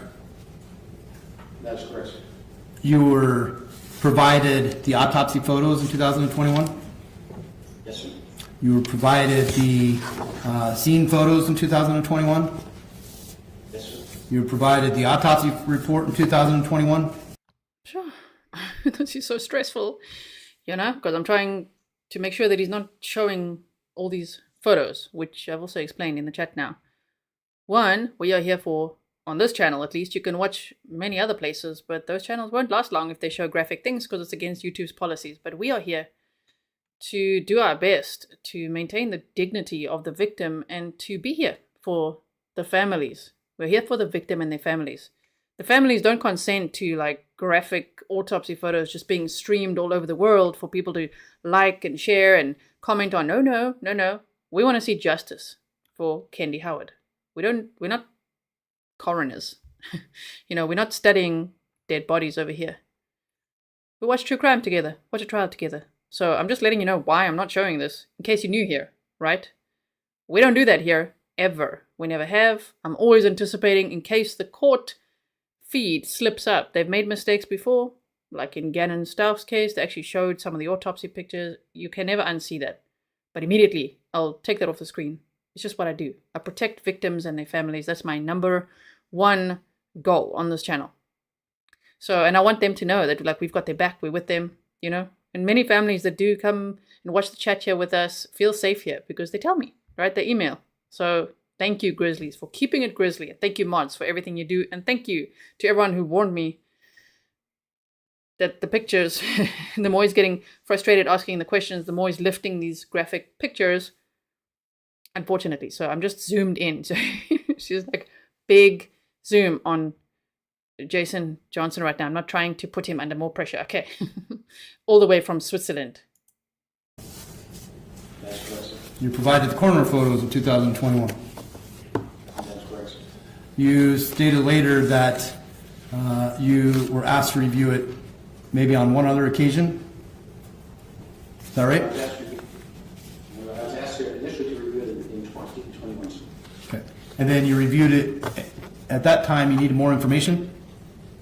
That is correct, sir. And you were asked to review it one more time?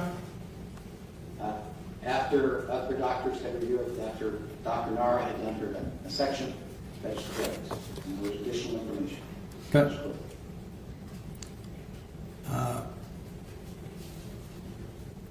And you didn't testify.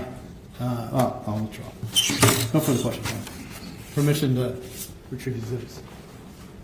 Yes. You may. Thank you, Mr. Johnson. Redirect, Mr. Rivera. Thank you.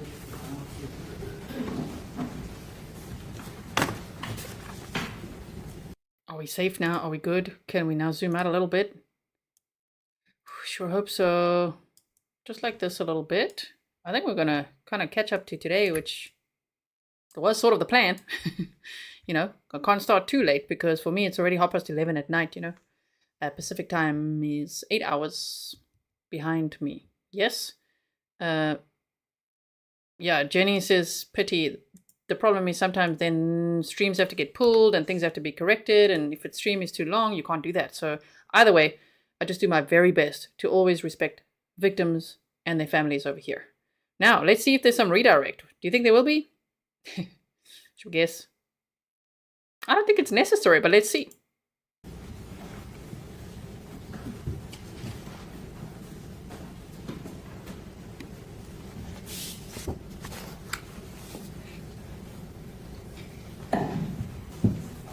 He's not going to go see that. Hey, doctor, we are looking at, I think it was 16G. It's a photograph of Kendy in the tub. And I think you were describing that to Mr. Johnson when you were cut off. Do you remember that? Yeah, if you could pull it up, I can't see it. There's a way to, because I think there's some important information that I would love to explain to you. All right, let's see if we can get that PowerPoint back up.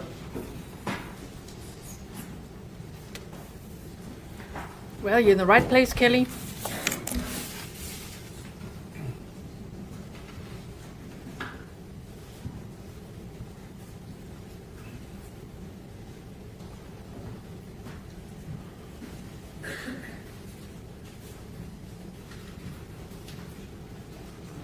So that burn was on the inside of the right corner, right?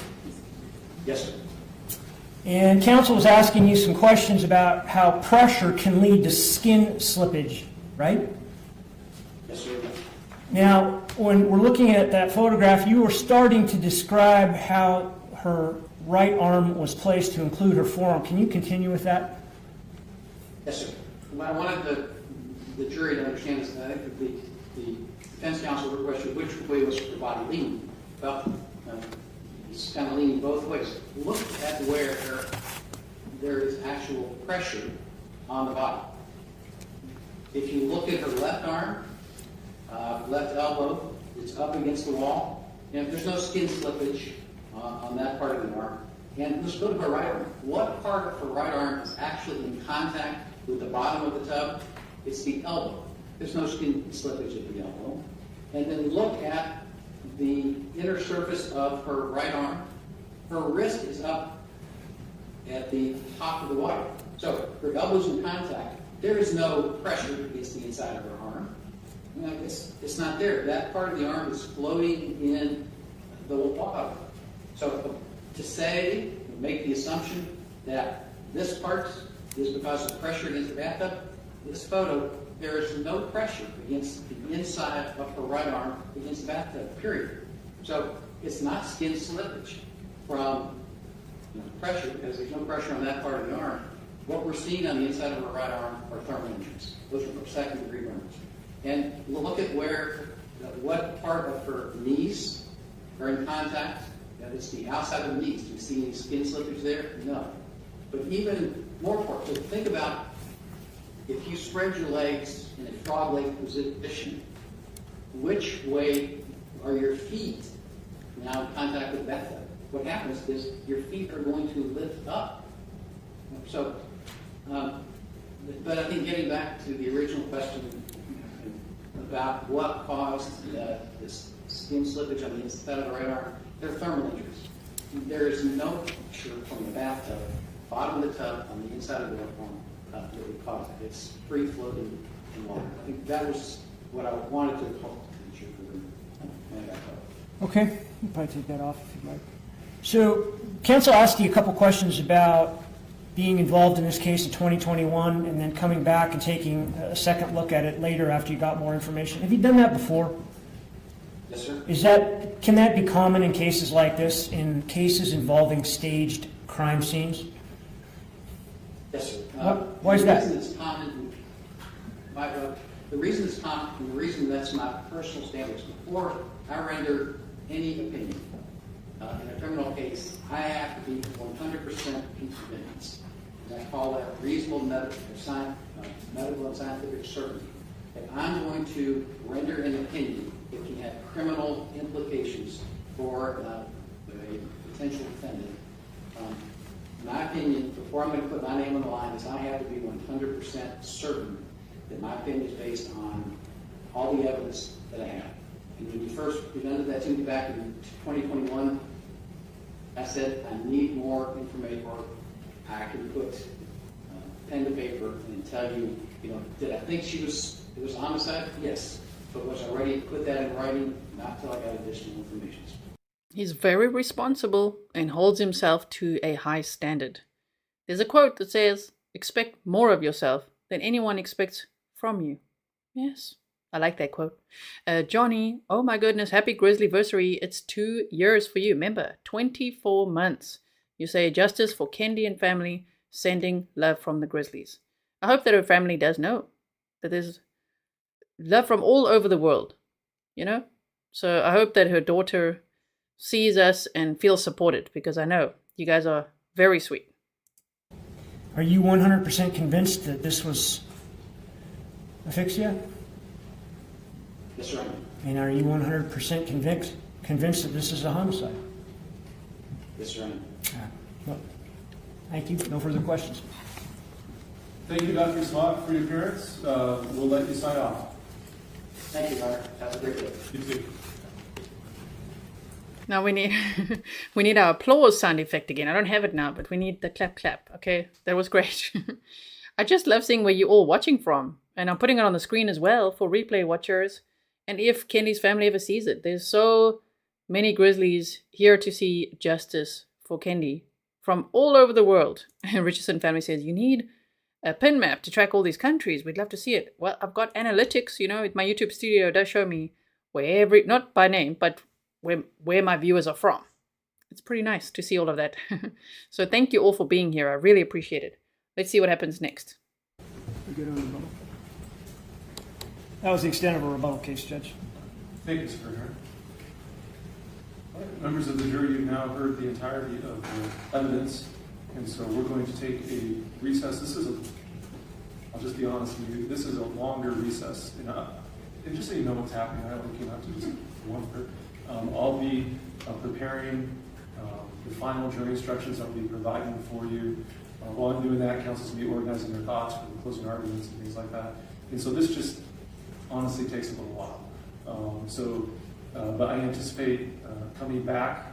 I'll be reading you the final jury instructions. The attorneys will be giving you their closing arguments. I suspect that will take us close to the end of the day.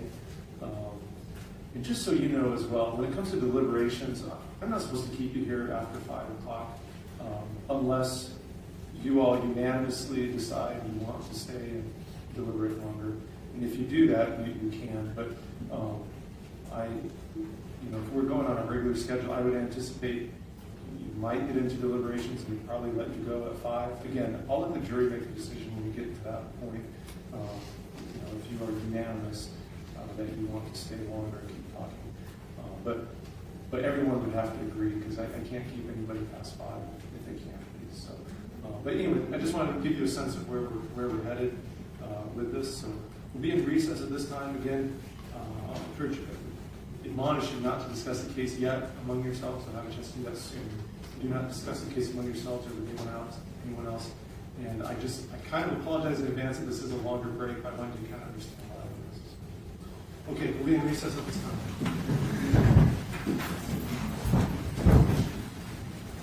Watch your back, bro. Shame, he really does. I don't mean empathy. Okay, but he does look terrified. He really looks very concerned about his future, don't you think? I'm telling you, they gotta watch him at that jail.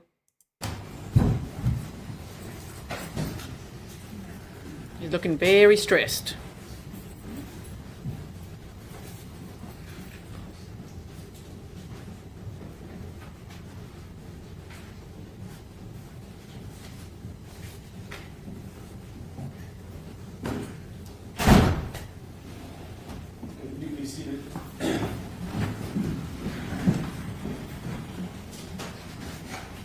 Counsel, I don't know if you got a chance to see it yet. I did ask my law clerk to send you the verdict form as well. It's pretty good. Obviously, as the first count, it's just guilty, not guilty. The second count hasn't included offense, so it starts with a question and then goes to the second count. Just take it when you get a chance to look that over. And then I know, Mr. Johnson, you want a little bit of time, so will the parties be ready to be back at 3 o'clock, or is that sufficient? Yeah, sure. Does that work for the state? Yes. Okay. Have you seen the verdict form yet or not? I took a look at it during testimony.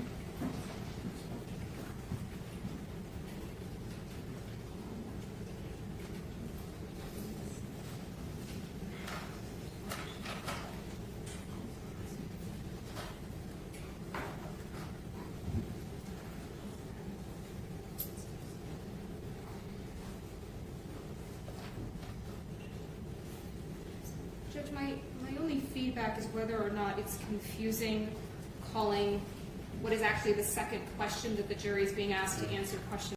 There's Abigail Quinn. It's like, damn, she's so quiet today. She resting her voice for the closing arguments? Maybe. Number 1. We were back and forth on that. If the parties want, I can label the first one question 1, question 2, question 3. Okay. Thank you. On the fence on that. Mr. Johnson, is it look right to you? Yes, Your Honor, I would agree. Okay. We'll just call the first one question. Okay, thank you, counsel. We'll be back at 3 o'clock. All rise.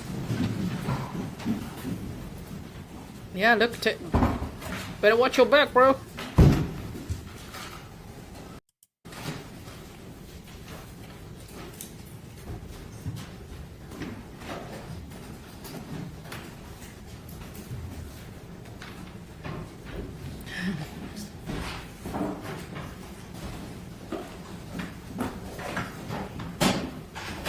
Ooh, he's looking worried. Okay, well, now we can teleport again, right? I just quickly want to, before we do that, I want to just find the document if I can. Just hold on 1 second. See, I never know what's going to open here. So let me just find the file, which would be... Can you still see me? Let me just move my documents over here. The indictment, let's see that. Is it that one? A couple of documents I have here. Yes, okay, I want to show you this. No, don't freeze on me. Okay. So, Ink says, Grizzly International, feel the power. Yeah, shame. Jason is going to be so tired after this trial. Oh my goodness. Everyone will be. This is very hard work, but, you know, the state, they did such a good job. Oh my goodness. So, State of Idaho plaintiff versus Daniel Charles Howard. Just to remind you what the jury is going to be deliberating on now. After closing arguments, I guess now it would be when they come back, jury instructions, closing arguments. Jury might start deliberating today. We're watching live right now. I have no idea what's going to be happening. I didn't edit this before, as you know. So we just started a bit delayed, so we can skip all the breaks.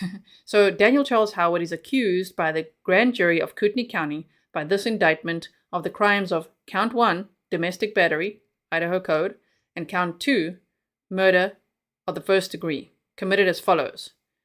That the defendant, Daniel Charles Howard, on or about the 10th day of July 2020 in Kootenai County, Idaho, did in committing a battery inflict a traumatic injury or injuries upon the person of Kendy Howard, to wit, redness to her ear and bruising to her chest and arm, and where Kendy Howard and the defendant were household members.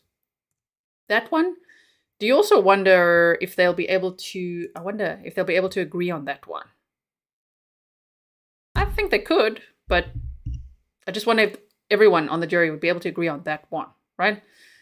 Count 2, that the defendant, Daniel Charles Howard, on or about the 2nd day of February of 2021 in Kootenai County, Idaho, did unlawfully, deliberately, with malice aforethought and with premeditation, kill Kendy Howard, a human being to wit, by asphyxiating her, all of which is contrary to the form, force, and effect of the statute in such case made and provided and against the peace and dignity of the people of the state of Idaho.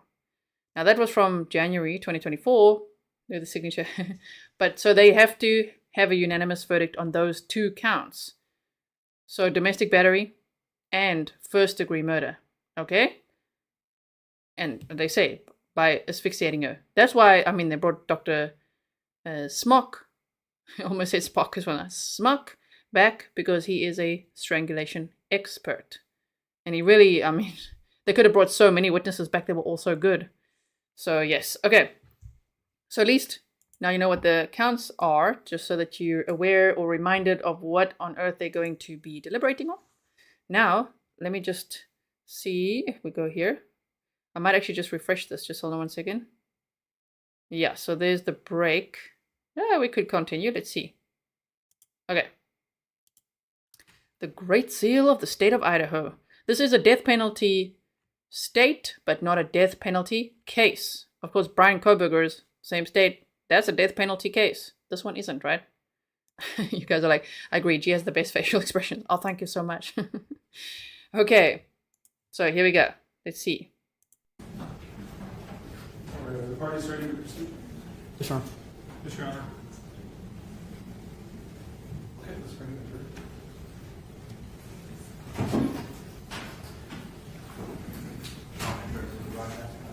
Yeah, make sure it's not broadcast.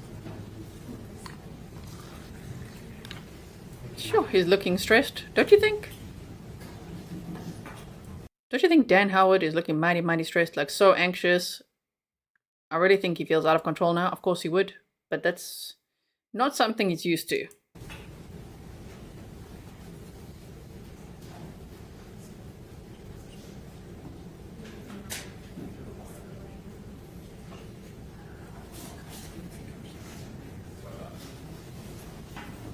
Oh, he's smiling.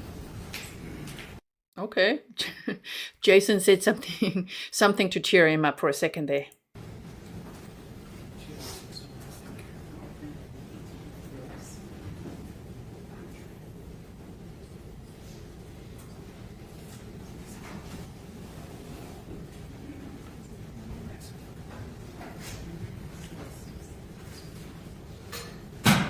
Camera person, you better be careful.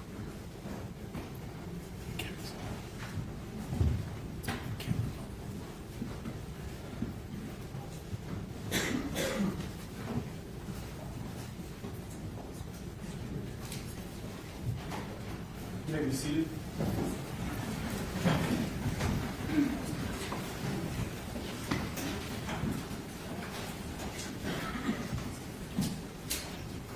All right, members of the jury haven't heard now the entirety of the evidence. I'm going to provide you what are called the closing jury instructions. As I indicated to you earlier, I'm going to be reading these instructions to you. I don't do that to be impersonal. Sorry, what? Are you joking? I was trying to listen to that whisper. You're like, he said, Christopher's here. I don't know if he said that. Did he? Because you're going to each get your own copy of the instructions that I provided. And I want to make sure I don't, in speaking off the top of my head, forget something or miss things. So I'll now provide these instructions to you. Instruction number 14. You have now heard all of the evidence in the case. My duty is to instruct you as to the law. You must follow the rules as I explain them to you. You may not follow some and ignore others. Even if you disagree or don't understand the reasons for some of the rules, you are bound to follow them. If anyone states a rule of law different from any I tell you, it is my instruction that you must follow. Instruction number 15. As members of the jury, it is your duty to decide what the facts are and to apply those facts to the law that I have given you. You are to decide the facts from all the evidence presented in the case. The evidence you are to consider consists of 1. Sworn testimony of the witnesses, 2. Exhibits which have been admitted into evidence, and 3. Any facts to which the parties have stipulated. Certain things you have heard or seen are not evidence, including 1. Arguments and statements by lawyers. The lawyers are not witnesses. What they say in their opening statements, closing arguments, and at other times is included to help you interpret the evidence, but is not evidence. If the facts as you remember them differ from the way the lawyers have stated them, follow your memory. 2 of things which are not evidence. Testimony that has been excluded or stricken, or which you have been instructed to disregard. And 3, anything you may have heard or seen when the court was not in session. Instruction number 16. In order for the defendant to be guilty of count 1, domestic battery, the state must prove each of the following. 1, on or about July 10, 2020. 2, in the state of Idaho. 3, the defendant, Daniel Charles Howard, committed a battery upon Kendy Howard by causing injuries to her. 4, while they were household members. And 5, in doing so, the defendant inflicted a traumatic injury or injuries upon Kendy Howard. If any of the above has not been proven beyond a reasonable doubt, you must find the defendant not guilty. If each of the above has been proven beyond a reasonable doubt, then you must find the defendant guilty. Persons are household members if they are married to each other, were ever married to each other, or have a child in common, regardless of whether they have been married or are cohabiting.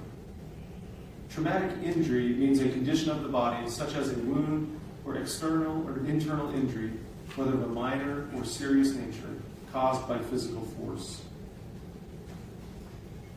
Instruction number 17. A battery is committed when a person, 1, willfully and unlawfully uses force or violence upon the person of another, or 2, actually, intentionally, and unlawfully touches or strikes another person against the will of the other, or 3, unlawfully and intentionally causes bodily harm to an individual.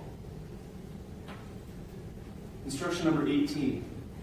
In order for the defendant to be guilty of count 2, first-degree murder, with malice aforethought, the state must prove each of the following. On or about February 2, 2021, in the state of Idaho, the defendant, Daniel Charles Howard, engaged in conduct which caused the death of Kendy Howard, to wit, by asphyxiating her. 4, the defendant acted without justification or excuse.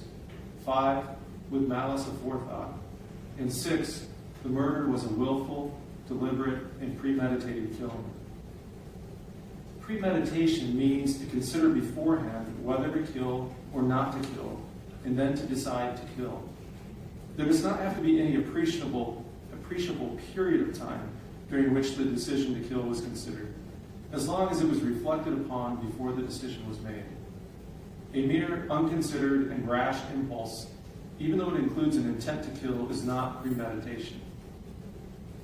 If you find that the state has failed to prove any of the above, you must find the defendant not guilty of first-degree murder. If you find that all of the above have been proven beyond reasonable doubt, then you must find the defendant guilty of first-degree murder. Instruction number 19. Murder is the killing of a human being without legal justification or excuse and with malice aforethought. Instruction number 20. Malice may be express or implied. Malice is express when there is manifested a deliberate intention unlawfully to kill a human being. Malice is implied when 1, the killing resulted from an intentional act, 2, the natural consequences of the act are dangerous to human life, and 3, the act was deliberately performed with knowledge of the danger to and with conscious disregard for human life.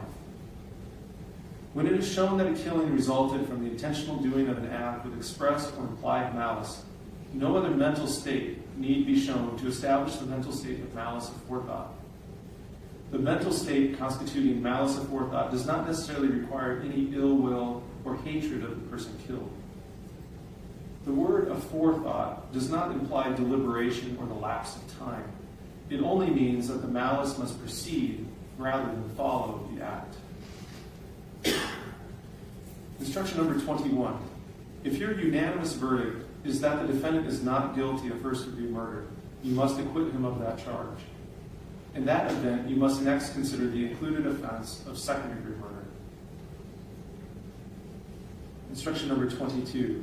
In order for the defendant to be guilty of second-degree murder, the state must prove each of the following. 1, on or about the second day of February 2021. 2, in the state of Idaho. 3, the defendant, Daniel Charles Howard, engaged in conduct which caused the death of Kendy Howard, to wit, by asphyxiating her. 4, the defendant acted without justification or excuse. 5, with malice aforethought. If you find that the state has failed to prove any of the above, you must find the defendant not guilty of second-degree murder. If you find that all of the above have been proven beyond reasonable doubt, then you must find the defendant guilty of second-degree murder. Instruction number 23. Videos, text messages, and various exhibits have been admitted into evidence that were redacted by order of the court. You are instructed that you are not to concern yourself with any redactions that have been done to any of the evidence that has been admitted in the case. Instruction number 24. Certain evidence was admitted for a limited purpose. At the time this evidence was admitted, you were admonished that it could not be considered by you for any purpose other than the limited purpose for which it was admitted. Do not consider such evidence for any purpose except the limited purpose for which it was admitted. Instruction number 25. It is alleged that the crime charged was committed on or about a certain date. If you find the crime was committed, the proof need not show that it was committed on that precise date. Instruction number 26. A defendant in a criminal trial has a constitutional right not to be compelled to testify. The decision whether to testify is left to the defendant, acting with the advice and assistance of the defendant's lawyer. You must not draw any inference of guilt from the fact that the defendant does not testify, nor should this fact be discussed by you or enter into your deliberations in any way. Instruction number 27. You have been instructed as to all the rules of law that may be necessary for you to reach a verdict. Whether some of the instructions will apply will depend upon your determination of the facts. You will disregard any instruction which applies to a state of facts which you determine does not exist. You must not conclude from the fact that an instruction has been given that the court is expressing any opinion as to the facts.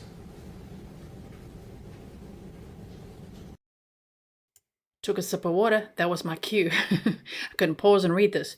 KV said, if found guilty, Dan will be placed on S-Watch or SO for a period of time while in county, and again, once transported to prison. Again, once in prison, he will be in protective custody because of his former career, almost 20 years, you know, as a police officer, like an Idaho State Police Trooper. Ooh, that's dangerous territory for him to be in prison.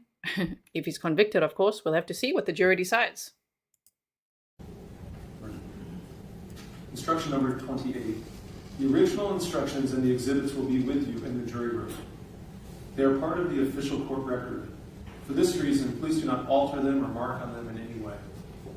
The instructions are numbered for convenience in referring to specific instructions. There may or may not be a gap in the numbering of the instructions. If there is, you should not concern yourselves about such gap. Instruction number 29.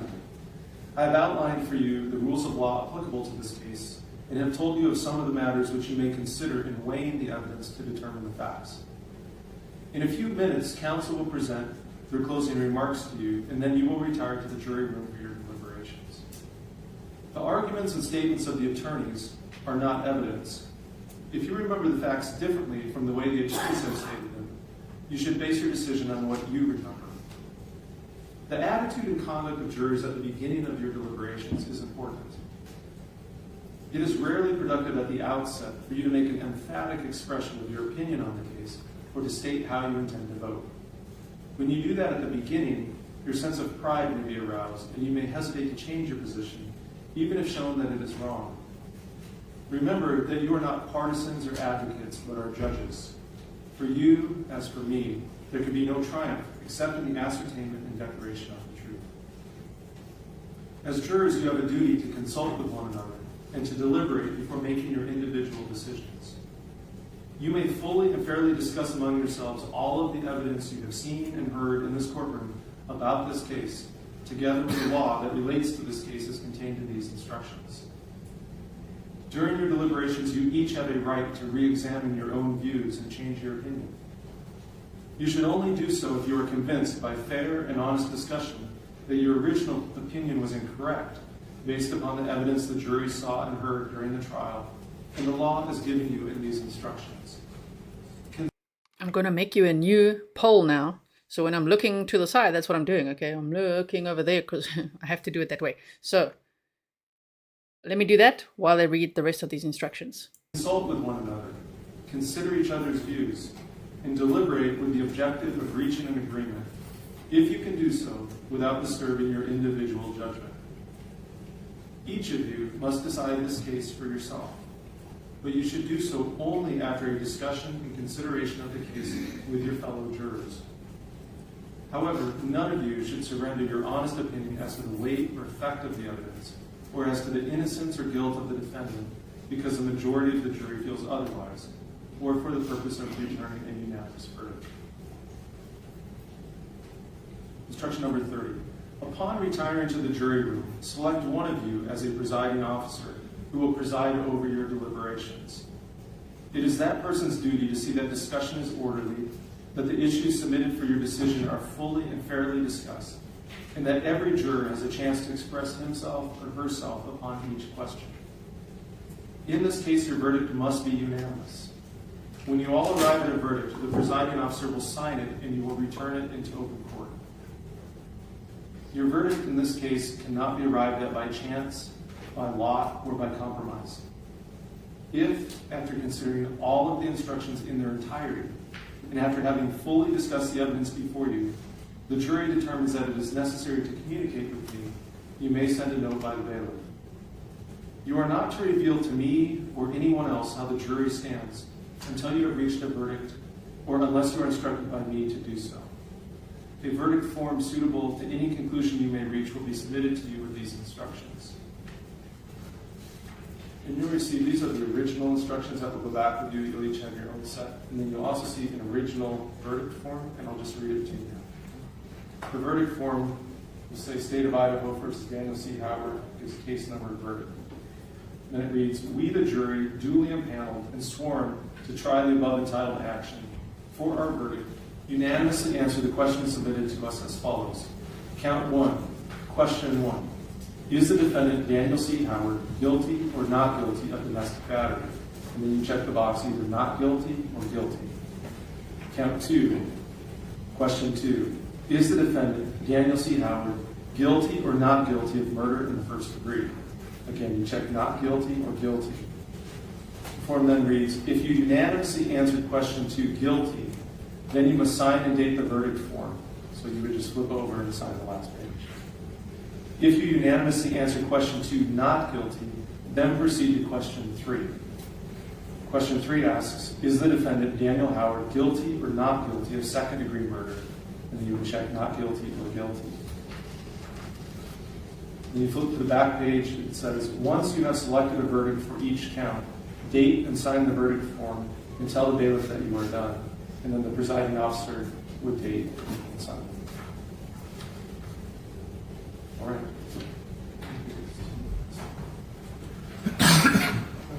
This time, we'll now hear closing arguments. State will go first. You may proceed. Thank you, Your Honor. I'm just going to slightly move the details. I knew it. She was resting her voice for these closing arguments. I can't wait. So let me update my slide. State's closing arguments coming right up. Wow. We're actually going to get to verdict watch, isn't it? Okay, well, let's hear it. That's fine.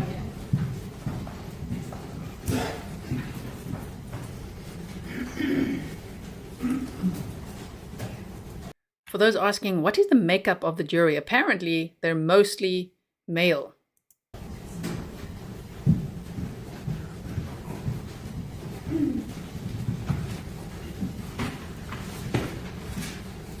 Also, poor Jason Johnson has to do all of this by himself, whereas if because he's a privately hired attorney, and Dan Howard hired one, right? But the three prosecutors, they get to share some of the workload, right?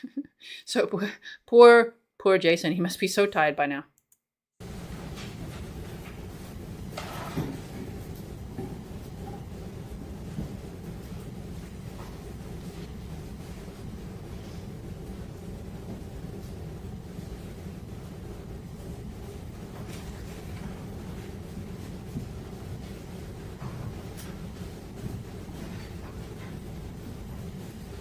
Who was Kendy Howard?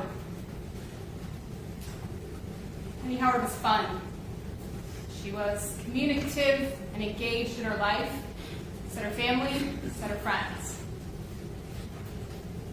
She loved her parents, her brother, she loved her children, and especially her granddaughter. She had hobbies, passions, things in her life that brought her joy. And in the months before Kendy Howard's death, Kendy was moving towards something. She was moving towards a new future, a new house, a new relationship, a new life that was away from the financial, emotional, and psychological control of the defendant. When you have eliminated the impossible, whatever remains, however improbable, must be the truth. Throughout this case, the state has shown you Kendy Howard did not kill herself. Kendy Howard did not kill herself because Kendy Howard was full of life, moving towards that future. And Kendy Howard did not kill herself because Kendy Howard was dead when she was shot through the mouth. The defendant killed Kendy Howard.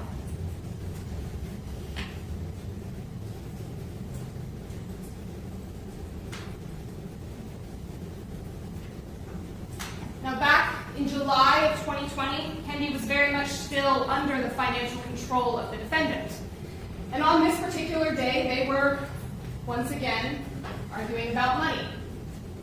As Michelle Lampert told you, Dan's money was Dan's money, and Kendy's money was Dan's money. And messages between Kendy and the defendant on that day tell us that they were, in fact, fighting about money. Now I'm pissed, he says. She would later confirm with Dan Prado that the fight was about money and that it got to a blowout point. Later that evening, she would call 911 frantic and terrified. She would tell that 911 operator that she heard something, a shot, and that she has no guns. Later, when law enforcement did arrive, she would not report anything. And who was standing next to her? Her son Wyatt. She didn't report in front of her son. But she does tell the next day. She is texting, communicative as always, with her friend Michelle Lampert. And you can read these entire conversations. They're available to you. She sends her these bruise photos as well. She shares it with Dan. If anyone was lurking or elsewhere, if they're going to show any graphic photos, please warn me, as you guys have been doing, because I don't want to show those. As well, talking about how this happened and implying who did it. Talks to Dan Prado about being made to erase her phone. Because as Ms. Marhopper, the prosecutor investigator, told you, Kendy liked to take selfies. There were a lot of selfies on her phone, and we have some from this time period. That one of her ear was taken at 8:25 p.m. on July 10th. And then there were the photos that were on her phone that she didn't send. She took lots of bruise photos. Photos to her chest, to the front of her arm, to the back of her arm, to her other arm on the other side, underneath her arm, and to her neck. Kendy didn't share these photos. She took them. And these are dated July 12th. Now, in order for the defendant to be found guilty of count 1 domestic battery, the state must prove several things. On or about the 10th day of July, that's when Kendy says it happened, that evening. In the state of Idaho, their home in Athol, the defendant committed a battery upon Kendy Howard, causing injuries to her. And certainly in those conversations, when they were household members, they were still living together and married at the time, and in doing so inflicted a traumatic injury. All of those bruises on every part of Kendy's chest, under the arm, on the side, those weren't made from slipping on a trolling motor. It is convenient that the defendant's best friends, Brett Gunnarsson and Carrie Maitland, remember that 4 years ago, exactly on July 10th, they saw Kendy slip on the trolling motor. But again, those photos from inside of Kendy's phone, they don't match that timeline. Because Kendy and Dan pulled the boat out and went to Dvorak on July 15th, 5 days after this event. The bruise, seen in pictures at Dvorak, it's fading. This happened on July 10th, and it didn't happen from slipping. Maybe slipping might explain that one on the chest that was visible to other people, but it doesn't explain all those other bruises.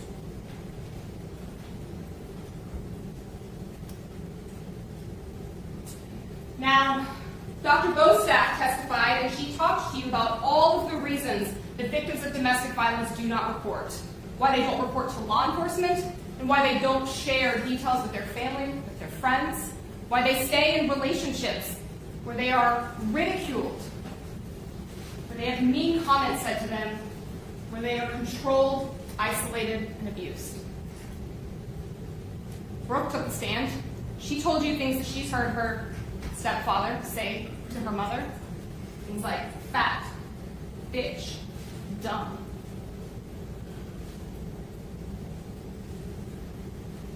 But what did change in July is that Kendy got serious about leaving. She started talking with her coworkers. And Kendy did share with her coworkers because Kendy was communicative. Like how she told her coworker Matt Kulak.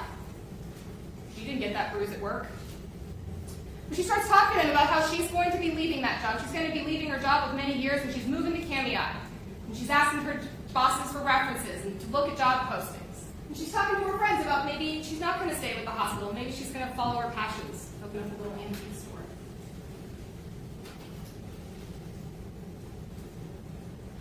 And Kendy is working with her boyfriend, who is a realtor, to look at houses down in Kamiah.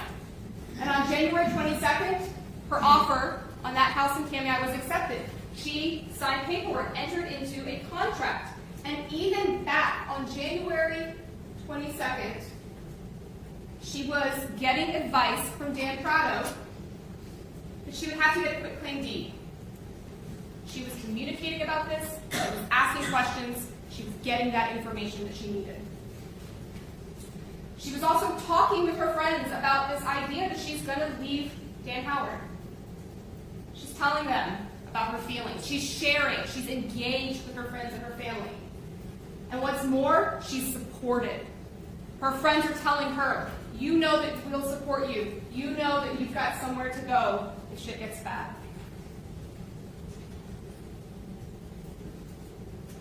And Kendy, she's excited. January 24th, she is out shopping. She's getting to choose decor for the house that's going to be all hers. She's getting the hot tub that she's always wanted. She's getting to make those purchases for her future. And yes, we know again from Kendy's phone, Kendy was having thoughts. She was wondering about things. There's a screenshot, never sent in her phone, saying why not agree to just keep each other's own pension? Only one person she would have sent that to. But Kendy wasn't a person to keep her thoughts just in her mind. Kendy sought out information. Like on January 26th, Kendy reaches out to her friend Zach Jones. Says, hey, how much is my house worth? How much are those lots in Spirit Lake worth? And even talking with him about how she knows she's going to have to get something written up for the new house in Canyon. And maybe also talking to him about some of her fears. But that isn't where Kendy stopped. January 27th, Kendy met with Matt Briggs, the attorney. And in that period of time, Kendy found out that she was entitled to the $2 million in community property that they had. She would be entitled to half. Half of the house in Apple, half of the lots in Spirit Lake, all of the toys that they had accumulated over the course of their 26-year marriage, half of the retirement accounts, including Dan's retirement account and cash. Because Kendy was seeking out that information. She was getting informed, and she was sharing that information that she was learning with her mom and her friends.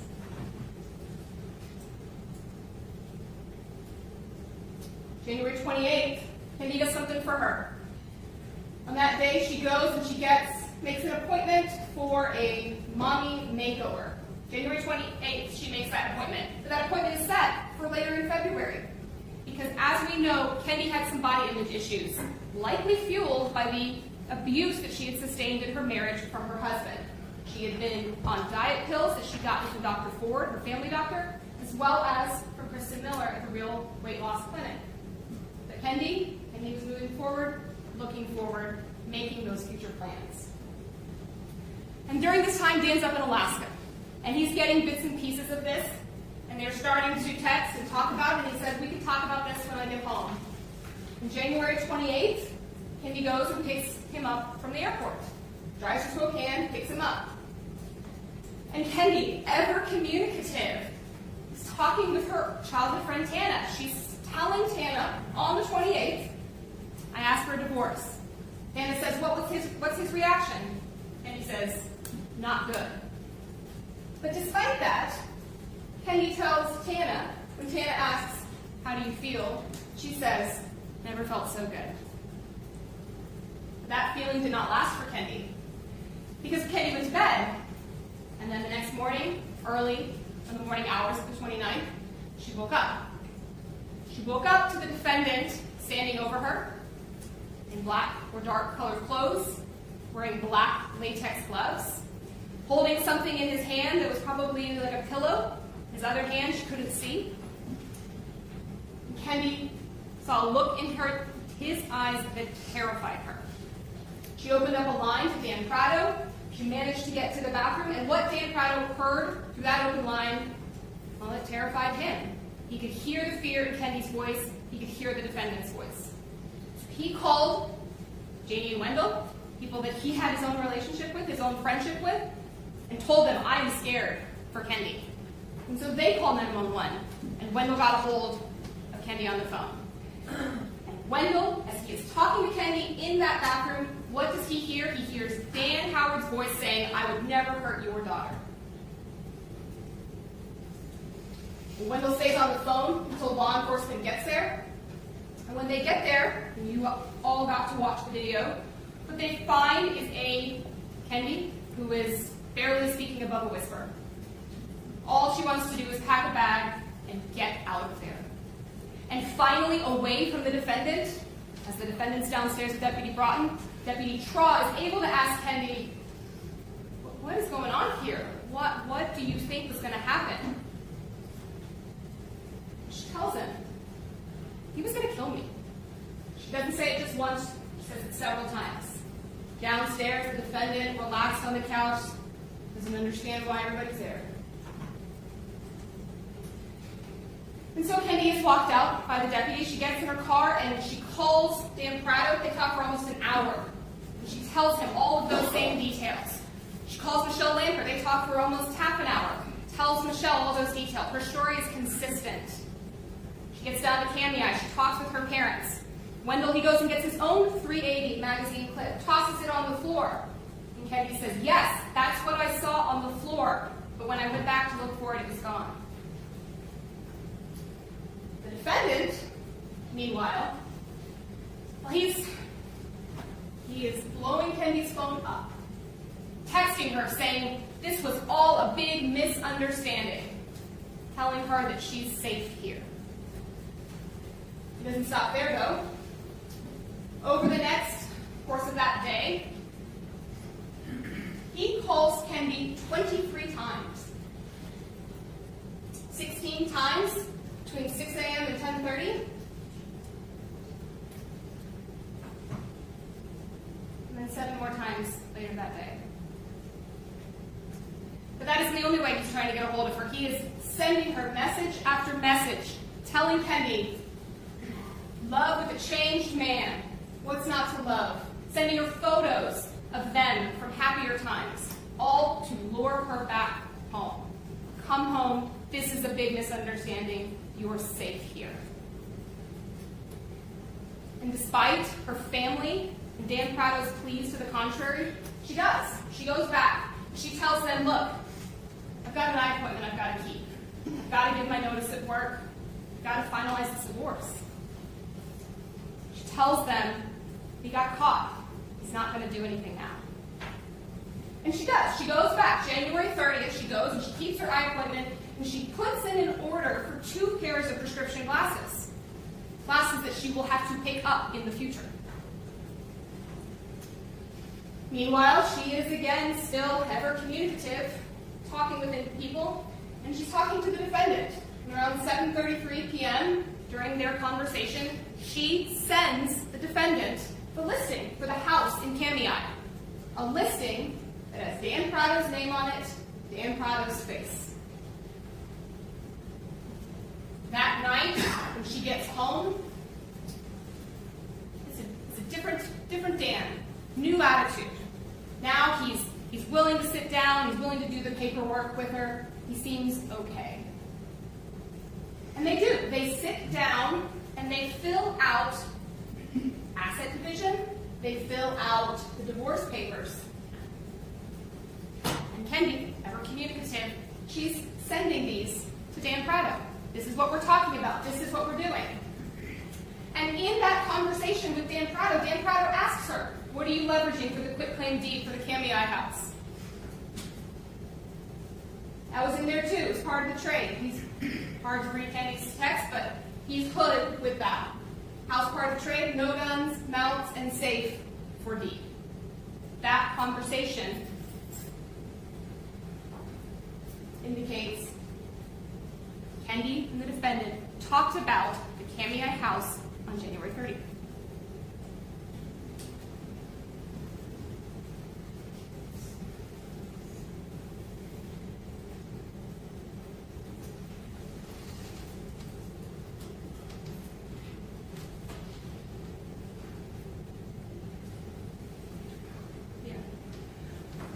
February 1st, after having this conversation with the defendant the night before, Kendy moves forward.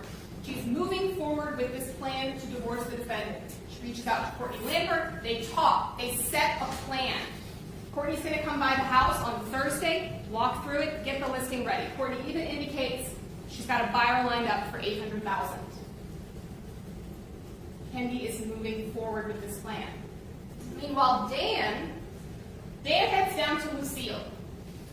He stops in Lewiston, he picks up Brian, and as they are driving down, Brian testified. Brian told you that Dan pulled out his phone and showed Brian the listing of the Kendy house. That same listing that Kendy had sent to him. That same listing that had Dan Prado's face, Dan Prado's name.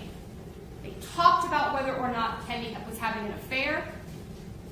They talked about their suspicions and whether or not Dan Prado was that guy. By the time that Dan Howard talks to Detective Sergeant Wallaton, he's downplaying that. Told him I didn't care much at that point. That's not what Brian said. Brian said that Dan was up pacing all night. That Dan was pacing all night. That Dan was driving erratically. That Dan was upset.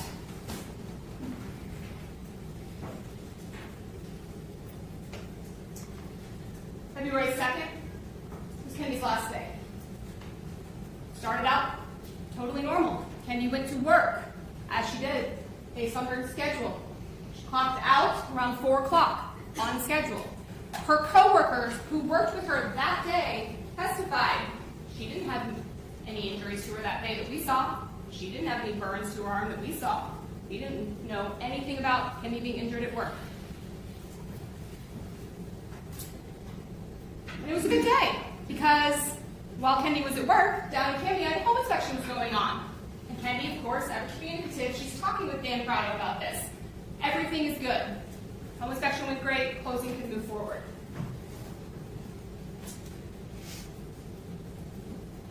She's also telling Dan Prado he's still trying to hang on.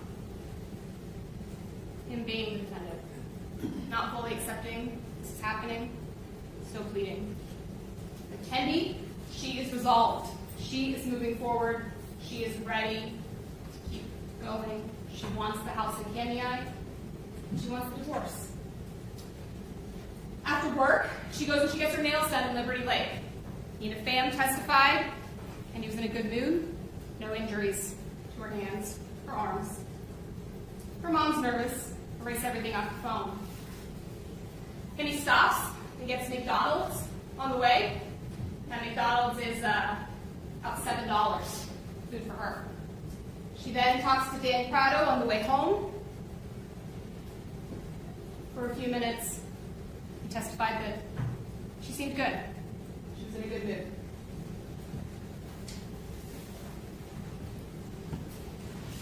When Kendy would go home, she would talk with her mom that evening. And what were they talking about? Mundane stuff. About the house in Kendy, decor, dressers.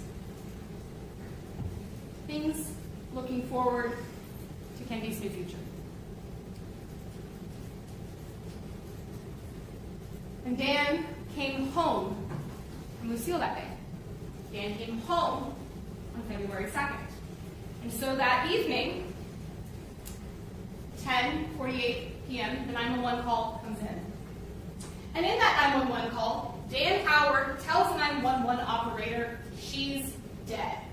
She's dead, she's dead, she's gray, she has no pulse. She's cold. Dan Howard, a long-time law enforcement officer who had been to many fatal car accidents or other crime scenes, tells the 911 operator she's dead. I checked her pulse. Yet, when the deputies get there, all of a sudden he's asking them, what's going on? What are you doing? What's happening? Acting as if he doesn't know what's going on with his wife. He's also repeatedly making vomiting noises, but they notice that there's no actual vomit. He's wailing and making crying noises, but they notice that there are no tears. They also notice that he's got fresh deodorant stains on his shirt. That he would later tell Sergeant Wallaton they took a shower around 4. And now it's well after 11.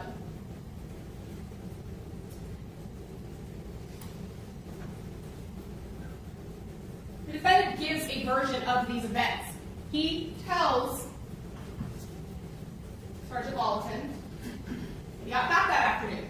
We know it's true. was that she picked up something from the deli. Well, she got McDonald's on the way home. And then we went down there and finalized everything, but she flipped out when she realized that the house had to be liquidated, and she went upstairs. Well, they had been talking about this house. Kendy knew what she needed to do to get the house in the divorce, and it wasn't a house that she even owned yet. And so, according to the defendant, instead of going upstairs and reaching out to her realtor boyfriend, her realtor friend, her family, or anyone else, he says that he can hear the bath water running. Anyway, he says, I heard something hit the floor. Didn't sound like a shot. The same defendant, his father testified that he's completely deaf in one ear. So he is a deaf in one ear, prior law enforcement officer who was on SWAT and was a firearms instructor. He cannot recognize the sound of a gunshot going off in a small room with an open door in his house, but he can hear the bathwater running.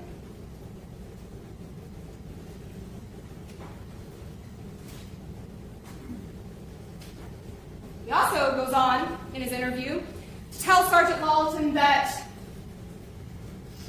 was the water still running when you went up there? No, trickling. There's a trickle. Yeah, I shut that off.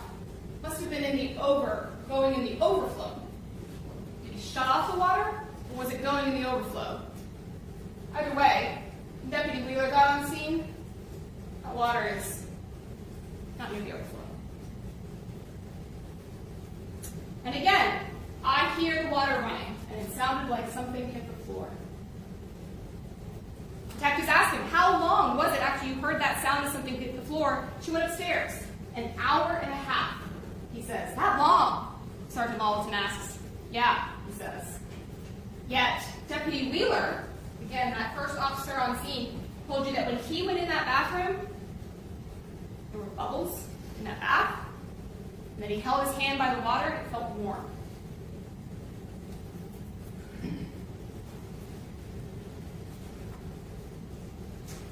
There were other odd things that stood out to Deputy Wheeler in the beginning. One was the scene in the bathroom. There was a purse sitting on the counter. There was a gun magazine in that purse. Her phone and glasses are very neatly placed by that magazine and by that purse. Not within arm's reach of the tub, however. Downstairs, the dryer was running, and Detective Northrup would later tell you that based on this timestamp from Deputy Wheeler's body camera and the 6 minutes left on the dryer, that would have meant that that dryer was started within minutes of that 911 call being placed.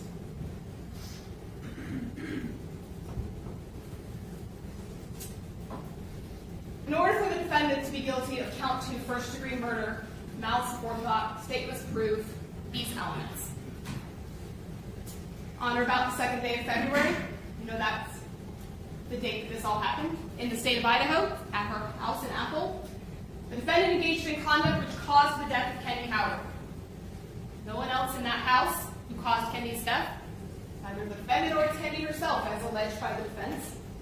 The defendant acted without justification or excuse. There's no self-defense claim here in this case. With malice aforethought, basically, did he act disregard for her life? And whether that murder was willful, deliberate, and premeditated.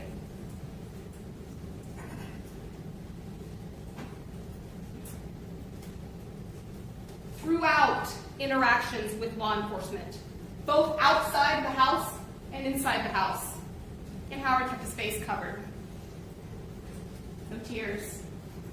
No true signs of emotion that deputies could see. They looked for those tears, but they could not find them. There were lots of other things that they started to notice that just seemed strange. Like in the floor of the bedroom, there was broken glass. Deputy Coroner Lynn Acevedo, who has been to thousands of deaths, would also note that glass on the ground. Detective Euler would note when he went downstairs that the wood-burning stove was absolutely cooking. He comments on in the video that it is uncomfortably hot down there. And then there's a humidifier kettle sitting on top of that best of.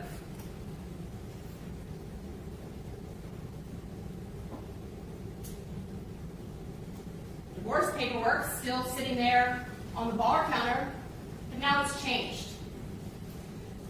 It's changed in that Kendy's house split is now on the paperwork. It's still in Dan's handwriting, different color pen.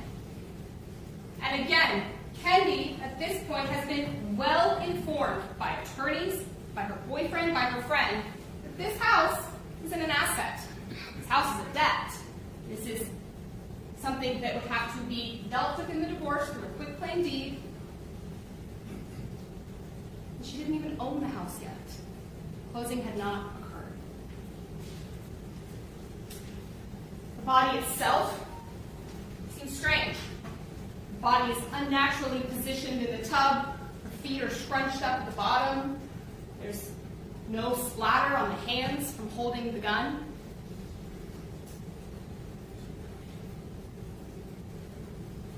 And as Randy Beasley told you, what little blood is there on the body?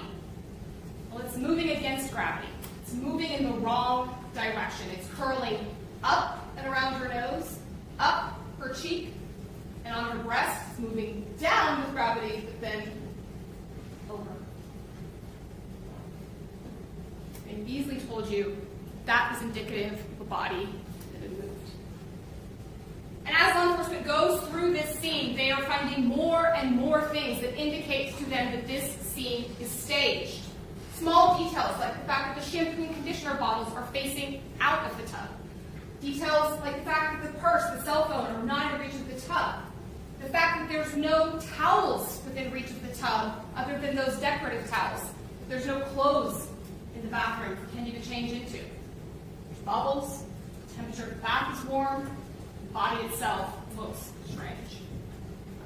Later, they would find out that Dan's DNA was not on those bullets in that magazine in the tub, but it was on the bullets in the magazine in the purse. Overall, there are lots of things about that scene that cause investigators to say to themselves, this doesn't look right.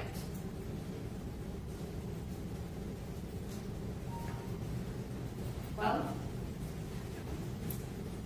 very quickly after Kendy's body was removed from the tub, she was taken to Spokane for her autopsy.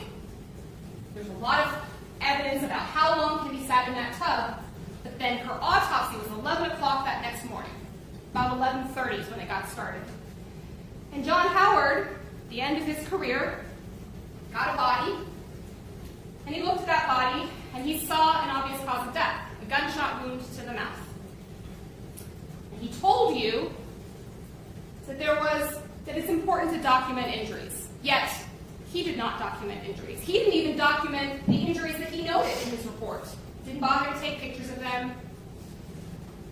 Just did very superficial examination. He also told you that he did not review crime scene pictures, then or now. He didn't review any of the investigation, then or now. He didn't review any of the additional work that had been done by investigators in this case. And Lynn Acevedo, a few days at the funeral home, she sees Kendy's body laying out and she thinks, whoa. Looking at that body does not look like a body that's committed suicide. And ultimately, through the autopsy photos, through Lynn Acevedo's photos, through the review by other medical doctors, this is what Kendy Howard's body looks like. Each of those dots is an injury to Kendy's body. Sure, maybe 1-2 bruises could be from tripping over a box at work, but not this.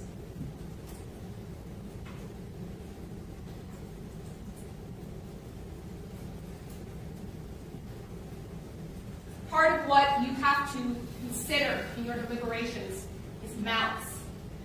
Malice is expressed when there is a manifested deliberate intention unlawfully to kill a human being. Malice is implied when the killing results from an intentional act. The natural consequences of that act are dangerous to human life. And the act is deliberately performed with knowledge of that danger and conscious disregard of human life. Ladies and gentlemen, the state would argue to you that both are present in this case.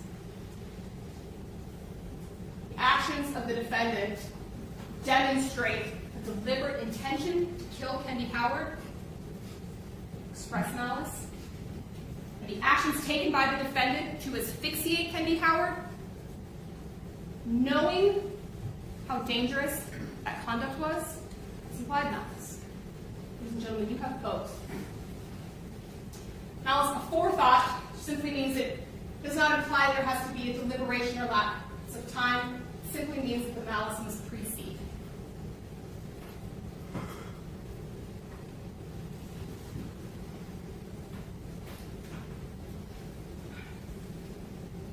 Did Kendy Howard die of a gunshot wound?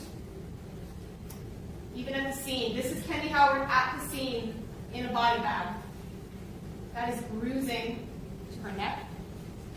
Seen still later at the funeral home.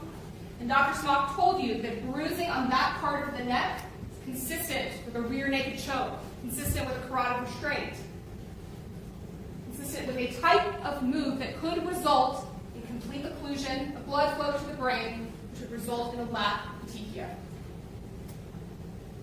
Dr. Smock also talked about her jaw. Her jaw that was broken, fractured on the left side into multiple pieces, here and here, and that there was bruising, even at the time of autopsy, you can see it in other photos as well, from that. Dr. Smock told you, bruising occurs in life. It can show up after death, but bruising occurs in life. That fracture is the result of blunt force trauma that occurred before her death.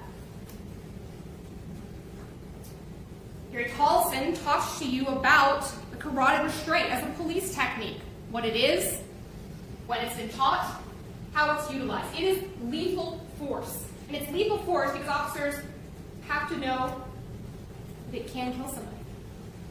And Leslie Lehman told you that when she was a trooper with Dan Howard showed her how to do that move. Taught her. They did it together and they talked about carotid restraint. Because again, ladies and gentlemen, this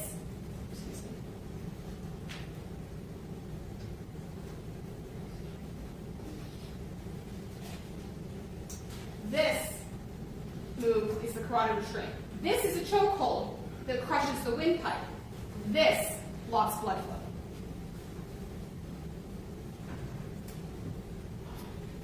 But Dr. Smock pointed out that there are other signs of asphyxiation to Kendy Howard.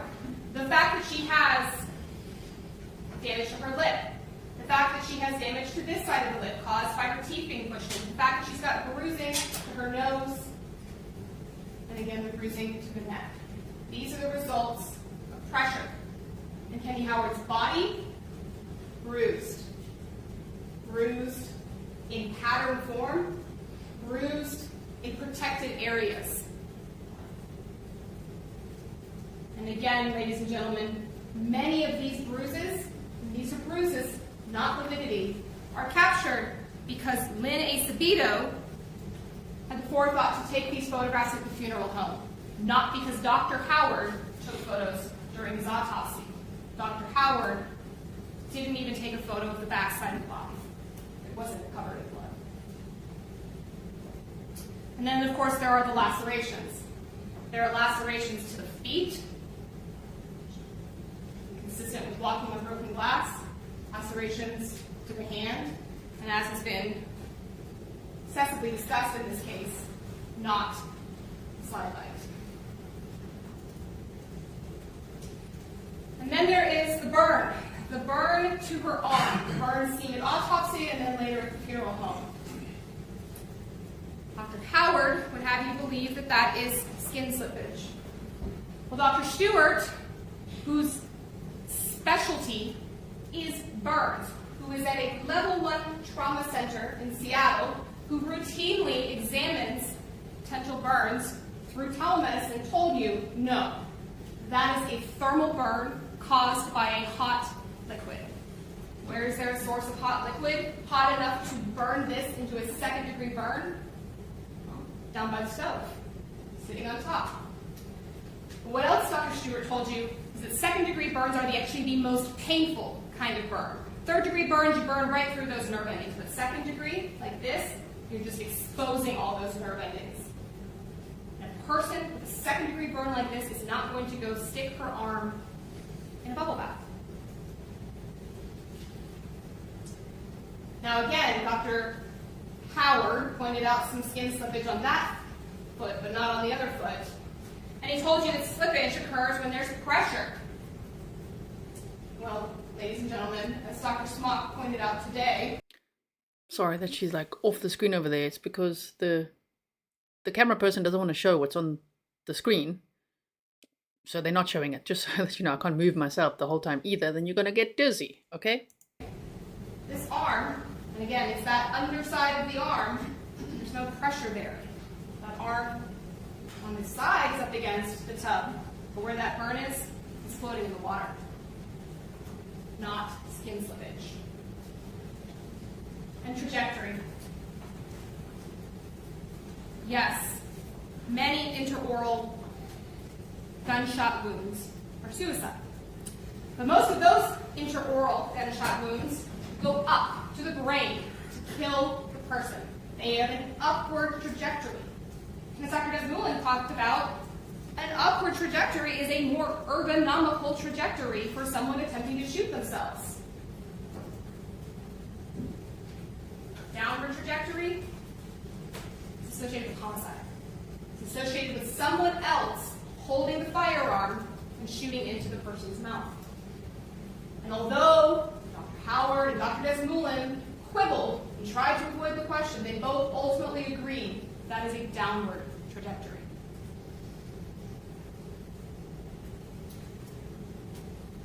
Dr. Van Buren talks to you about the tongue. And it's right.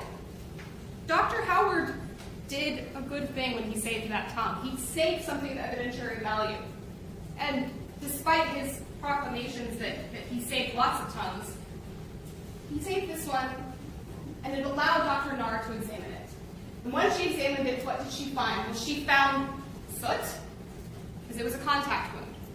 She found that there was some hemorrhage in the tongue, but not nearly as much as she would have expected to see.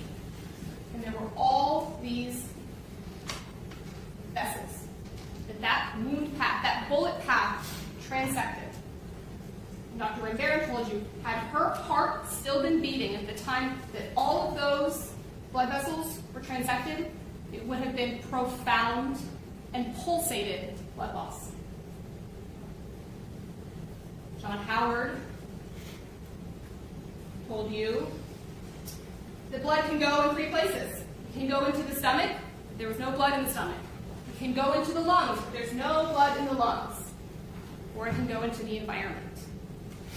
Kendy Howard's heart at a C2 transection would have interrupted the parasympathetic nervous system and the sympathetic nervous system. And as Dr. Van Buren explained to you, as well as other doctors, even Dr. Desmoulin this morning, the heart can continue to beat. Now, Dr. Desmoulin tried to point you to a case study where there was some sort of shutdown of the heart. Yet, when you pushed on that case study, well, that gun, that shot, went up through the soft palate and landed in a different part. Sort of.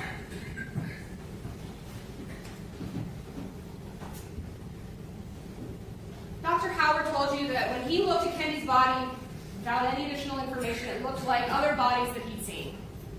I determined that this gun, in the absence of evidence of any other cause of death, was the cause of death. If Kendy Howard had been alive when that shot went through her mouth, it would have killed her. 100%. Without someone immediately intubating her and getting her to a hospital, she would have died from that shot.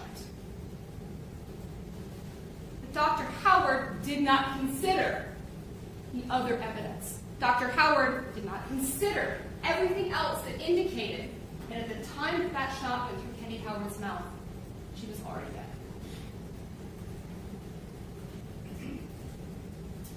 Dr. Desmoulin, as well, he told you that, well, she was already dead, then she couldn't commit suicide.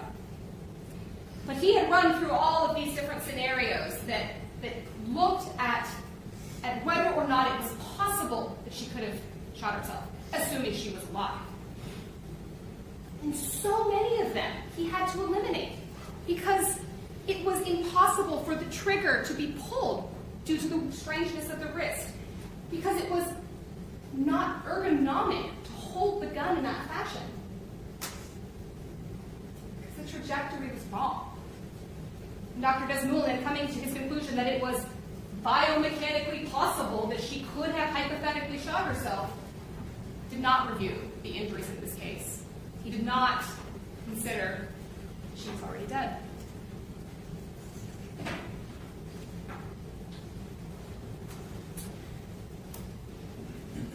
Ladies and gentlemen, you have more information than John Howard had. You have more information than Dr. Desmoulin considered. You have the benefit of all of the information from the scene, from the autopsy, from the 2-year investigation that followed. And all of that leads to the conclusion the defendant staged this to look like a suicide. And part of how you know that are all of the inconsistencies that he told law enforcement. That Kendy killed herself over a house she didn't own, that she went upstairs and killed herself without even reaching out to anyone to say, hey, is he right? Can he really force me to split this house? No, according to the defendant, she just went upstairs and did it. He claimed that he gave Kendy a loaded gun, but didn't know one was in the chamber. Well, it's true that he gave Kendy, according to the records, the evidence, that he did give Kendy a gun about 10 years prior, and Wyatt testified that he observed her shoot it once, maybe twice, and that was back when the defendant was still at ISP. So at least 5 years before this. And so Kendy would have had to have possessed a gun that was kept in a safe that she didn't have access to, and she would have chosen that as her method to kill herself. Defendant told you that Kendy didn't have any life insurance. April Tarpley told you that she did. Defendant didn't say anything about blood on his hands, didn't say anything about water on the clothes, even though the bath mat was soaked. Claimed that he did not care if Kendy was having an affair. Brian said different. But he even went farther than that, ladies and gentlemen. He knew that law enforcement was looking closely at this, and so he created this document here. He gave it to law enforcement along with all her pill bottles. Stan's handwriting. He wrote, Kendy's Prozac prescriptions found for major depression. Well, just looking at the bottles, the Prozac bottles, shows you that they were prescribed for compulsive overeating. Mr. Miller told you that it was the lowest dose, that it was strictly to make phentermine work better, and that she would never prescribe Kendy that. Moreover, the only person who thought Kendy needed meds, or who at least repeatedly told Kendy that she needed meds, was the defendant. And he didn't think she did. And then there was how Detective Sergeant Lawlerton asked Dan several times about whether or not he had gunshot residue on his hand. Not because Detective Lawlerton thought that he would be able to test the defendant's hands, because he knew that was not a valid test, but to see the defendant's reaction. And so the defendant had this story about popping off some rounds and changing out some sights, yet that gun didn't show signs of being recently shot, and the sights were standard factory.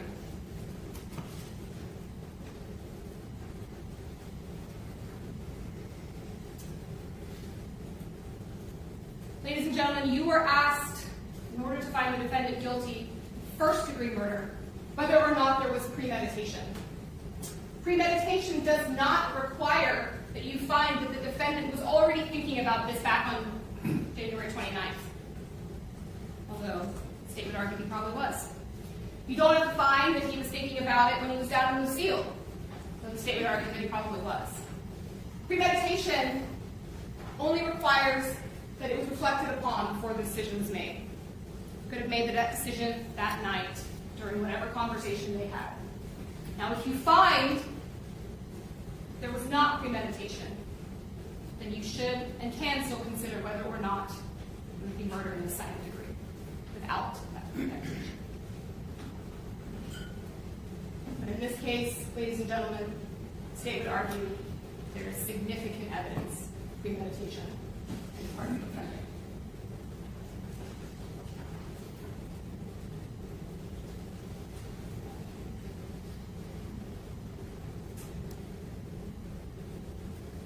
State has argued to you that a big part of why the defendant murdered Kendy was money. We know from their messages that money was something that the defendant cared about. And after Kendy's death, well, the defendant acted in accordance with that same motivation. That hot tub that she purchased, well, within days of her death, he was contacting the seller, getting the deposit back, getting that refund.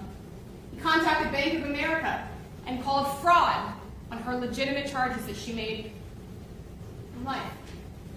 That was also not ultimately found to be true fraud charges. Courtney Lampert offered the defendant $2,000 for Kendy's special last chicken collection. But no, on her birthday, the defendant sold Kendy's possessions in the yard to strangers. And when Brooke showed up to try and get some of her mother's possessions, she was battered by her brother and trespassed by her father. She walked away with nothing.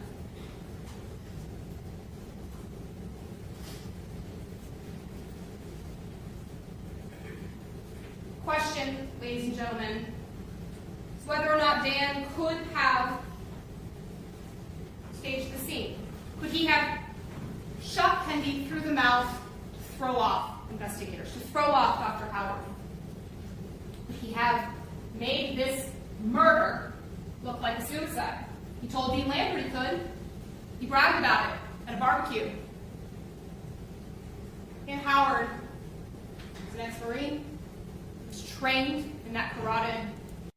Damn, what a visual presentation, especially with this picture. Oh man, I was looking if it's the same one from his Facebook profile, but no, it's a different one. That's scary. Restraint. He knew the dangers of that hold, the lethality of it. He had worked in law enforcement for a very long time, not just as a trooper, although troopers go to many fatal scenes, but beyond that, in SWAT, firearms instructor, offensive tactics instructor, and with knowledge of DNA, fingerprints, ballistics. Dan Howard was capable of making this murder look like suicide at first glance. The more you look at this evidence, the more it leads you to the truth. Beginning of this case, my co-counsel, Mr. Mortensen, told you that there are 5 manners of death: natural, accident, suicide, homicide, and undetermined. Kendy Howard did not die of natural causes. Kendy Howard's death was not an accident. Ladies and gentlemen, the state has shown you, both in terms of who Kendy Howard was, and her passion for life, her plans for the future, and her engagement with her friends and her family, this was not suicide. And the state showed you that this was not suicide because a dead person cannot shoot themselves in the mouth. And because Kendy Howard did not commit suicide, this case is not undetermined. Thank you. Thank you, Ms. Shostall. Must we applaud? We need the clappy sounds. That was very good, right? Oh, the jury's gonna remember everything now.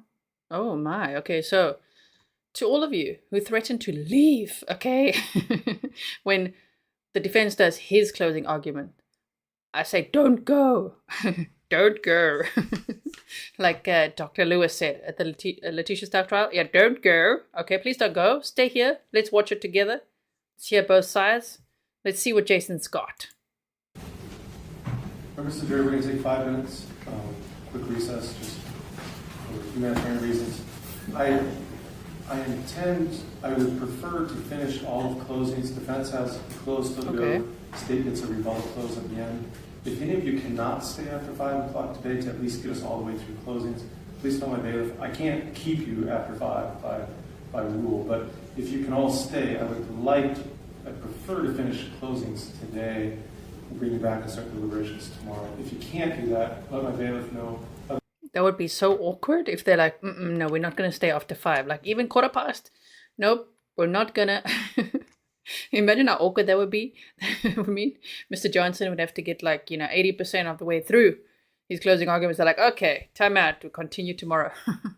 So before I do this, I do want to show you one more thing. Thank you to the Grizzly who sent me this. I do love all these things. So Christopher Lurker is back in chat on Law and Crime. And he said, who are you people to conclude anything from a distance? Dan served and sacrificed 28 years. I can't see what it says beyond that heart. I think it says she cheated. Oh, wait, was cheated on twice. Judge disallowed that fact and was never connected with domestic violence. Now, he also said, wait, let me find the other one. He also said, is it this one? Nope, wait, there's another one. He said, who else here? I don't know if he's ever going to watch this. Who else here has known Dan for 43 years? But dude, you yourself said you saw him once a decade, man. Come on, bro. You've seen him 5 times. You know him better than anyone else. And because you know him, you saw him once every decade for 43 years, okay? Wow, so then you know how domestic violence works. You know everything about him. Yeah, okay. Sure. So thank you all for sending the screenshots of all these things going on elsewhere.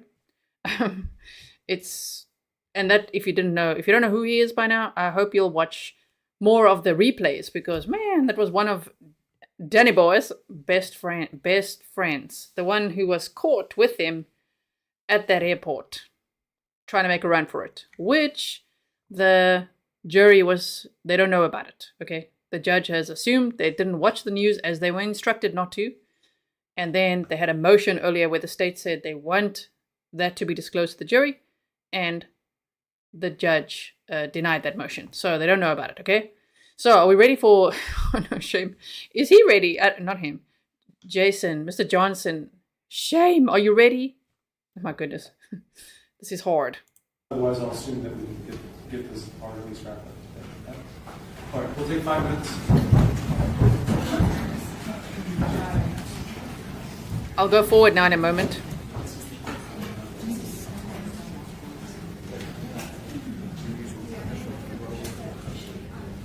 Take us with you. Geo Coupe, take us with you.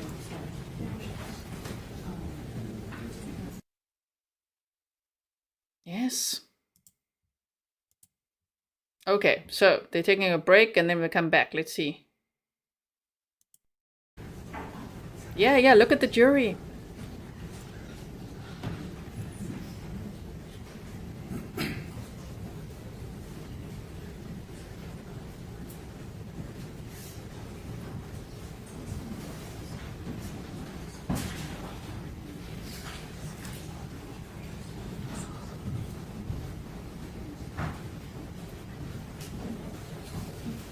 You can be seated, thank you. Johnson, you may do your closing argument. Thank you. Here we go. Also, just before we dive into this, because I don't like to interrupt when they're doing their, opening statements or closing arguments. I just keep quiet. But you guys say my face is pretty expressive, so enjoy that. The state, they brought up a lot of things we actually hadn't heard in the trial. There were some new little facts and things, and I just think they did such a good job of really bringing that all together, tying it all together for the jury to really understand. I mean, sure. Let me just also say, I'll end this poll in a moment now. What do you think the verdict will be? 93% said guilty on both counts. 5% said guilty for murder but not for domestic battery. 2% said guilty for domestic battery, not murder. Interesting. And 1%, is it Christopher Lurker, said not guilty on both counts. Thank you for voting. Now let's watch the defense closing arguments. And don't you go anywhere. You better stay here with me. Okay, here we go. Good afternoon, ladies and gentlemen. We talked in jury selection about how it's taken us twice, and so before I get into my pre-prepared statement, I just want to address a couple of things. First is the possible hasn't been eliminated. I know they use that for both their opening and their closing, but it is not impossible for a person to commit suicide. Our common life experience will probably show us that suicide can be surprising, or to make a rational decision. Additionally, testing and science is the way to eliminate possibilities. And so the impossible hasn't been eliminated, but also the bruising has been misleading in this case. And so when you take the exhibits, you'll get all the exhibits back. And I'm purposely not going to go through photos in closing. We'll talk about some aspects and some things that you should look for. But you got to look at one of the timestamps when those pictures were taken. There's a drastic difference. For instance, in the Deputy Wheeler's photographs that were taken before midnight, followed through the tub, and pictures where there's drastic water depth and the line is here to see the water's clear as they're draining. They're taking photos when they're draining. So they're grouped together. You have 16A through whatever. They're all grouped together. But pay attention to the photos and where that blood line is. As the tub drains, in Northrop's photos in particular, you'll see the blood drawing. But the bruising is misleading for many ways. And the main thing is, for instance, Ms. Acevedo, her photos are post-autopsy. And again, I don't want to even demonstrate it, but you've seen the pictures. You're basically removing the scalp. You're flipping over the body. You're doing a neck dissection. That's a long period of time. Both Dr. Smock, on the first time he testified, and Dr. Howard talked about lividity and where's that blood going when there's no circulation. It's going to raise into some discoloration that looks like bruising and is lividity. So it's careful that you need to do it. But the issue comes down to blood. And the reason why is because there's no petechiae, there's no damage to the hyoid bone. And Dr. Smock's explanation is that if you do this restraint a particular way, you can cut off 100% of circulation, and that's why you would see petechiae. Obviously, if we stop petechiae, that changes the whole case. So the case does come down to the volume of blood on this. So first, obviously, in all of our experiences, we have tragedy. We respond to tragedy in different ways. There's different people that will respond very emotionally. Other people are more stoic. But we have all experienced tragedy. And I want to be clear that just because we're defense here, this is a tragedy, no matter how this pans out. Whether she committed suicide or not, that's for you to decide. But it's tragic either way when we're dealing with a case like this. But the point of talking about that is when you were selected as jurors, you're making a commitment to set aside the emotions. These are very emotional. We hear stories from family. We hear stories of situations. Very, very understandable to feel the loss of Kendy. But you as jurors have the toughest job to be able to separate those emotions. Talking about emotions is people respond differently. We've heard Dan described as stoic and reserved. We've heard him, we saw his son, Wyatt, on the stand, who comes across maybe stoic and reserved, not painting testimony, but basically being open when asked by counsel, would you change your opinion if you saw X, Y, and Z? And he says yes. compare that to his sister, who very clearly early on, first phone call or when she calls back, very emotional. People respond differently. And so it's important that you take the emotions into consideration, but focus on this case objectively based upon the facts that you have in front of you. There very clearly was a family dispute, and that's evident, and in some ways that may have shaped this case. But we talked about the different personalities. So I want to walk through some of this. So the 7/10 incident in 2020. You have video that shows officers responding and there's no abuse. You also have a 911 call. It's up to you to determine the credibility of the witnesses and what your observations are. But her state of mind when she makes that call. But she very clearly tells the officer there was no physical abuse. The only comments are to Michelle and to Mr. Prado. Now what's significant about there is throughout this, we have to examine her credibility in the sense of contextually what was going on. She told Mr. Prado that Dan made her delete all the photos. Well, clearly that didn't happen because the photos were there almost a year later when his phone was seized at the scene, or when her phone was seized at the scene. Photos were there, you have all the photos and evidence. So she's clearly not being honest with her conversations with Mr. Prado. There are witnesses, Carrie and Brett, and you can examine their credibility. You know, the state wants to say, well, they could have gone to law enforcement at any time. Well, why would they? We're talking about someone falling against a boat. You wouldn't expect to go to law enforcement with that. You only go to law enforcement if you expected something illegal happening. So why would they go? It wasn't made aware to them until 2023 was the testimony of Detective Lowell. And 27, 28 years, not a single person has said that even that Dan raised his voice in anger. We have reference from Brooke that there's some name calling as far as weight and stuff, but no witnesses to any abuse in almost 30 years. No witness to any physical abuse of that sort. So it makes you wonder. Why do we have this charge? A bruise on your chest that was not investigated. The date of that is 10 months prior. There's no witnesses, and there's really no admission from Kendy that Dan affirmatively did it. So why did he charge?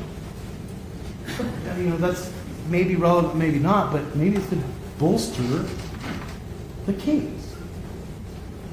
So your instructions, and you can do it how you want, but I would advise you to read the instructions, particularly the ones that we went over 2 weeks ago. You each get them. This is kind of like a Bible. So when we walk in here, there's not going to be a lot of dispute. We're not, the July 20th, day of Idaho. But the issue is whether he actually made a delay or something. Okay, there it goes. The one thing I'd say about the date is the date is not about the bruising, lividity, contusions, discoloration from her death, autopsy, etc. The bruising is as it relates to the incident in July 10th. Now, you'll have the photos, you have photos of the trailer, you have the testimony, and you'll be able to look at the bruises. And you can see there's a big bruise that kind of trails off to the center, consistent with controlling it. And you can examine that. But I don't want to spend much time on the 710 because I want to get into the main issue. I think it's key to keep in mind that Kendy was living a secret life. And there's no judge, there's not illegal, there's nothing illegal about that. But she was living a secret life.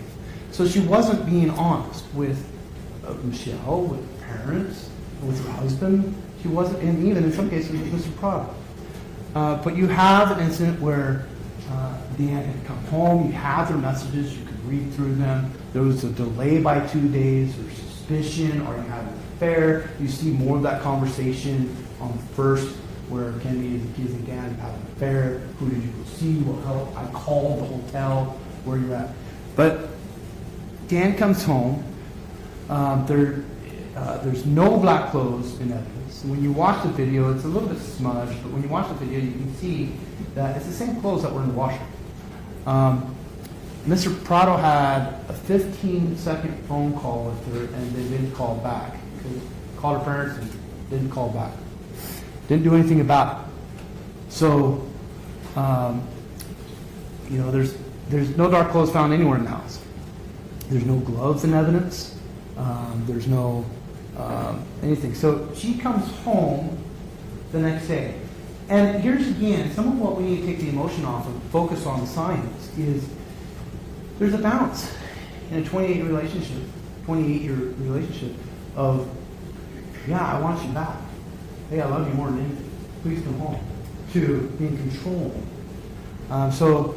But she does come home, and they spend the weekend together. And here's where I think it's interesting to read some of the messages to Michelle, Tana, and Mom. She's talking about how calm they're going through their divorce, that they're splitting the assets evenly. Here's that, and they even text photos. She even texts photos to her friends. Now, so that 129 event, we don't know what was going on. It doesn't, if you were to believe that someone is standing in black clothing that didn't have gloves with the firearm, then yeah, it's concerning. But that's not what the officers found, and that's not what you have before you. That's a statement that she made to her family after she left. She packed the bag, she left, she came back 31st. So can she be suicidal? Well, I would posit that the family is probably not the people you should talk to. Either side, either the son or the daughter, because it is too close to home. We don't want to think that a loved one has committed suicide.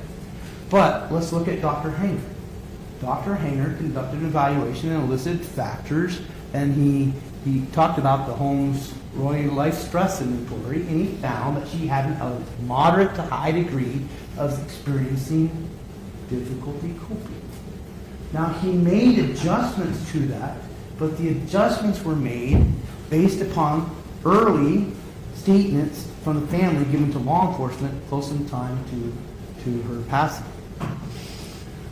There was no direct examination of Kendy, obviously, which can increase the confidence level. And he specifically, it took me a little bit to corner him on his report, but he finally admitted in the report that it is not possible to provide an absolute predictive determination of suicidality from a records review. The point of this is, let's look at the science, let's look at the scene, let's look at the evidence. Let's not let the emotions and the could she have done it, or would she have, we probably all know people that we never would have expected that make rash decisions. We got to think about the science. I have to pause for a second and just say his argument is we have to think of the science and not you make emotional decisions, but his entire argument is emotional and victim blaming. There's no science here. We all know one can't bruise after death, and yet he's still stuck on that. So it's just emotional and talking to them as if they're stupid. Okay, you think they're 5? You think that this is... No, man.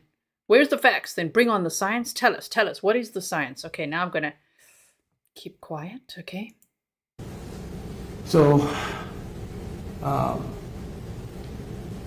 here's some of the factors that I think are in favor of that. She describes herself as being in a midlife crisis more than once in the evidence that you have with text messages.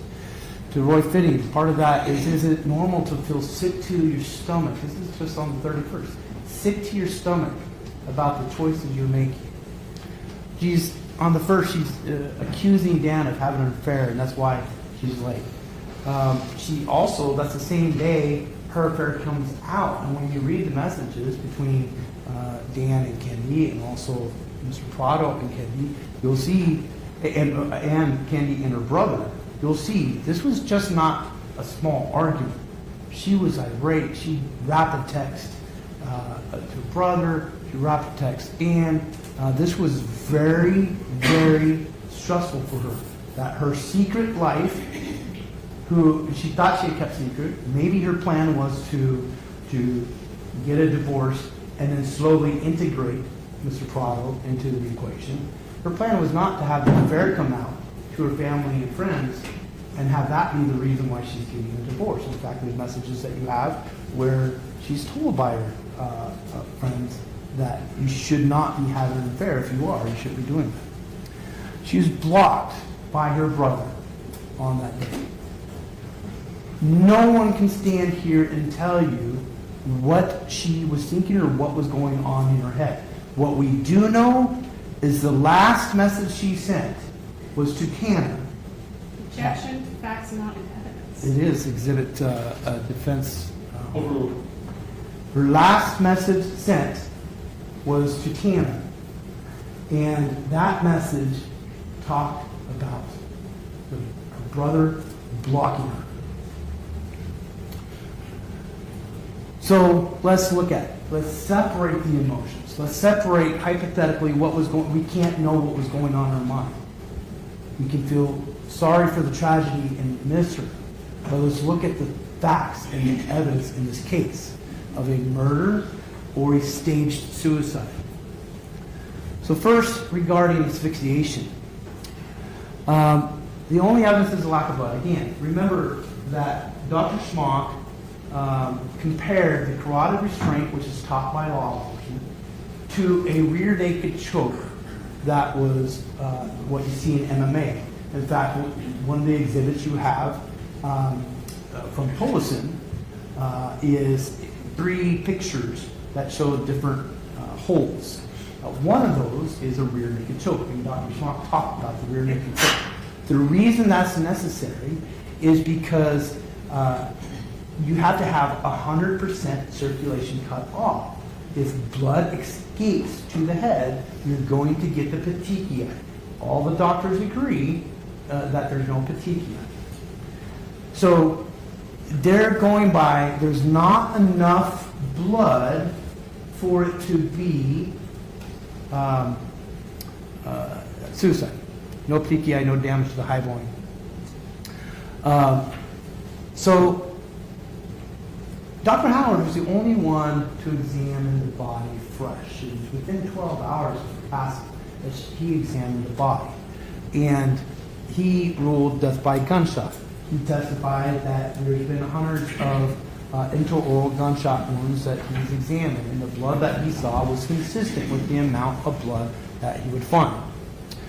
Dr. Rambaran talked about how, who's a trauma surgeon, not a medical examiner or forensic pathologist, talked about in the volume of blood that you would expect. And he used around 800 milliliters to a liter of blood. And he tried to do a demonstration. I don't think it really worked because it kind of just stuck in one spot. They tried to show a demonstration of what the blood would look like.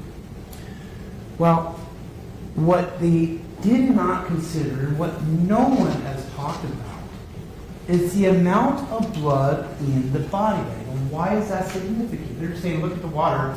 It should be dark from a photo as they're draining it 8 hours later.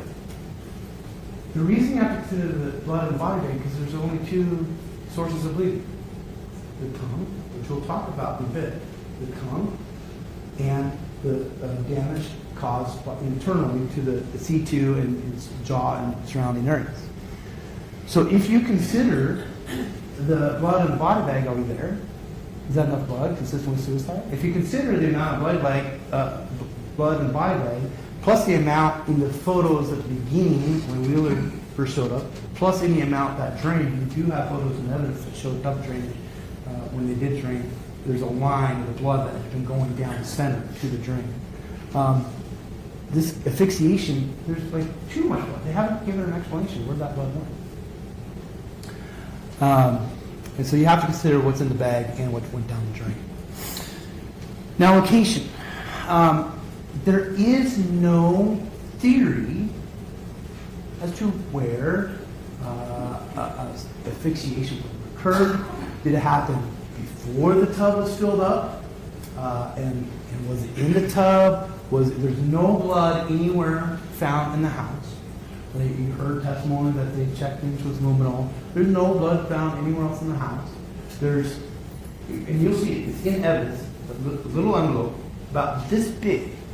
I think there's one rock associated with it too. I don't know if it's tooth or rock. It's not glass, but there's earring backing, something, whatever it is, and then a few shards of glass that are about this big that they found 2 weeks later.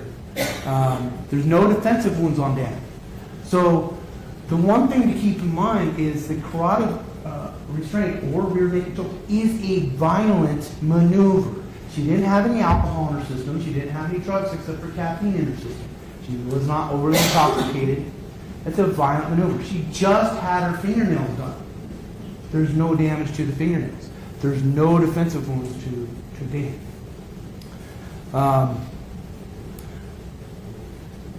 So if you look back at the interview, Detective Euler's body camera, he's the one that we had large chunks where we were watching at home after the detectives arrived, and they're talking to Dan. And there's a point where Dan, close to 6, it's close to when he made the phone calls, but there's a point in time where Detective Lowton goes up and gets the charger. And you see his body camera, you see him go up the stairs, and you see him turn, and you see him go between the bed and the dresser. That's where that glass was.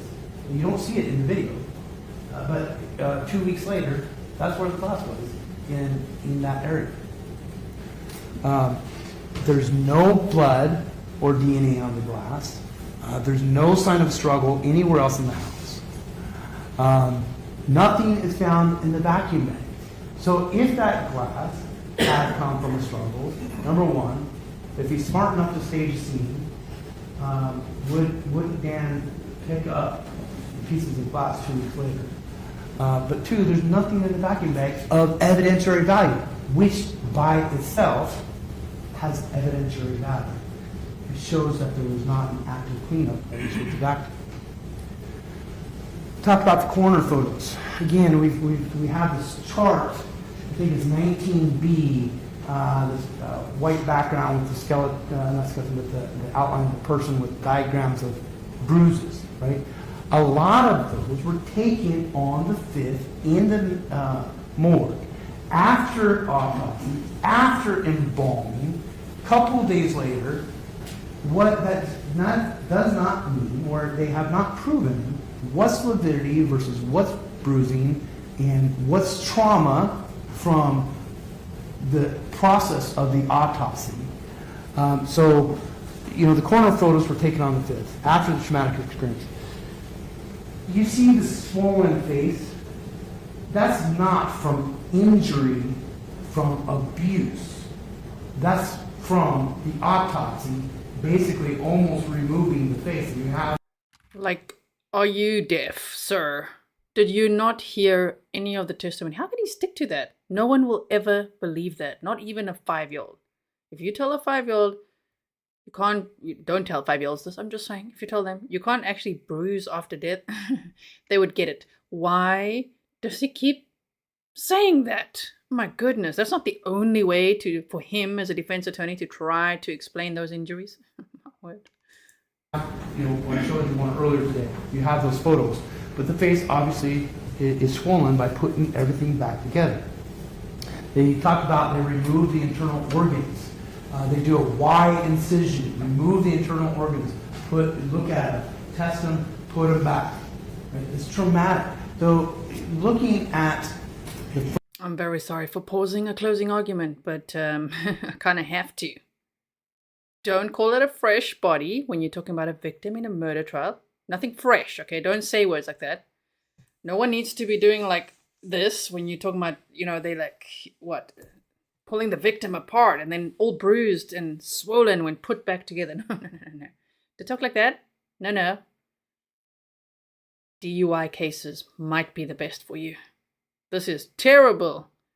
and very disappointing victim blaming. It's really, it's like escalated, right? Okay, deep breaths, here we go. Photos from the 5th is a little bit, it could be disingenuous. Both Dr. Howard, and we talked about this, both Dr. Howard and Dr. Smock talked about what lividity is. And Dr. Howard examined the body, no sign of injury to the neck. What I keep in mind also is in the photos, particularly Wheeler's photos, but you see her resting place in the tub. Her head is slumped down, her on her chest. And again, where does blood flow? It doesn't flow. Where does it go? It settles. So what is lividity versus what is bruising? I think the photos there, you can draw your conclusions based upon the evidence.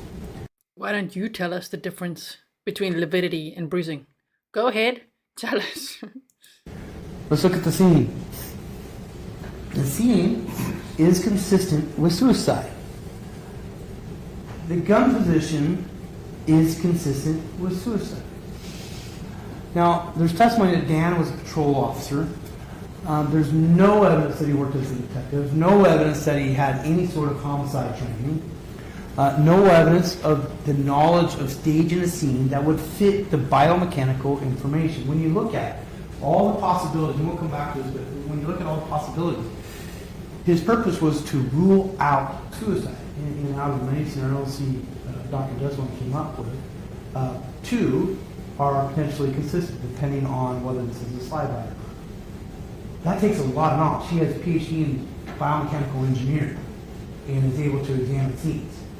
For a person not even trained to be a detective, to know exactly where to put the gun, which way to face it, that would fit the biomechanical recreation is a lot of specialty knowledge that has not been shown that Dan has. Sorry, sometimes the stream does that. It just like skips forward. So did it do us a favor? I don't know exactly where I was. Wait, we were about 25 minutes behind or so. Wow.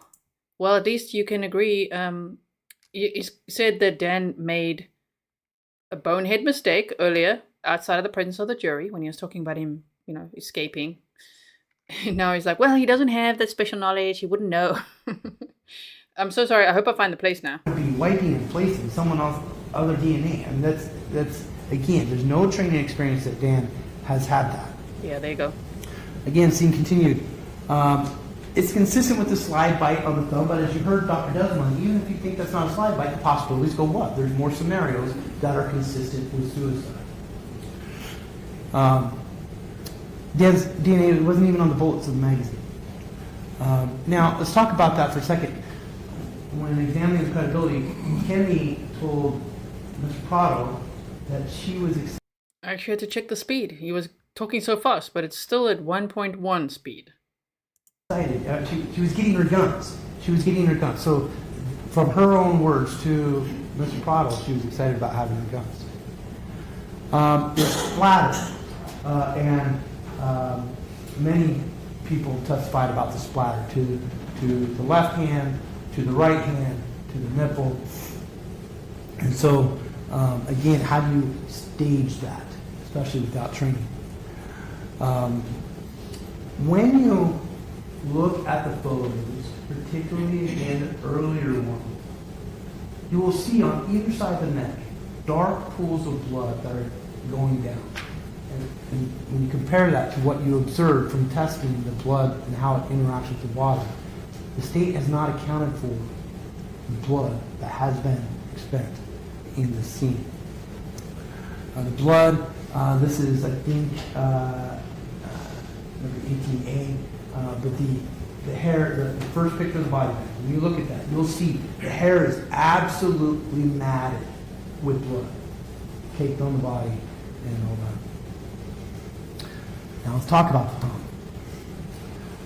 Dr. Howard said, point of injury, rare to have it hit the tip. Tongue is muscle.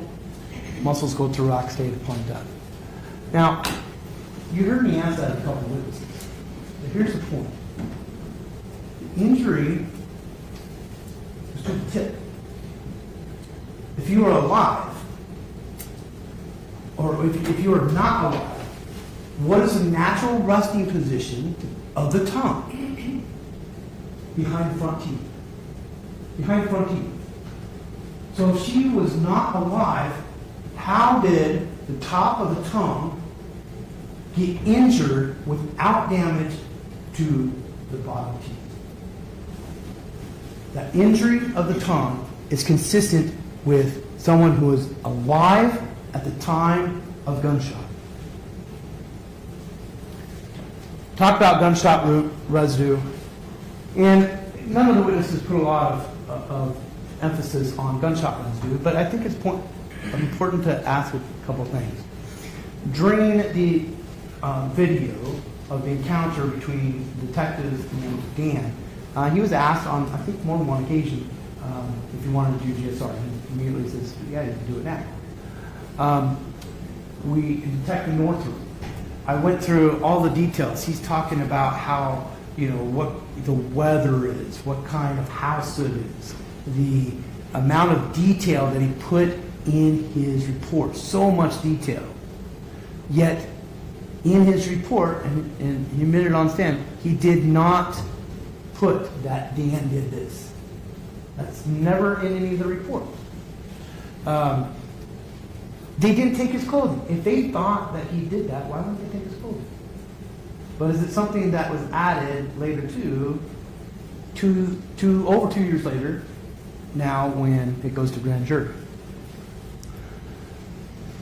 They didn't send Dan's kit to the lab. You have a picture of the kit that Chet talked about today. The kit that went to the lab was from the autopsy. And you have that. Let's talk about the arm. Burn, not a burn. So let's look at it. If it's a burn, again, it's not cause of death. It's not related to the gunshot. And it's not a defensive wound. You put your hands up, right? Onto the back of your arms. Where's the injury? It's on the inside portion of your arm. That's not offensive. But it's also, there's no other evidence or moisture as far as wherever it would have occurred that some liquid was thrown. There's no evidence of that anywhere. But could it be from making tea on a blazing hot, as was described, scorching hot basement thermos or kettle that's on the stove? Yes. But it's not related to... Are you going to say chicken? ...to death. So, is it a burn? That's not what the case hangs on. And even if it is a burn, there's no cause. There's no theory that Dan created that burn. There's no offer of proof that Dan created that burn. There's just, here's a burn. He must have done it. Let's use this against him in that trial. But Dr. Howard, who again was the only one who examined the body while it was fresh, described that as skin slippage. So he talked about how when you're submerged and you're under pressure, the skin slippage or the decomposition basically is rapid. Look at how she is in the tub, particularly again in Detective Wheeler's photo. Her head, her arm on the left side is up. Her body is a little bit leaning to the right, and her arm right here is up against the tub. Is that consistent with skin slippage? But either way, it doesn't. The case is not hinged on that injury, but I think it's important to point out why Dr. Howard, who's never testified for the defense in his career as the main witness, believes that it was skin slippage. Bruising versus liberty. We talked about this, so I'll just. The only other thing I would tell you, Dr. Howard's opinion was death by gunshot. You have a piece of evidence in you. I believe it's Defense Exhibit C or D. I think it's C. That Acevedo, she took the photos on the 5th, February 5th. She agreed that she wouldn't sign something that she didn't agree with. she issued a death certificate, you have an evidence, with her signature on it, from June, saying that the cause of death was transection of the C2 with penetrating gunshot wound to the head and neck. That was her opinion. Obviously now it might be changed, but what you have in there is the photos and the video. Let's talk about Dr. Smock.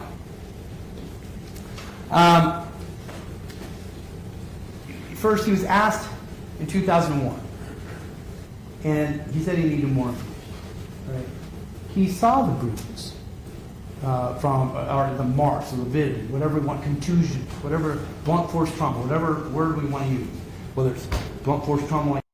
Those are not interchangeable words. But okay. This or whatever. He saw the photos from the coroner. He saw everything back in 2021. When he issued his opinion, you heard the first time he testified, it was after Dr. Desmoulin issued his opinion in October of last year. Everyone else is wrong. Dr. Nara is wrong that the blood can be contained in the mouth. Dr. Nara is wrong that the lips and the broken jaw are consistent with a gunshot trauma, interoral gunshot wound. Dr. Ramberg is wrong that the lips and the damage is consistent with gunshot wound. Dr. Howard's wrong that the lips and the jaw were caused by a gunshot wound. Everyone else is wrong except for Dr. Smock. Everyone on the defense side, perhaps. the blast and the trauma of the blast, whether that's bruising or whatever that is on the scalp, that caused from hitting the head, there's force involved with the explosion of a firearm. Someone's sitting in the tub, head's going to hit back. Additionally, when it does, there's going to be some damage to the head and the mouth.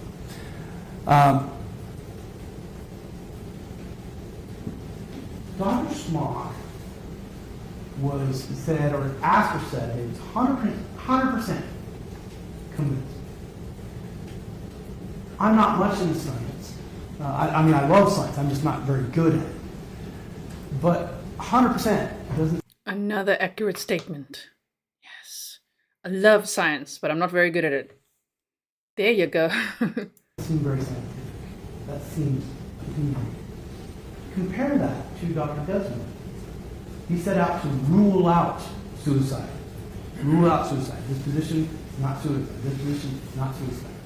He said, and what is his opinion? His opinion isn't sitting here before you, bolstering himself, saying, yeah, I have an opinion that she committed suicide. His opinion was, the evidence is consistent with suicide. It's up for you guys to decide. Dr. Smock, 100%.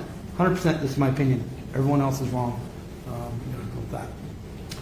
We already talked about how that one exhibit includes the post-autopsy photos. And Dr. Smock did not do any testing or modeling or putting together a theory of what actually could have or would have happened. We heard Dr. Desmoulin say testing is worth 1,000 experts, and we kind of see that in this case. And we'll come back to that. So examining Kendy's own statements, there was secret affair. She was upset about the house. She was actually excited about her gun, back and forth on what she wanted to do. Didn't have a job blunt. Did he just mumble that she was excited about her gun? What? Oh, no, no, no, no.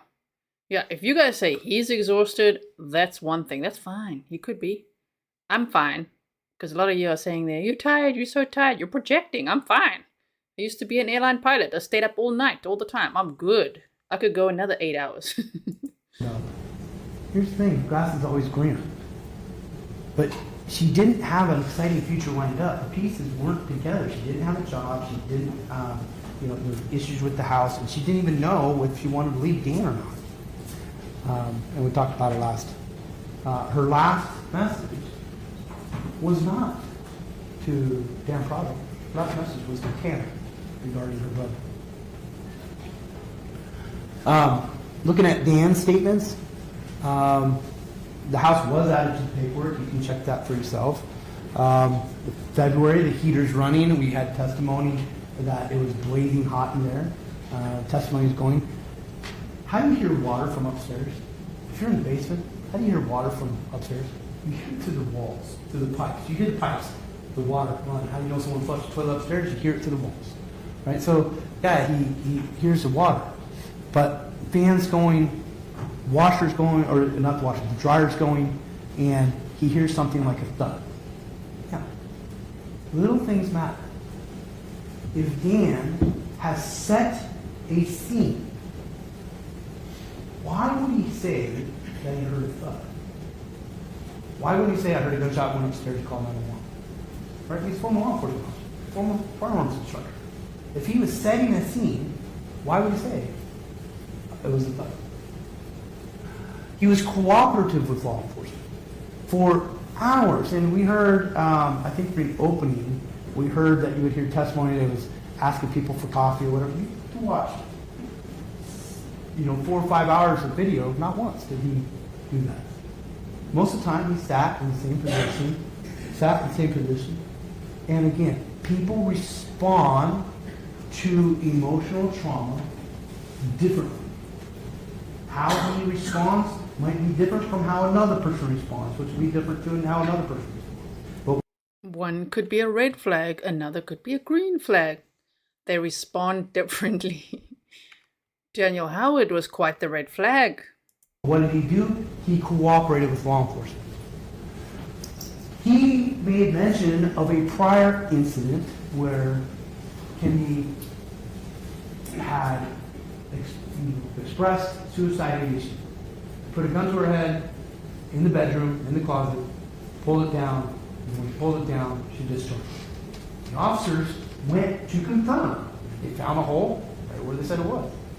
Why? Well, again, it was objective, not emotional. Said, yeah, when I was in middle school, the bullet came down. We didn't get into hearsay.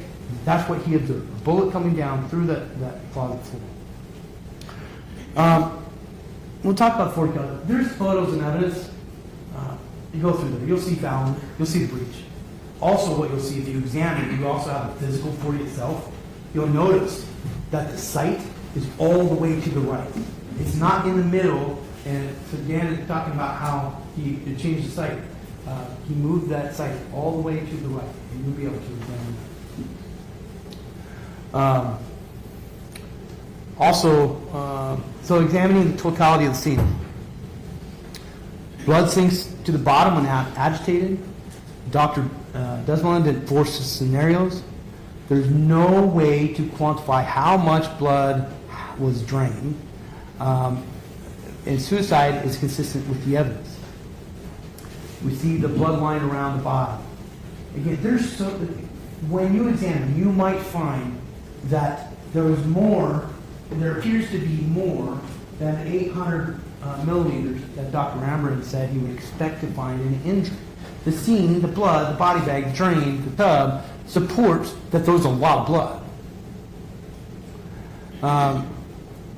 And again, the state doesn't have any evidence of how the scene was staged. And I apologize. I see what you're saying. There is a delay in this. No theory. Was she placed in the tub, then water filled up, then shot? Why isn't there more water around? The only part of water is there's a damp the bathhouse. This is really not going well. Remember at the Letitia Stout trial, those closing arguments from the defense there, remember when the defense attorney pretended to be like, okay, I could just walk out of here. He pretended to walk out. He walked to the back of the room. It's like, but I'm not gonna. That was quite interesting. This is really bad.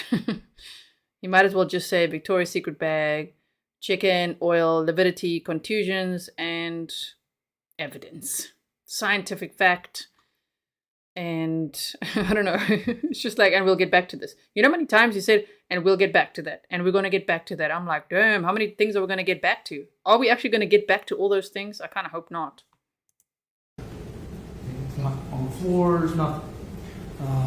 If the water was in there, then Dan certainly would have had blood on him. And again, it doesn't explain there were no gloves found, so he would have had to use his hand and scrub it and put someone else's DNA on it. So the state hasn't offered one theory on what happened.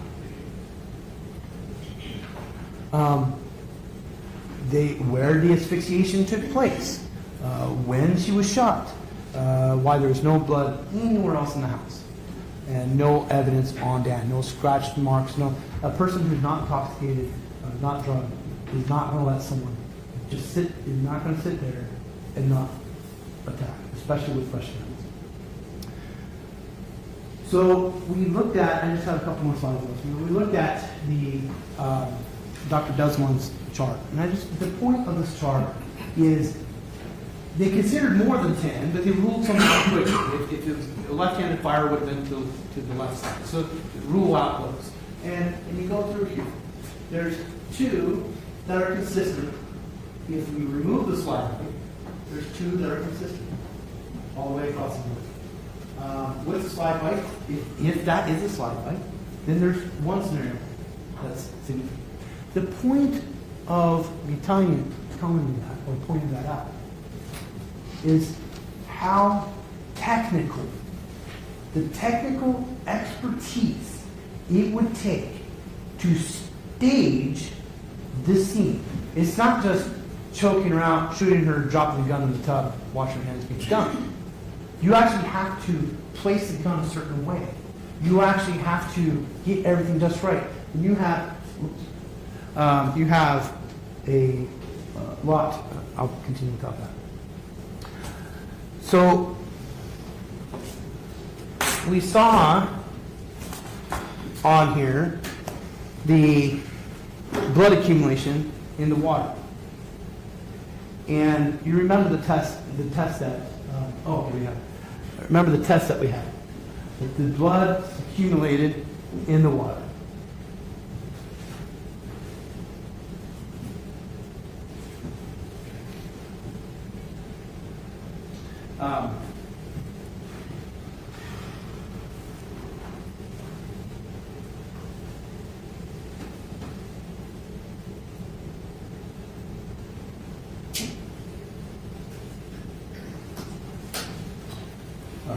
Oh dear. The blood testing in the water. When we saw that, how the water or the blood sank to the bottom. Sank to the bottom. It didn't just make it. It's not a toilet where you have a bunch of movement and agitated water as you're turning it. The water shows that the screen was literally blank for most of the time there, but okay. That it was draining. The blood pulled to the bottom and went from there. So when we get to this, I'm just going to fast forward this portion.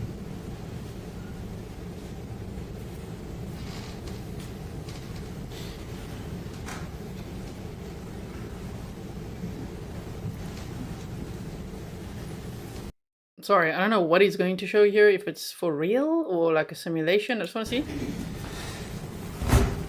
When we get to this portion,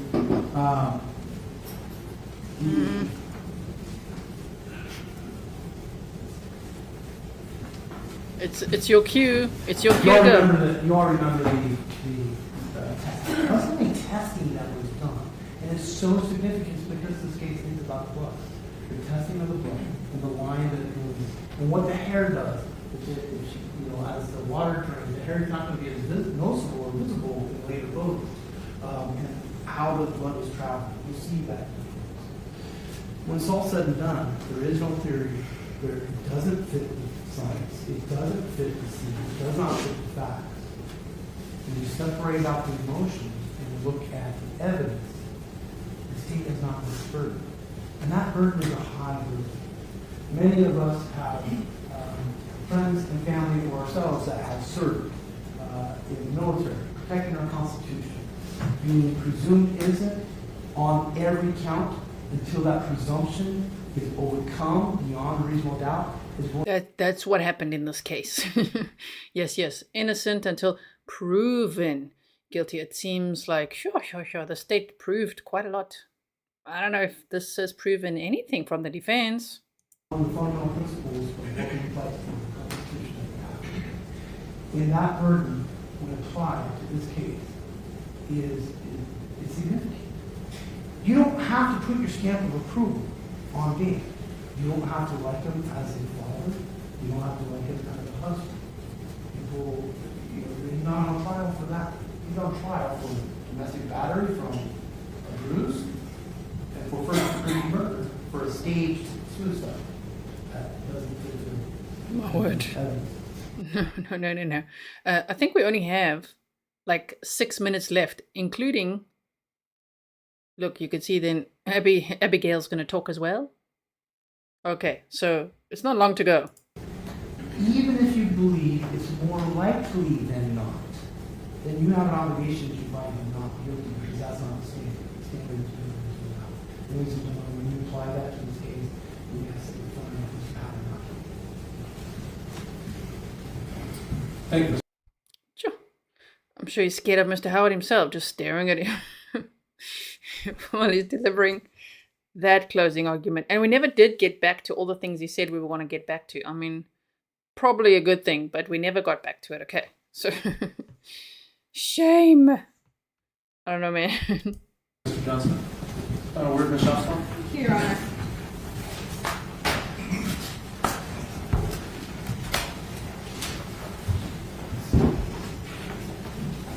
Ladies and gentlemen, at the start of the instructions, the judge told you that the arguments of attorneys are not evidence. It says Mr. Johnson can argue that this is a defensive posture. The state can argue that this is a defensive posture. Students throw hot water in your direction. Ladies and gentlemen, Mr. Johnson told you a lot of facts, and you get to go back and you get to review the facts, you have your own notes and your own memories, and you get to decide what the facts are. What you remember, what you heard, and you get to apply those to the law. Mr. Johnson, he was right about one thing.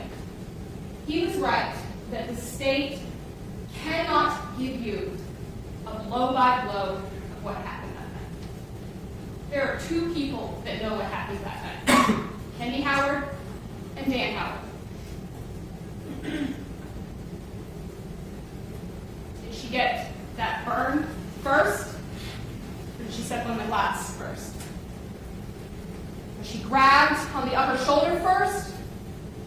Or did she get that bruise across the back of the thigh? The state cannot answer those questions for you.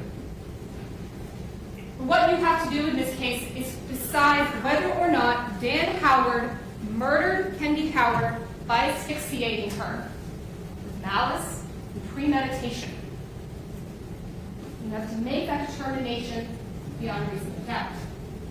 The state being unable to tell you the exact sequence of events is not reasonable doubt. And there's an instruction on reasonable doubt, Judge. Read it to you and you'll have it back there.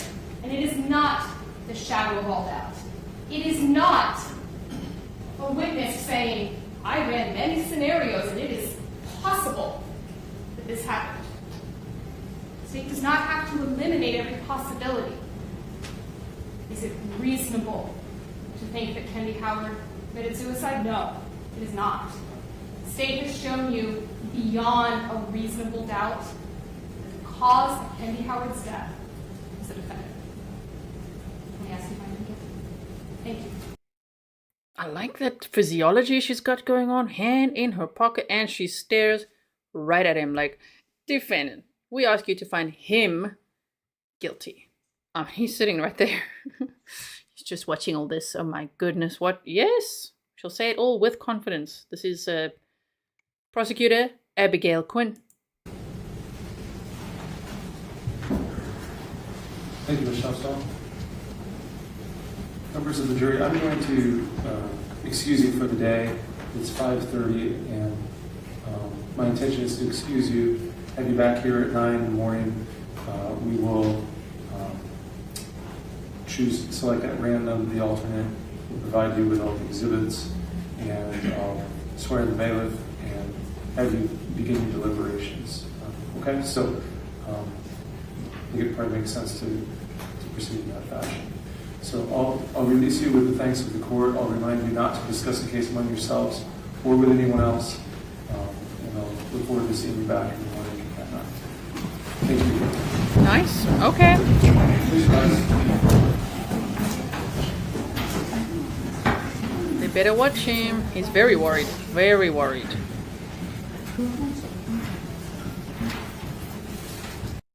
This guy is, I can't even express how worried I think he is. Look at him. Sure.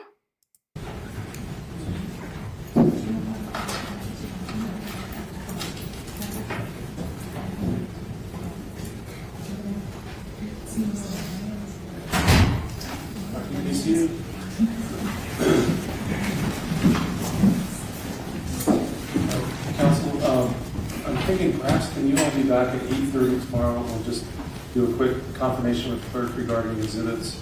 I trust the state has some ability to provide for watching of videos for the jurors. Is that right? Yes, Your Honor.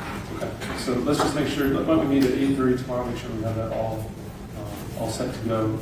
And then just as a final word, I want to commend counsel for the state, counsel for Mr. Howard for professionalism and good job dealing with your clients in this case.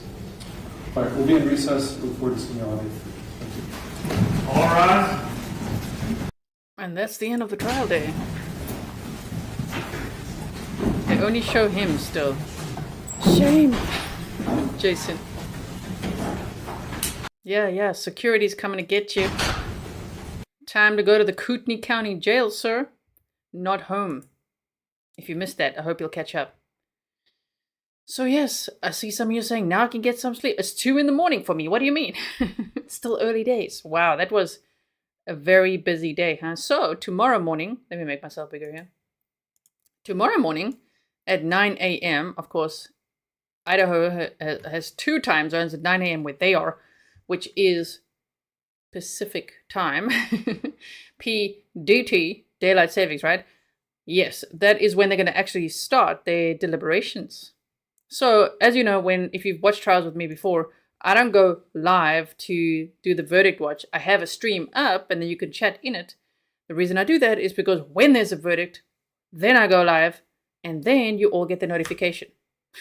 So that's what I'll be doing tomorrow. I'll be setting up, well, the stream's already set up actually, but I'll make sure that it goes public tomorrow around the time when they're going to start the cameras, and then we can all be in the chat. And just if there's any questions from the jury, I don't know if they're allowed to ask questions or not. I would assume they are. Sometimes in some states they can, sometimes no. But if they can ask questions, I'll type it in the chat. I'll put things on the community tab. And the minute that we have a verdict, we go live. And then we watch it together, okay? In those moments, if you see a verdict or a question, and I missed it, okay, because I try my best to watch everything, send it to me on email, okay? Love it when you guys email me, send me messages on X when it's verdict watch. So we'll be doing that tomorrow, okay? I'm also going to be catching up now. I'll be lurking a little bit to see what the heck happened there in Delphi. I saw a few things, some things I was like, wait, what? So we'll get to that as well. Thank you so much, everyone, for watching this day with me. Day 10, was it? Yes. Wow, those closing arguments were quite exhausting.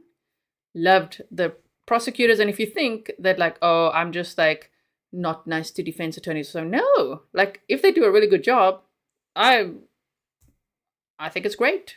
You know, if there's a fair trial and they do a good job, great. This was not great. Those closing arguments were horrendous. Okay, so thank you so much, everyone. Thank you, mods. Half of our mods are actually like in my time zone, so they also stayed up. It's not just me. It's 2 in the morning right now. So thank you so much to Stefan and Pernille and Kathleen and who else is in my time zone. Thank you to all the mods for being here, but yeah, really appreciate it. Okay, so I'm going to go now. And please leave your comments below. I want to hear what you think. And I'll see you tomorrow. Bye, everyone. And may there be justice for Kendy. I think they will. And may Dan Howard enjoy his... How many nights has he been there now? Few nights. May he enjoy tonight in the Kootenai County Jail. They better watch him, though. They better watch him. Okay, bye, everyone.